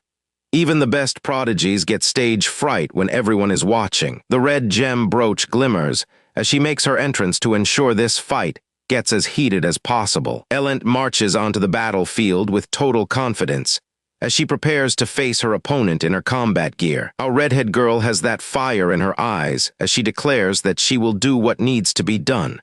She's not holding back for anyone today. Derek is watching from the shadows as usual, keeping a close eye on his friend. He knows better than anyone what she is capable of when she is motivated. The two girls face off in the courtyard under the blue sky to finally settle their score in a classic magic duel. The challenger tries to play it off with a polite smile and a bow. She's trying to maintain her noble appearance even though she is probably shaking inside. Elent returns the gesture with a smirk of her own. She knows the pleasantries are just for show and that the real battle starts the moment they finish bowing. But the blue-eyed girl suddenly drops the act and says no with a serious expression. She's finally ready to stop pretending and get down to the real business. She admits to herself that she has never been this nervous for a duel before in her entire life. Facing a member of the elite is a whole different ball game. Elent just smiles because she absolutely loves the thrill of a good fight. You can tell she has been waiting for a chance to really cut loose. The blue-eyed girl locks in and focuses all her energy on the task at hand. The time for talking is officially over, and the magic is starting to swirl. Elent wastes no time and conjures a massive flame right in the palm of her hand. The heat is so intense it is probably scorching the floor beneath her boots. Her opponent counters by summoning her own blue magical aura to shield herself. It is fire versus ice, and the clash is going to be absolutely spectacular. The force of their magic colliding sends massive shockwaves through the air and forces the challenger to fight just to stay on her feet. Elent launches a relentless barrage of fire spears that rain down from the sky with an incredible amount of destructive power. The challenger looks up in terror as the sky literally transforms into a weapon designed to end the fight once and for all. The rain of fire arrows illuminates the entire arena as it crashes down and leaves no room for the opponent to escape. Elent stands her ground with a cold and determined look on her face. She has total control over the battlefield right now, and she knows she has the upper hand. Elent recalls a much darker time in a dungeon where she was covered in blood and leaning over in exhaustion after slaughtering a horde of goblins. Derek is there with her looking just as beat up as he tells her she has no chance. He's being brutally honest about her lack of pure magical skill. Our boy wipes a smear of blood from his cheek with a grim expression. He has seen the dark side of this world, and he's teaching her a hard lesson. He holds out a bloody cloth and looks at her with those piercing red eyes. It was a rough day, but these are the moments that truly forged them. Derek explains the harsh reality of what happens when a mage runs out of mana in a real fight. Without magic, you are just a target, and things get very ugly very fast. Dead spider monsters are lying on the floor, showing the aftermath of their struggle. This was not a training exercise, but a desperate struggle for survival. They stand together among the wreckage of their enemies, having barely made it through alive. It is clear their bond was built on the battlefield long ago. Young Elent listens to his words with a look of quiet realization. She is beginning to understand that talent alone will not be enough to survive what is coming. Derek looks at her with a mix of concern and expectation. He needs her to be much stronger if she wants to keep surviving by his side. She looks back at him with a newfound determination in her amber eyes. That was the day she decided she would never be the one needing saving again. Back in the present, Ellen channels that same raw grit as she readies another wave of fire. She is drawing on all those years of hard training to end this fight once and for all. The dark-haired girl is absolutely stunned by what she is seeing. She thought she knew what she was up against, but she never expected Lady Ellen to be on such a completely different level of power. Ellen does not waste a single second as she raises her arm to the sky.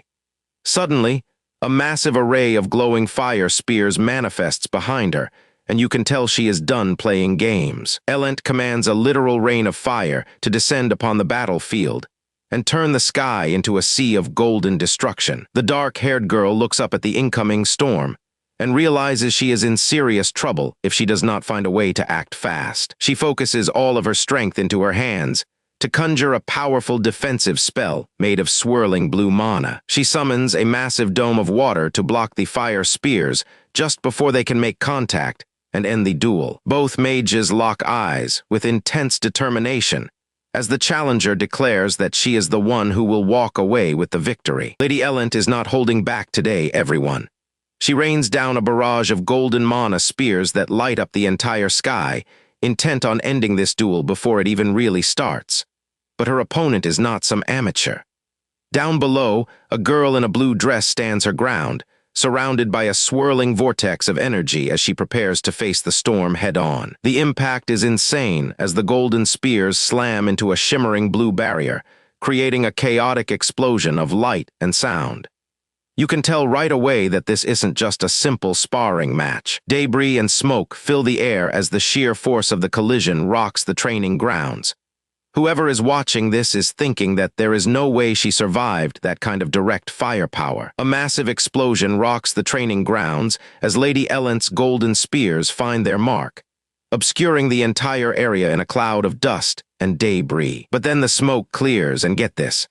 Our girl is standing there completely unscathed, her mana shield still holding strong as she looks up with a calm, almost bored expression. She calculates her next move with cold precision, while searching for a tiny opening in the enemy defense. She decides she is done playing games and prepares to end the fight with a single overwhelming strike. Our girl finally makes her move and tells Lady Ellen that it is her turn now.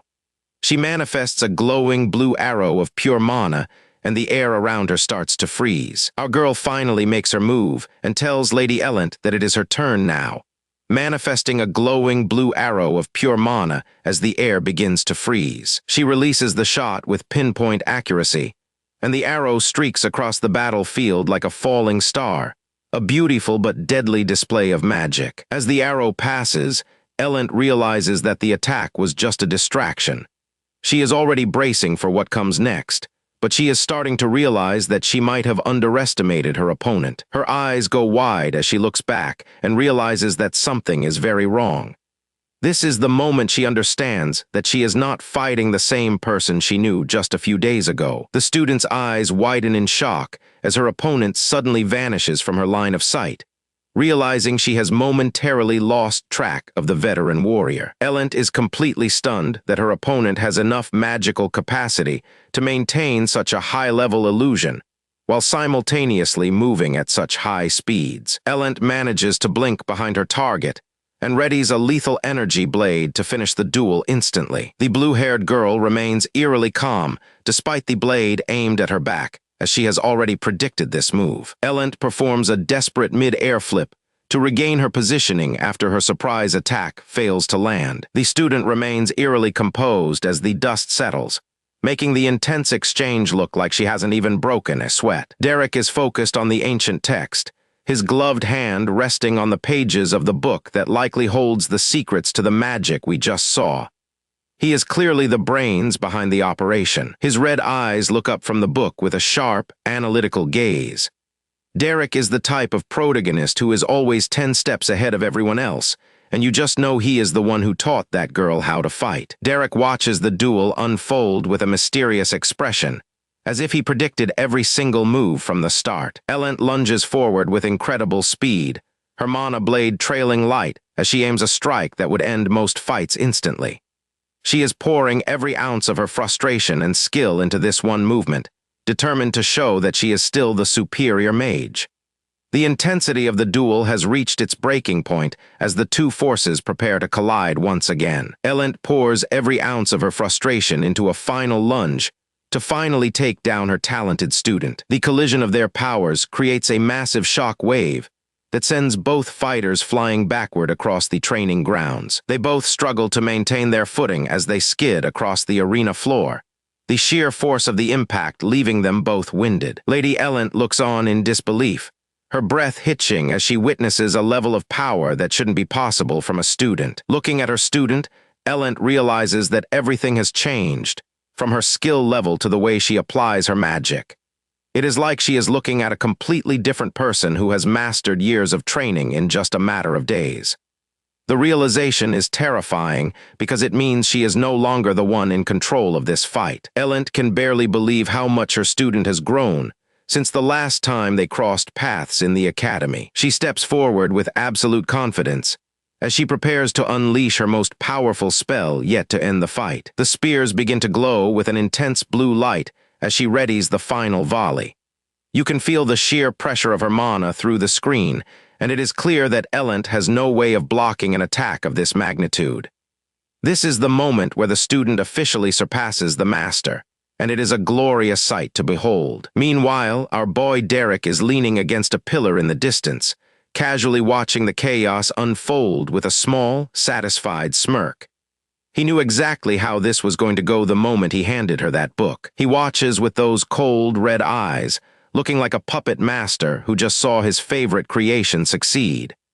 Derek is clearly pleased with the progress his student has made under his guidance. Elent's expression turns grim as she grits her teeth, her mind racing to find a way to counter the overwhelming mana surging before her. The girl in blue admits that Lady Elent has achieved remarkable growth, but she says it with the air of someone who is already victorious. Elent gathers the last of her strength to prepare a secret counter-attack, while her opponent thinks the fight is over. A massive flaming arrow streaks through the air and clashes with the ice spears in a violent explosion of magic. Her eyes are wide with shock.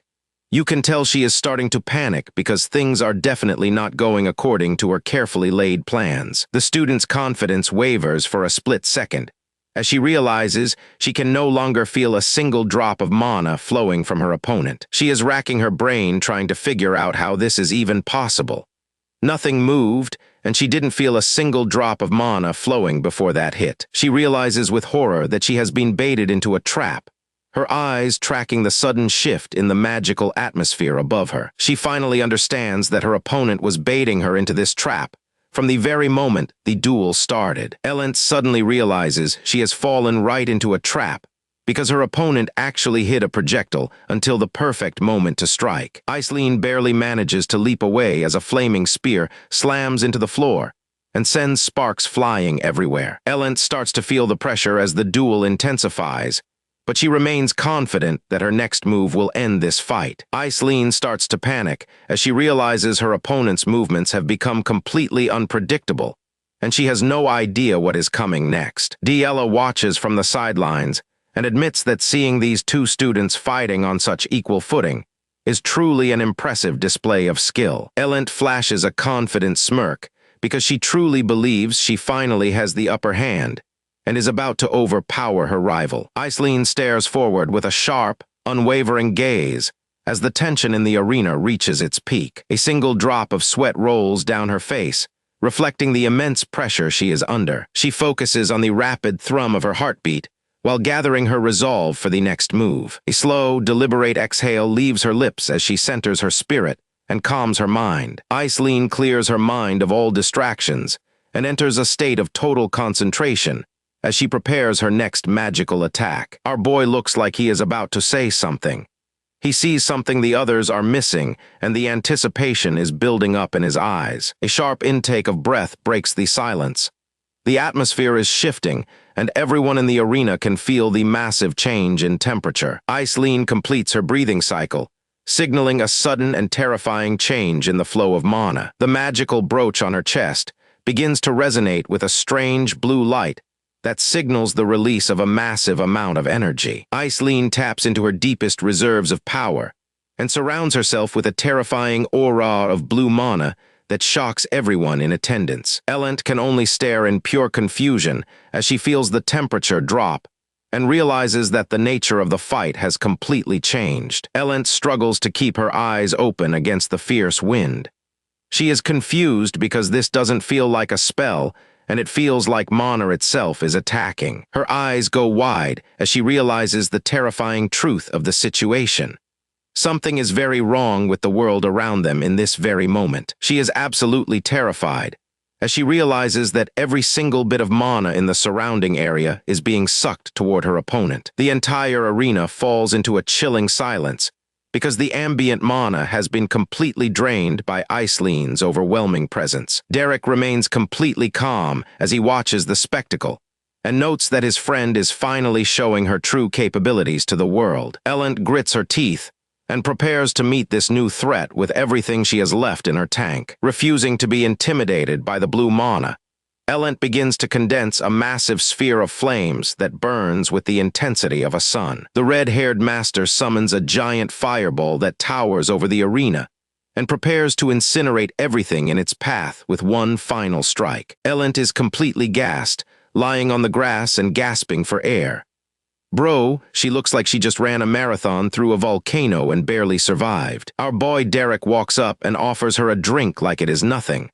She takes the pouch and thanks him, probably wondering if he is even taking this duel seriously. She grips the leather pouch tightly, her hands still shaking from the intensity of the training session and the heat of the sun. Sweat is literally dripping down her face as she tries to catch her breath.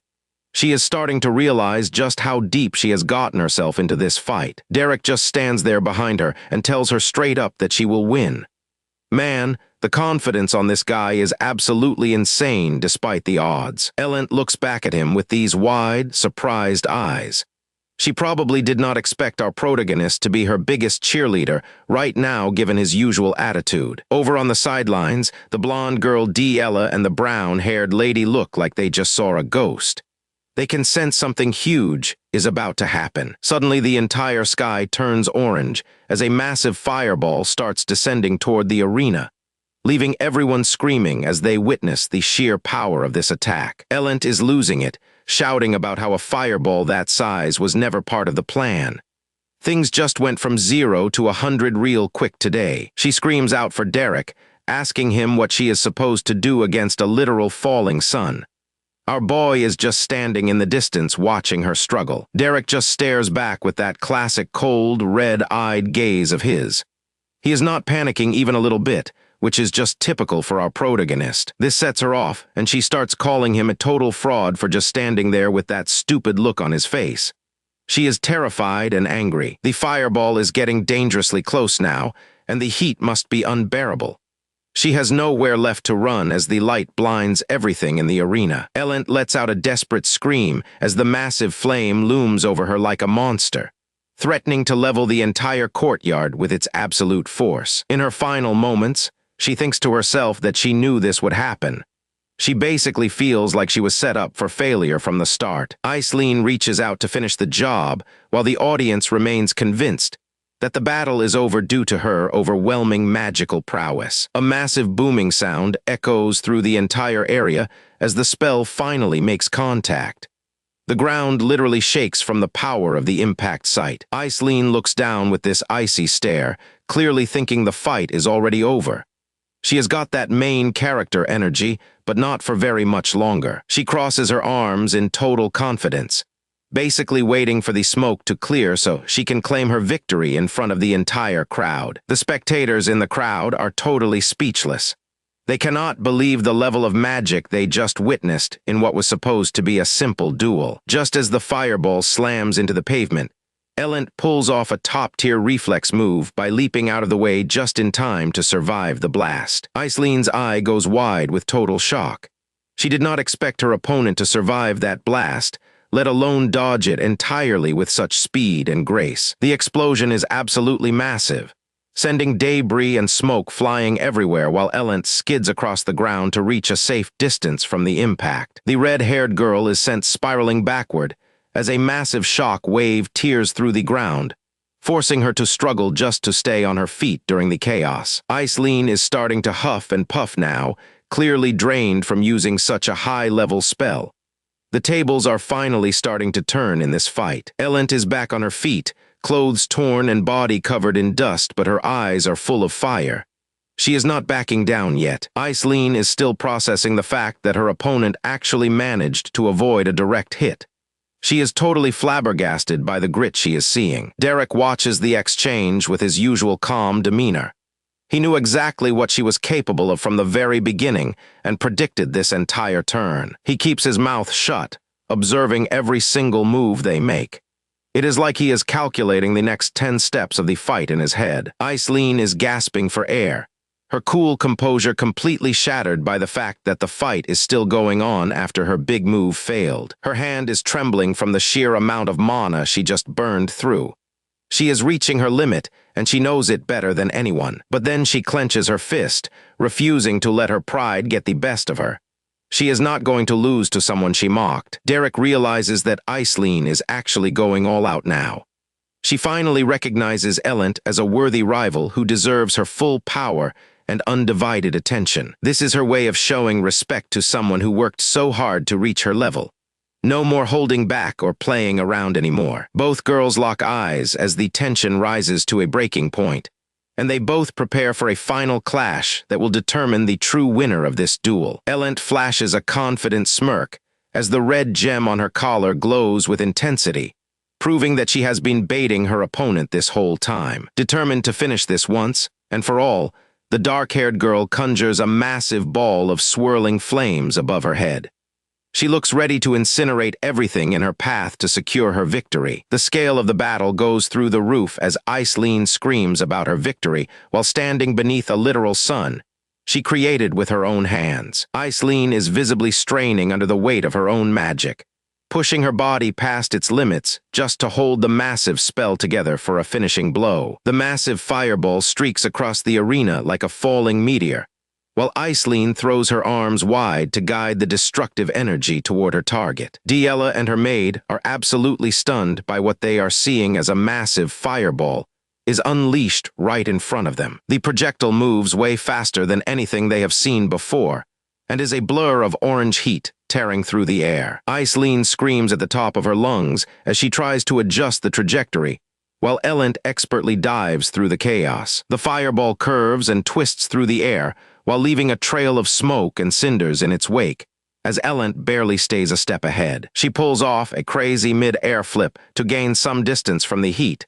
and uses her momentum to stay fluid and graceful. She maneuvers around the massive blast with athletic genius, while the shock wave sends debris flying in every direction. Even with her powerful spells, the dark-haired girl is starting to show signs of exhaustion as the intense heat takes its toll. Elent floats through the air with a serene expression, as if she has all the time in the world to plan her next move. She realizes that if she keeps her movements unpredictable, her opponent will not be able to read her next attack at all. The red-haired girl realizes that using a protective barrier would be a total waste of mana, and looks for a more efficient way to win. Aislinn hunches over on the ground and gasps for air, as her mana pool finally starts to hit empty. Suddenly, a massive pillar of ice erupts from the arena floor, with a deafening crash to tower over the exhausted Aislinn. Elent looks down at her opponent with an analytical gaze, as she begins to piece together the strategy Aislinn used to manage her mana pool. Elent lands safely and immediately sprints past the ice structure she just created to end the match once and for all. Aislinn is huffing and puffing while her eyes go wide with the realization that the stamina difference between them is massive. Derek watches the whole drama unfold from the shadows with those piercing red eyes and doesn't look impressed at all. Elent is feeling confident and assumes there is no way her opponent has any mana left to fight back against her. She checks her own status and realizes she still has enough energy for a few more ice spears to finish the job. In her mind, she has already won the battle and defeated her rival once, and for all with a massive explosion of energy. Suddenly, her expression shifts from triumph to pure shock as she realizes something unexpected is about to happen. A massive blade of dark energy cuts through the arena with incredible speed and catches Elent completely off guard. Aislinn falls backward as the two powers collide and send magical energy surging all around the battlefield. The dark-haired girl falls back in a panic, while her strategy falls apart right before her eyes on the chaotic battlefield. Ellen stands still for a moment while watching a small flame flicker out in the distance, as she feels completely drained. She breathes heavily with sweat pouring down her face as the adrenaline starts to wear off and her annoyance grows. Aislinn is still on her knees and surrounded by the melting remains of the ice pillars while refusing to stay down. She is shaking so hard you can hear her teeth chattering as she stares at the ground while searching for one last spark of magic. Out of nowhere, a flickering blue flame starts to dance in the palm of her hand as her eyes glow with new intensity. Ellen looks on in total disbelief as she realizes her opponent is not done yet despite being completely spent. Aislinn's eye glows with a cold, blue intensity as she gathers the very last of her strength to focus on the flickering flame. Ella stood alone in a world that felt more like a dream than reality. Light danced around her as she looked back at a life she barely recognized anymore. She wandered through a sea of glowing blue flowers under a sky filled with infinite stars. Somewhere in the distance, a dark corner of her mind waited to be rediscovered. Ellen watched her with eyes that burned like embers. She's been waiting for this moment, and the intensity in her gaze showed she wasn't planning on playing nice. The vast field of blossoms felt like a battlefield draped in beauty. Ellen tracked every movement Ella made, closing the distance between them in this strange mental landscape. Our girl Ella tried to keep her composure, but the shadow over her face told a different story. Meanwhile, Ellen just stood there with a smug look, enjoying the upper hand. That smirk said it all. Ellen knew exactly which buttons to push to make Ella crumble, and she was savoring every second of the psychological torture. Pain etched itself onto Ella's face as the pressure became too much to bear. She looked like she was on the verge of a total breakdown while the world around her blurred. Suddenly, the confidence on Ellen's face flickered for just a heartbeat. Something was changing in the atmosphere, and even this veteran was starting to feel the shift. Ella forced a smile, but it was the kind of smile you wear when you have finally accepted your fate. She looked radiant yet heartbreakingly fragile in the shimmering light. Ellen stood her ground, looking like a queen overlooking her domain. She thought she had everything under control, but the real nightmare was just about to begin. Out of nowhere, black shadowy ink erupted from the ground like hungry snakes. These tentacles latched onto Ellen's ankles before she could even process what was happening. The shadows climbed higher, binding her limbs and dragging her down into the abyss. Ellen gasped in shock as her own power failed to stop the creeping darkness. A violent splash echoed through the void as she was pulled under. The calm surface of the mental lake shattered, leaving behind nothing but ripples and chaos. Ellen sank deep into the freezing water, her body completely encased by the shadowy chains. She realized too late that she was drowning in the very emotions she tried to suppress. Panic set in as she struggled against the gag of darkness covering her mouth. Her eyes widened with the realization that there was no one coming to save her from this depth. Ella stood on the surface of the water, looking down at the woman who had once been her tormentor. She looked cold and detached, watching the light fade from the depths below. A single thought echoed through the silence of the void. She kept telling herself that one day she would finally be the one standing on top. The deeper Ellen sank, the more the shadows tightened their grip. It was a long way down, and the light from the surface was becoming a distant, fading memory. The vision shattered as we returned to the real world, where the sun was shining bright. Ella was collapsed on the stone floor, gasping for air while Ellen stood over her, looking completely rattled by what she just experienced during their intense mental spar. Sweat beaded on Ellen's forehead as she tried to process the mental assault. She looked like she had just seen a ghost, and the marks on her face proved this was no ordinary duel. Ella trembled violently, clutching her arm as if trying to hold her shattered soul together. The physical toll was massive, but the fire in her heart was far from being extinguished. She looked up with eyes that glowed with a terrifying blue light. Ella was done playing the victim and was challenging Ellen to keep up her perfect, calm facade. Even Ellen was showing signs of wear and tear, her clothes tattered from the intensity of their clash. This wasn't just a training session anymore. It was a battle for dominance. Ella's blue eyes locked onto her target with predatory focus. You could see the raw mana swirling within her pupils, signaling that her true power was finally waking up. Someone from the sidelines cheered her on, telling her she could do it. Della stayed grounded, gathering every ounce of strength left in her battered body for one final move. Elent wasn't about to go down without a fight, and ignited a blazing fire in her palm. The heat distorted the air around them as she prepared to incinerate the opposition. She caught a glimpse of Derek watching from the balcony. Our boy Derek just stood there with his signature cool expression, waiting to see how this drama would play out. Derek looked down with those piercing red eyes, seemingly unimpressed by the spectacle. He knew that the real turning point of this fight was still yet to come. For a moment, the world shifted back to that dark ocean. Elent stood alone on the surface, her fire acting as the only beacon of light in an endless sea of blue. The shadows rose again, encircling her like a crown of thorns. No matter how bright her fire burned, the darkness was always there, waiting to swallow her whole. Della focuses her entire will into her hand, until a brilliant blue flame finally erupts into existence. This is the ultimate moment of triumph, because she finally tapped into the power she has been chasing for a long time. She stared at the flickering blue light in disbelief, her breath hitching in her throat. She actually did it, and the look of pure shock on her face was absolutely priceless. Elent lets out a ragged breath as her body begins to fail from the sheer intensity of the magical pressure. She is pushed to her absolute limit, and realizes she can no longer maintain her cold composure. Della looked up at her, her eyes wide with a mix of exhaustion and wonder. The realization of what she just achieved started to sink in, and it changed everything for her. Elent turned and began to walk away, leaving Della alone on the courtyard floor.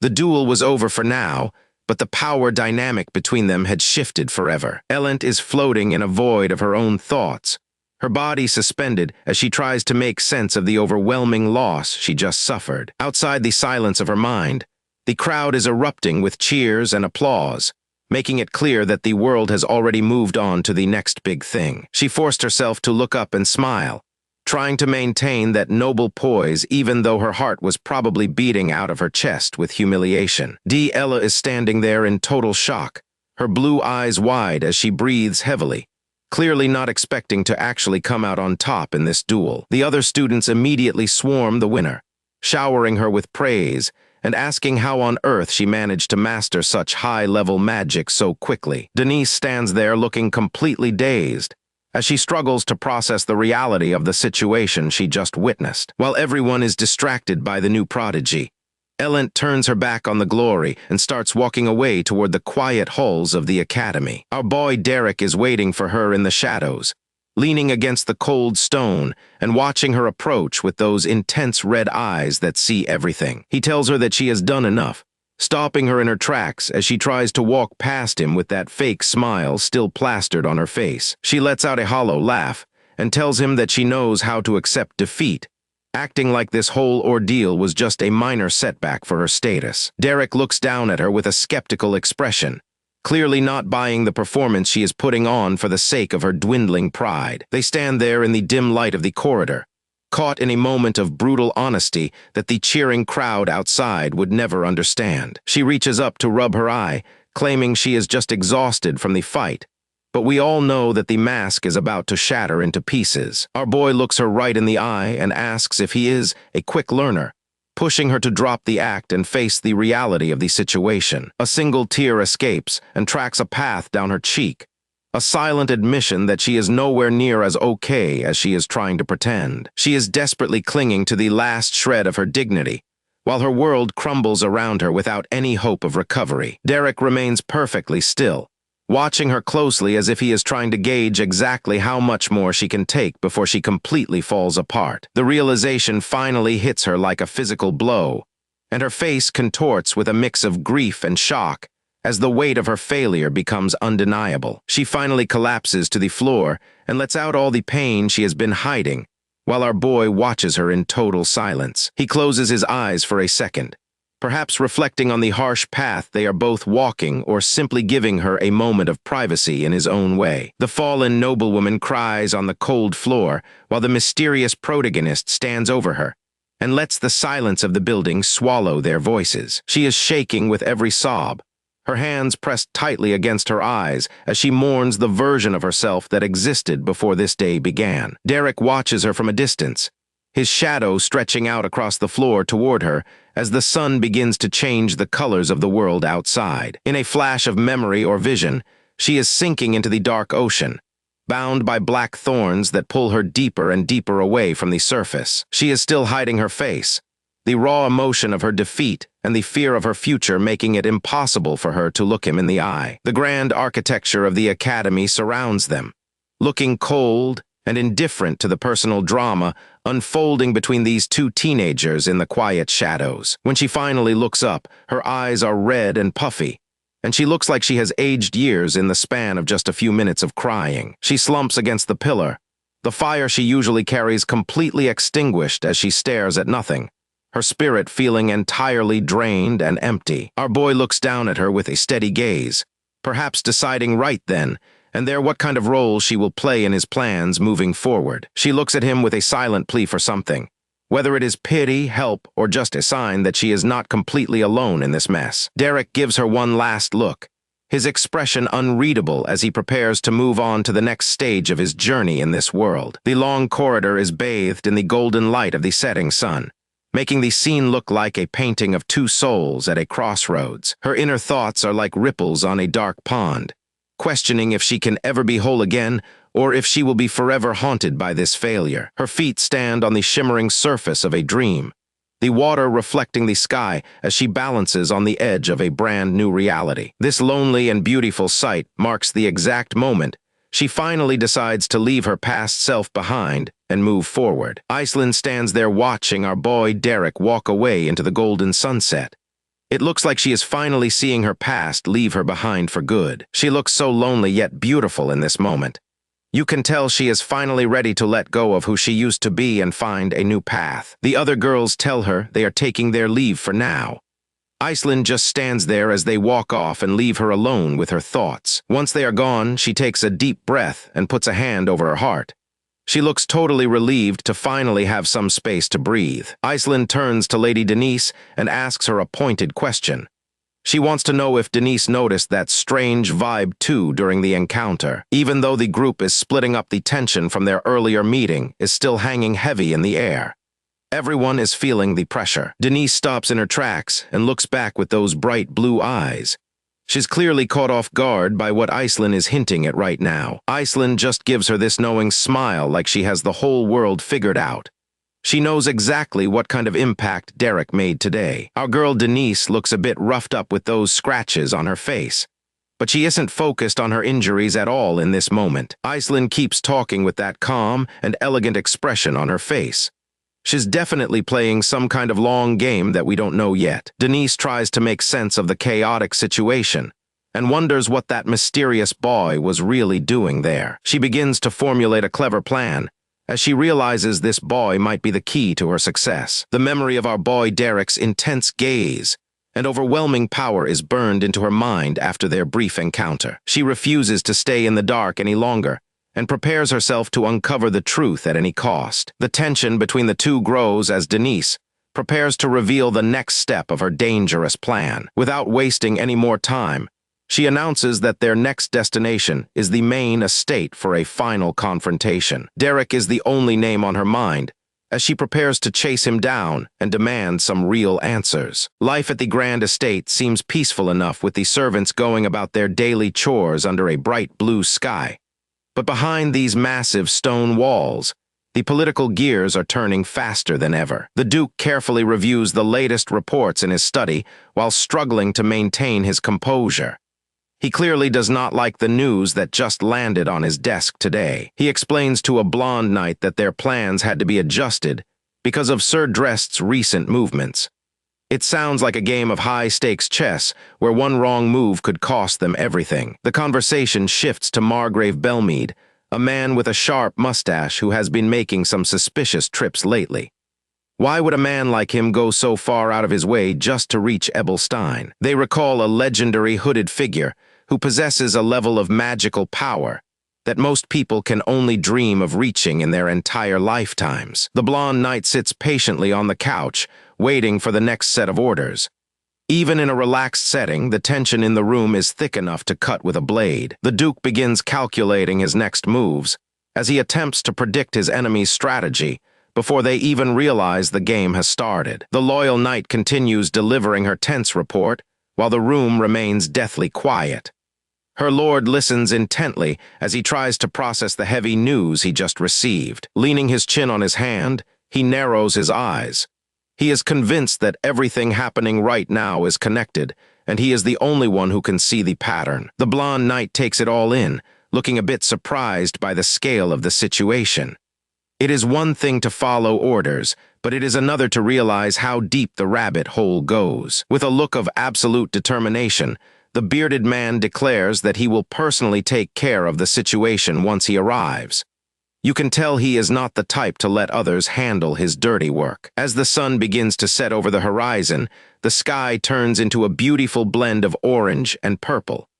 It is a moment of calm before the storm that is about to hit this family. In a gazebo overlooking the gardens, Ellen is having tea with our protagonist, Derek. She drops the news that she is planning to take a long break from everything. Our boy Derek looks a bit caught off guard by her sudden announcement. His red eyes reflect the sunset as he tries to process what this means for his own training and future. Ellen leans back and explains that she just needs some time to sort out her own thoughts. Even an elite mentor like her gets burnt out from the constant pressure of noble life. Derek sits there silently, watching her. He knows her well enough to know that when she makes up her mind about something, there is no talking her out of it. And then, out of nowhere, she gives him a playful kick under the table. Talk about a sudden shift in the mood. She calls out his name just to see if he is still paying attention. Derek flinches from the unexpected physical contact, while Ellen rests her chin on her hand and watches his reaction with a satisfied grin. She leans forward with a mischievous smile, looking like she has a secret she is dying to share. She tells him that she still has so much more to teach him if he stays. Our protagonist looks away, his expression going completely blank. He is usually so composed, but Ellen always has a way of getting under his skin when she wants to. Derek speaks with a calm and humble tone, suggesting that he might not have anything left to teach her anymore, despite her role as his mentor. Ellen just laughs and stretches her arms over her head, telling him that his sudden modesty does not suit him at all. She knows exactly how talented he really is. The two of them watch the final rays of light disappear. Ellen notes that winter is finally coming to an end, marking the start of a brand new and dangerous season for everyone. A local tavern called Beldern's Tier in the middle of the night. This is the kind of place where secrets are sold and fortunes are lost in an instant. The heavy wooden door creaks open as someone steps inside from the cold. Everyone in the room freezes, wondering who would be out at this hour. Inside, we find Dee Ella in the middle of a high-stakes card game. She has a card literally stuck to her forehead and looks completely shocked to see who just walked in. Derek stands in the doorway, looking totally unimpressed by the chaos. Dee Ella waves him over excitedly while the guy across from her looks like his soul just left his body. Our boy just gives a small smirk and tells them he is back. It looks like his time away has not changed his status as the most intimidating person in any room he enters. Meanwhile, out on the road, carriage is racing toward its destination at full speed. The wheels are spinning so fast they are practically a blur against the cobblestones. The black carriage rumbles through the outskirts of the town. Whoever is inside is clearly in a massive hurry to reach the estate before the day is over. Margrave Belmead is the one sitting inside, looking out the window with a cold and calculating stare. He is clearly planning something that is going to shake things up for our heroes. Back at the mansion, Ellen tries to enjoy her requested break by sleeping in late, but a persistent knocking at the door threatens to ruin her peaceful morning. She groans and pulls a pillow over her head, trying to drown out the noise. All she wanted was some time off to relax, but it seems like the world just won't let her have a moment of peace. A very nervous maid stands outside the door, hesitating to speak. She knows that waking up her lady is a dangerous task, but she has a message that cannot wait for another hour. Ellen eventually stands up and expresses her frustration towards the maid for ignoring her specific orders to remain undisturbed while she was trying to rest. Ellen starts getting dressed while complaining to the maid. completely unaware that a surprise visitor is standing right outside her bedroom door listening to her. Her father stands outside the room with a massive grin, as he prepares to surprise his daughter with an unannounced visit to the estate. The maid stands there awkwardly as the noble man waits for the door to open. You can tell she is just praying that Ellent is decent and does not take her frustration out on the staff. Ellent panics and hides behind the door as she realizes her father has actually arrived at her room, while she is still in her nightgown. She quickly composes herself and forces a smile, trying to act like she was totally expecting him. Real pro move right here, everyone, as she pretends everything is perfectly under control. The noble man finishes the tense conversation and heads out of the room now that the initial shock of the meeting has finally settled. The two of them sit down for a high-stakes tea party under the morning sun to discuss some very important family secrets. They are sitting outside now, and Ellent looks a lot calmer but still a bit nervous. Her father is just casually sipping his tea like he did not just cause a whole scene in her bedroom. This dude looks completely satisfied with himself as he delivers some news he thinks is just fantastic. He is grinning from ear to ear, clearly enjoying the reaction he is getting from his daughter. Ellent stares at him in disbelief as her mind races through the potential consequences of the sudden decision her father just made regarding their family. She voices her immediate concerns about the political blowback and how the retainers will surely object to his controversial new plan. Despite the risks, a small and genuine smile spreads across her face. It looks like whatever they discussed might actually be a win for her in the long run, and she feels a bit of relief. Far away from the tea and gossip, we find ourselves at the entrance of a massive ancient dungeon carved right into the side of a mountain. This place looks like a total death trap for anyone unprepared. Inside the dark and dusty halls, the air is thick with tension as the sounds of struggle echo through the corridors. Someone is definitely in deep trouble down here, and it is not looking good. Diella is swinging her staff like her life depends on it, trying to fend off a nasty little goblin. She is looking pretty fierce for a kid, but she is clearly outnumbered and reaching her limit. Derek stands his ground as a goblin lunges from the darkness with its sharp claws out, and he prepares to unleash his new power. Derek feels a surge of power racing through his veins as sparks fly, and his hand begins to glow with an intense magical heat. Our boy is feeling a strange sensation he cannot quite describe as his red eyes burn with intensity. He realizes the flow of mana is changing, and for the first time he actually feels in control. He lets out a massive explosion of red and orange energy that completely obliterates the monster in a single strike to prove he is finally strong. The entire hallway is filled with a blinding white light from the magical discharge. This is some high-level stuff for a kid who was just struggling to survive a minute ago in this dark pit. A massive notification fills the air confirming that our boy has officially reached the 3rd rank and received a significant boost to his stats. Derek feels a strange warmth blooming deep in his chest as his soul adapts to the new power level. The system is granting him access to a whole new tier of magic, and he is ready. The light from the explosion begins to fade, leaving a trail of smoke and cinders in its wake. Talk about a glow-up under pressure as the dust settles around our two young heroes. The system confirms his new skill, and it is a big one called Fire Wall. This defensive magic is going to be a total game changer for the upcoming battles against the monster hordes. Derek stares down his enemies with those glowing red eyes full of new confidence. He is not backing down anymore, and he is ready to show these monsters exactly why they should have stayed hidden. A massive pillar of fire erupts from the ground and creates a scorching barrier that keeps the monsters at bay during the battle. Diella is absolutely floored, her jaw dropping as she watches her friend pull off a miracle. She probably did not think Derek had this kind of heat in him, and her face says it all. The perspective shifts back to the surface, where birds are flying peacefully over the dense green mountains surrounding the ancient dungeon entrance. The sun sets behind the mountains, casting a beautiful orange glow over the landscape. It is a peaceful end to a very chaotic day of monster hunting and life or death struggles for our protagonists. We arrive at a cozy-looking tavern called Belle Dun's Tier as night falls on the quiet town. This is the perfect spot for weary adventurers to grab a warm drink and some much-needed rest. Inside, the blonde girl is arguing with the bartender, while Derek sits quietly nearby looking exhausted.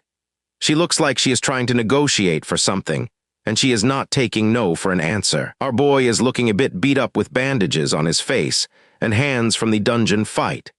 He stares at his palm, still trying to wrap his head around that sudden power spike. He looks over his shoulder, sensing that someone is watching him from the corner of the room. You can never truly relax in a place like this, especially when you are carrying around secret powers. A pair of heavy boots stomps across the wooden floorboards with a purpose. Whoever this is, they are making a lot of noise and heading straight for the table where our heroes are resting. A mysterious figure draped in a dark cloak looms over their table, casting a long shadow. Derek and Ella look up in surprise, realizing their quiet dinner is about to be interrupted by a stranger. Derek stares as the mysterious figure starts to reveal himself. This dude is finally stepping out of the shadows to show who is really under that hood. Our boy locks eyes with the stranger, and the realization hits him hard. No mistaking that presence standing right in front of him. The hood drops to reveal an old man with piercing green eyes, who admits that his long travels have left him feeling completely exhausted. Under the glow of a full moon, the massive estate stands tall and silent. It is the kind of night where secrets usually come out to play in the dark. Ella stands out on the balcony late at night, while she channels a massive amount of blue magical energy for her training session. The power is pulsing all around our girl as she stands her ground against the wind. It looks like she is right in the middle of a high-stakes training session. Her eyes are locked on the target with total focus as her hand reaches out. She is trying to control the wild magic flowing through the air before it gets out of hand. Projectiles of pure light begin raining down on her as she tests her reflexes and dodges the incoming magical strikes on the terrace. She lets out a grunt of pure effort while clenching her fist tight. This is clearly pushing her limits, and she is starting to feel the pressure of the fight. The magic spear slams into the ground right at her feet with a sharp crack. These attacks are coming fast, and they are definitely not just for show. She reaches her absolute breaking point as the intense energy from the workout starts to overwhelm her body. One of the magical spears completely shatters into tiny pieces right in front of her eyes. The impact is so strong that the air itself seems to vibrate from the force. Ella collapses to the ground and gasps for air because she is completely exhausted from the training session. A man steps out of the shadows to mock her temper, leaving Ella completely stunned by his unexpected appearance. He smirks at her reaction and enjoys the fact that he managed to catch her off guard after all these years. Ella glares back with pure annoyance as she struggles to recover her breath from the grueling training session. He towers over her with a calm demeanor, while she remains collapsed on the floor from exhaustion. Ella turns her head away in a huff, because she absolutely hates it when he manages to get under her skin. She snaps back at him with an angry shout, because his comments about her personality really hit a sensitive nerve. He continues to lecture her about her past behavior, while she sits there feeling like a scolded child. He flashes a smug grin, because he knows exactly how to push her buttons and read her every thought. Ella becomes incredibly flustered as he decides to drop the subject and take her word for it this time. Elsewhere, Ella enjoys a quiet night in her room reading a book and snacking on a fresh apple. Night falls over the city, and the local tavern known as Belle Dun's Tier is looking pretty cozy from the outside. But inside is where the real story is brewing, and things are about to get very interesting for our boy. Derek sits in silence while the grizzled old man across from him chugs down a massive mug of ale like it is plain water. Our boy can tell this man has survived countless battles and is far more dangerous than his casual vibe suggests. Our boy keeps his eyes locked on his companion while trying to figure out if the man is a genius or just a drunk. He knows he needs to be incredibly careful before deciding whether to trust this mysterious stranger. The old man leans in with a confident smirk that shows he knows exactly how Derek is trying to read him. He carries himself like a warrior who is far more comfortable on a bloody battlefield than in a cozy tavern. Derek is genuinely shocked when the man speaks because it is clear he already knows everything about him. It isn't often that a random stranger in a tavern can see right through his defenses with just a single glance. The bearded man in the brown cloak continues his explanation while Derek listens intently from across the table. Even though he just met this guy, Derek can feel the intense pressure radiating off him with every single word spoken. Our boy maintains his composure while his mind frantically processes everything he just heard about his own potential. He thought he had things figured out, but this old man is proving to be a massive mystery. After finishing their drinks, the two of them head out into the quiet streets where the moonlight reflects off the damp cobblestones. A thick atmosphere of tension follows them as they navigate the silent maze of city buildings. As they walk through the town, the old man drops a massive truth bomb about Derek's unique magic talent. He bluntly explains that our boy's power is far too ambiguous and basically a messy pile of untapped potential. Derek takes the harsh criticism in silence, even though it clearly stings his pride to be called weak. He has always known his power was different, but hearing it from a master makes the reality sink in. The veteran mage continues walking forward without even bothering to look back and see if Derek is following him. He knows his words were a challenge, and he is leading our boy toward the darkest parts of the city. A slight smirk appears on the old man's face as he looks back at the student he just insulted. It is a calculated mix of mockery and encouragement designed to force Derek to push past his current limits. The two of them continue their late-night trek through the silent streets while the atmosphere grows more intense. Derek is starting to realize that agreeing to follow this man is going to change the course of his entire life. The old man pauses for a brief moment and looks up at the stars with a look of deep longing in his eyes. For just a second, his tough exterior cracks and reveals the exhaustion of a man who has lived a very long life. Everything finally clicks for Derek as he realizes the identity of the legend standing right in front of him. This is not just some old drunk from a tavern, but the famous 6-star mage known as Dressed Wolfdal. Many years ago, Dressed was a rising star in the magical world who spent his nights honing his incredible craft under the starlight. By the time he decided to settle down and start a family, he had already become powerful 3-star mage. Everything he built came crashing down on one rainy night when a horrific tragedy struck his home while he was away.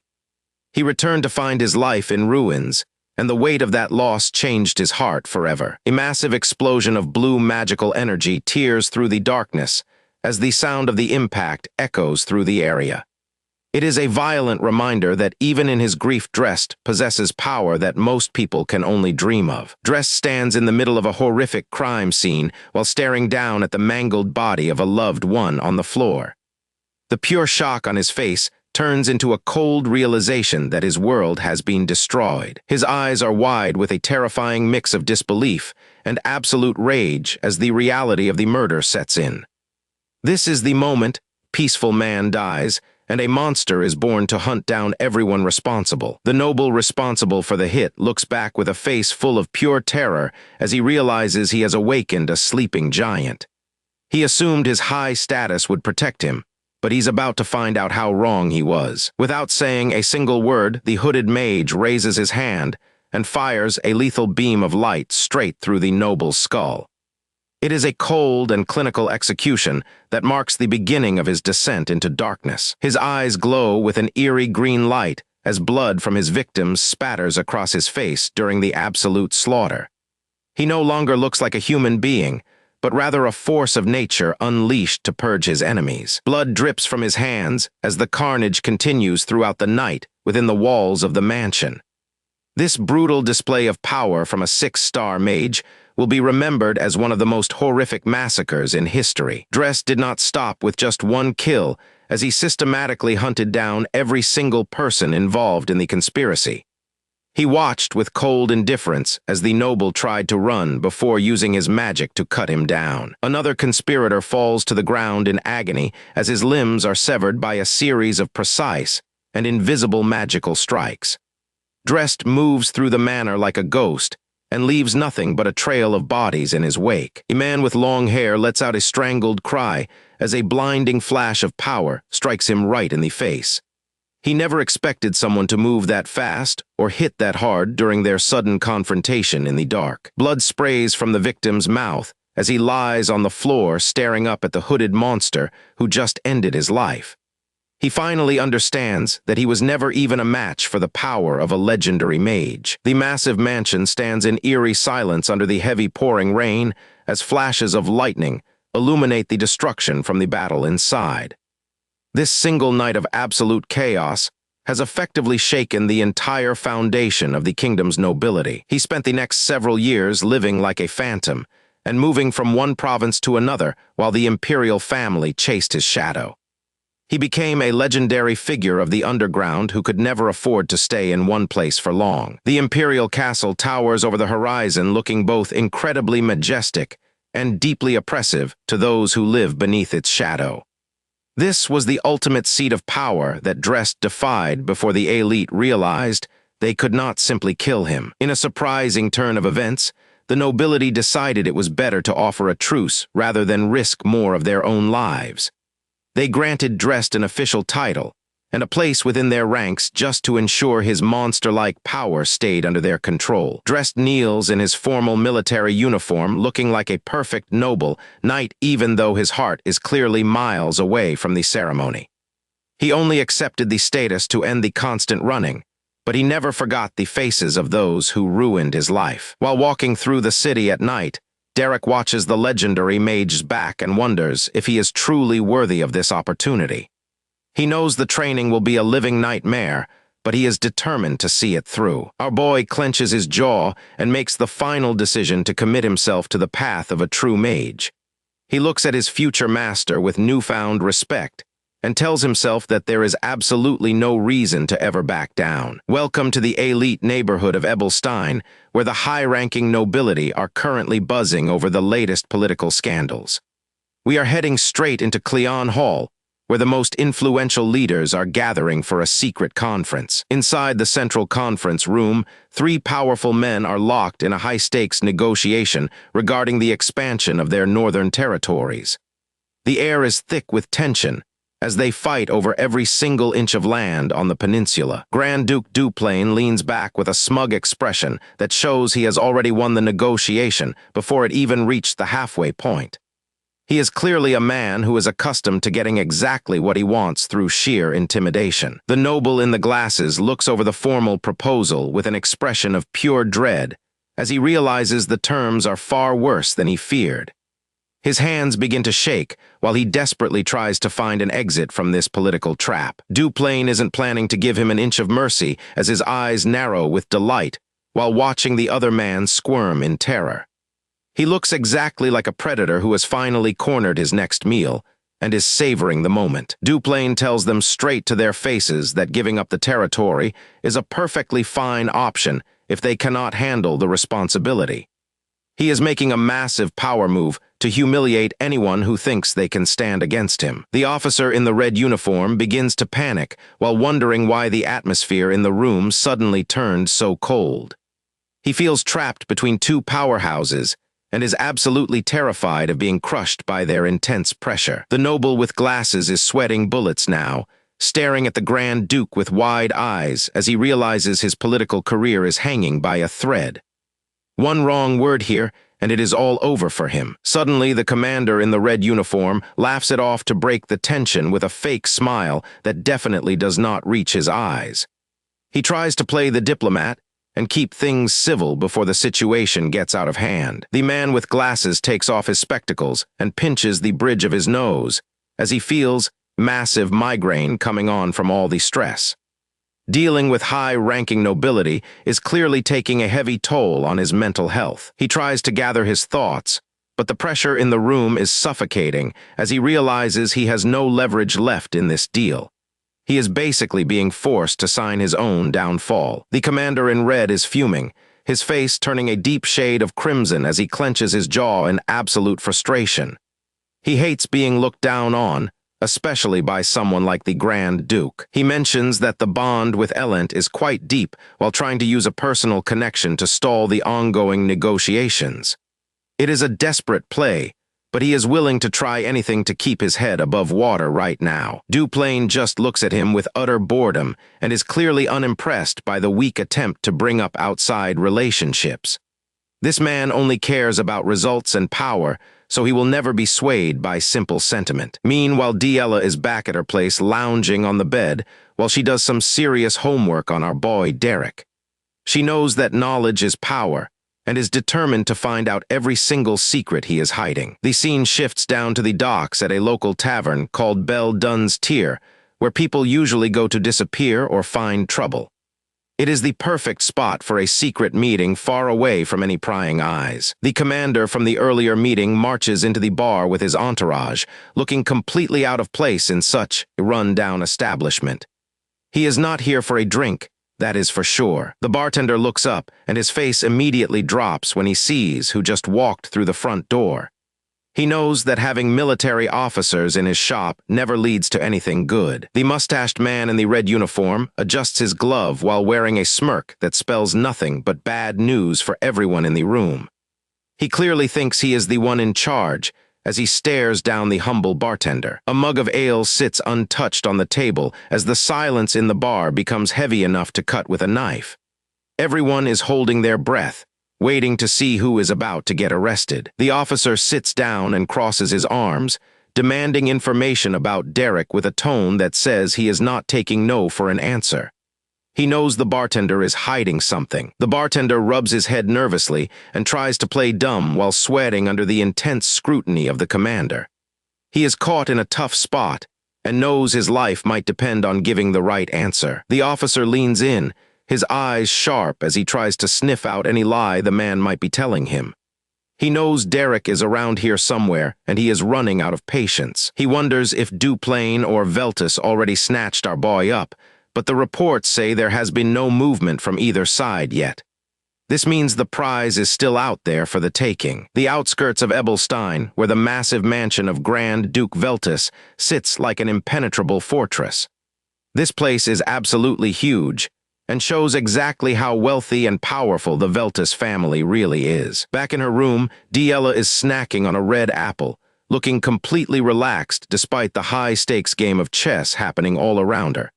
She seems to be enjoying the chaos from the sidelines. She sits in her chair with a focused look, reading through a stack of papers that likely contains the location of our white-haired protagonist. She is always 3 steps ahead of everyone else. Her maid stands nearby, watching as Diella processes the news that the military is already making their move to find Derek. It is a race against time, and our girl is not about to lose. The instructions she received are simple but urgent. Find the man named Derek as soon as possible and secure him as a personal instructor. It is a bold move that could change everything. Diella realizes that everyone is in a hurry because Derek's value as a mercenary is at its absolute lowest point right now. This is the perfect time to buy low and get a legendary warrior for a total bargain. A tiny smirk appears on her face as she realizes her plan is working out perfectly. She loves it when things fall into place just like she predicted. She sets the report down, her mind already moving on to the next phase of her operation. She knows she has to move fast if she wants to beat the nobles to the punch. Diella takes off her glasses and smiles softly while getting excited about meeting the mysterious boy who has all the powerful families in an uproar. She has a feeling that this is going to be a lot of fun. Suddenly her thoughts take a wild turn as she thinks about her favorite new romance novel. The title is a total mouthful about a lady submitting to a Grand Duke's ice greatsword, and she is dying to know what happens next. She leans back with a dreamy look in her eyes, wondering if her own life is about to become as dramatic as one of those stories. Little does she know, the real adventure is just beginning. Our girl gets ready for the night while her maid stands by waiting for further instructions. She is still talking about that legendary ice sword and is dying to know the secrets behind its hidden power. She looks back with a soft expression as the bright light hits her just right.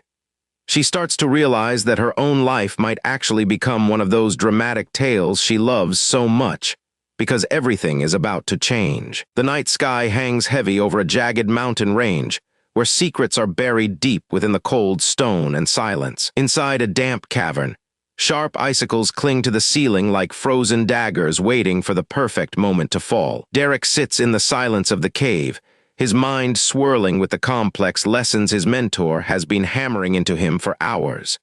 He knows that every word is a piece of a larger puzzle he must solve to survive. Derek pushes his mental limits to the absolute edge. As he tries to grasp the heavy spiritual lessons his master is forcing upon him. His mentor explains that at 1 star the skill is just basic threat detection, which is essentially a survival tool in this dangerous world. Reaching the 3-star level allows a mage to pierce through any deception and see the world for what it actually is without being fooled by illusions. Derek snaps his eyes open, and you can see the sheer intensity burning in those red irises as he processes the mentor's words. The old man watches him closely, wondering if our boy actually understands the weight of the power he is currently chasing. Suddenly, a vision of Diella appears in his mind, her long blonde hair and blue eyes standing out against the darkness of the cave. She is the piece of the puzzle that Derek needs to find, and she is the main reason he's putting himself through this hellish training. The mentor does not miss a beat, his voice gravelly as he continues to lecture Derek on the nuances of high-level magic. Our boy remains dead silent, his expression unreadable as he absorbs every single word like a sponge, his red eyes fixed on his teacher. You can tell the old man is testing him, trying to see if the pressure of the lesson will finally cause this kid to crack. He points out that Derek does not even look surprised by the revelation, which is honestly impressive given the secrets he just revealed. Derek just stares back with a piercing gaze, proving that his resolve is way tougher than any of his enemies could ever realize. The old man cracks a bit of a smile, clearly satisfied with the potential of the student he is currently helping to mold into a master. The old man begins gathering his mana, and warns Derek that absolute strength is the only way to truly survive the chaos waiting for them outside. He unleashes a massive surge of energy that creates a path toward the surface and signals that their time hiding in this cave has finally come to an end. The master shows off his true power by illuminating the entire cavern with a magical display that leaves no doubt about his status as a top-tier mage. The impact is literal overkill, as the rock shatters and the fresh night air finally rushes into their cramped training ground with a roar. They stand together under the light of the full moon and realize that the real journey is just beginning now that they have finished their secret training. We skip ahead to a bustling town where the streets are alive with commoners and merchants going about their busy daily resides in the sun. The peaceful atmosphere of the city hides the fact that magic and mystery are always bubbling just under the surface of the cobblestones. A fancy carriage rolls through the street, drawing eyes from everyone nearby because you know someone important must be sitting inside that carriage. The horse comes to a steady halt, its hooves clacking against the stone as the door begins to swing open for its passenger. A gorgeous girl with silver hair steps out of the carriage, and her presence is so overwhelming that every commoner in the area immediately stops what they are doing. Every guy on the street just completely short-circuits, blushing like total idiots as they catch a glimpse of this beautiful silver-haired stranger. She starts walking through the square with her maid, Bella, who stays a respectful step behind her as they navigate the busy town. She walks through the town with an air of superiority, while her maid follows closely behind to make sure no one gets too close to her mistress. Her blue eyes are calm and focused, almost cold, as she ignores the staring crowd and focuses entirely on wherever she is headed. Bella looks a bit concerned, keeping her head down while she follows her mistress through the noise and chaos of the busy marketplace. She wears a rare and glowing flower artifact around her neck, which indicates she belongs to one of the most powerful and wealthy families in the land. The silver-haired beauty glances back, as if she can feel eyes on her from the shadows, but she continues her walk without showing a single hint of fear. Bella tries to keep up, her expression turning serious as the two of them continue their walk through the heart of the city. The maid leans in and says something with a sly little smirk, clearly trying to lighten the mood for her high-class mistress. The young lady actually finds her maid's playful banter amusing and shares a brief moment of laughter as they navigate their way through the busy city square. They keep moving through the town, two figures that definitely stand out in a world where everyone is hiding their true intentions and magic. Lady Denise wonders why a talented mercenary would suddenly decide to reject every job offer and disappear from the public eye when he was at the top of his game. She keeps dwelling on it with those sharp blue eyes. Why would a top-tier warrior just walk away from the fame and the money? There has to be a hidden motive behind his sudden disappearance. She remembers the insane level of magic Derek displayed, and finds it hard to believe that someone so young could handle that kind of raw power so easily. Her mind starts racing with the possibility that he either discovered a legendary ancient grimoire or was secretly trained by a master who is even more powerful than her own family. She remains baffled by his decision to leave the Duplain mansion, because everyone knows it provides the most elite magical training environment in the entire kingdom. Denise starts to piece together the bigger picture as she imagines him standing with those powerful figures and realizes he is chasing something legendary. She wonders what could possibly be out there that is better than the best training ground. Her curiosity is officially piqued, and she will not stop until she finds the truth about him. A maid interrupts her deep thoughts to let her know they finally arrived at their destination. Denise snaps back to reality and prepares to play the part of a perfect, noble lady once again. They arrive at a modest building called Beldun's Tier, where Denise expects to find the next lead in her investigation. The bartender immediately stops what he is doing to welcome the high-class visitors who just walked into his humble shop. The man behind the counter treats the pair with suspicion because he is used to dealing with a much rougher crowd. Denise enters the room with a polite smile on her face. She acts like she is just visiting a normal shop, but she is actually hunting for any scrap of information about our boy. The bartender turns his back to keep working while they talk. Denise and her maid wait patiently for him to spill whatever secrets he might be holding about the mysterious white-haired mercenary. The interrogation clearly begins to take a toll on the man, as he realizes Denise is far more dangerous than she appears. The pressure is clearly getting to him as he stares at the lady. He knows he has to choose his words carefully because one wrong move could end his quiet life in this town. Denise flashes a radiant smile and thanks him for giving her the answer. It looks like she got exactly what she came for without even having to raise her voice or break a sweat. The maid quietly follows her lady out, while the shopkeeper tries to recover from the intense pressure of the conversation they just had. Now they are back in her study, surrounded by massive piles of books and old documents. They are digging through every record they can find to track the history of that white-haired boy. Denise finds the endless research process incredibly tedious, but refuses to stop until she has enough knowledge to catch her target. She thinks about Derek again and the cold gaze he gave her. Those red eyes are burned into her memory, and he is a puzzle she is absolutely dying to solve no matter what. She keeps flipping through the files, hoping for a breakthrough in the case. Even the smallest detail or name could be the thing that leads her straight to his secret hiding spot. A mischievous smile starts to form on her face as she closes her eyes. She just thought of something interesting, and you can bet it is going to cause some trouble for Derek. She lets out a happy laugh and strikes a dramatic pose. Denise is feeling very confident about her next move, and she is not doing a very good job of hiding her excitement. Bella responds to her lady's dramatic antics with a silent stare that proves she is already tired of the situation. Denise laughs and tells the maid Bella that she is being very witty today. The dynamic between these two is hilarious, and they clearly know each other very well. She starts acting like a total drama queen and sighs about being so capable at everything she does.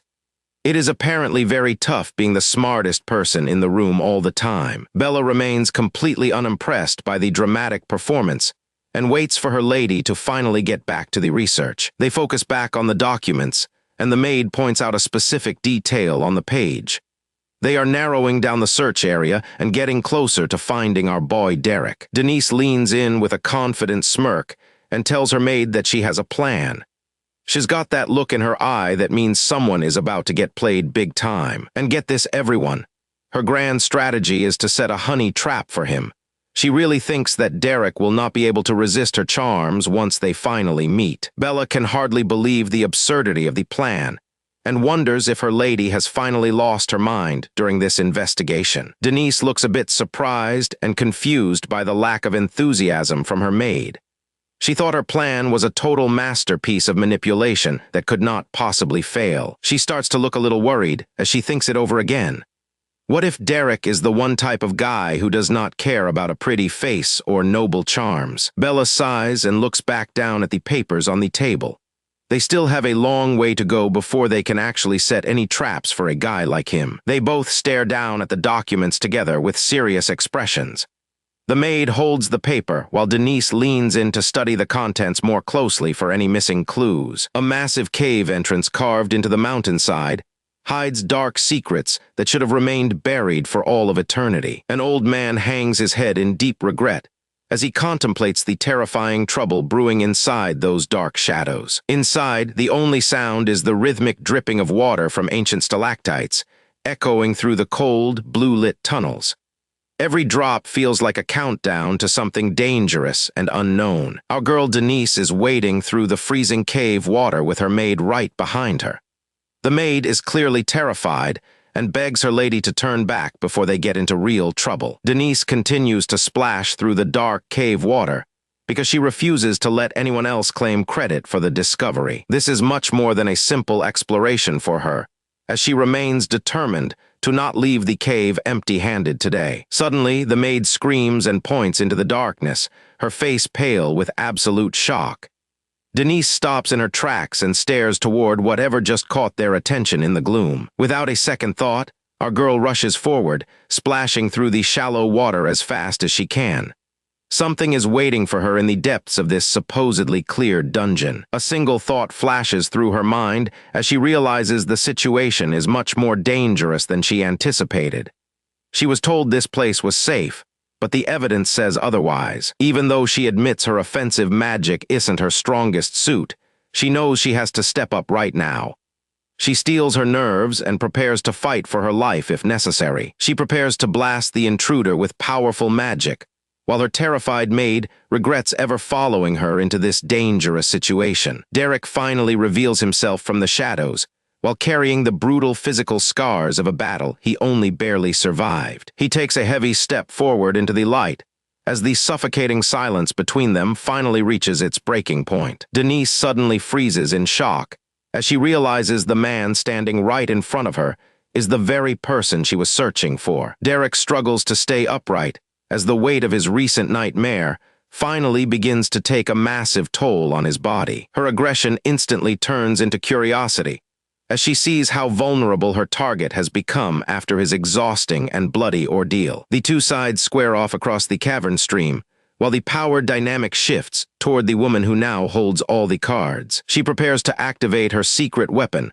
while basking in the fact that her twisted plan is finally succeeding beyond her wildest dreams. Denise decides to stop playing games and finally claims Derek as her own now that he is completely at her mercy.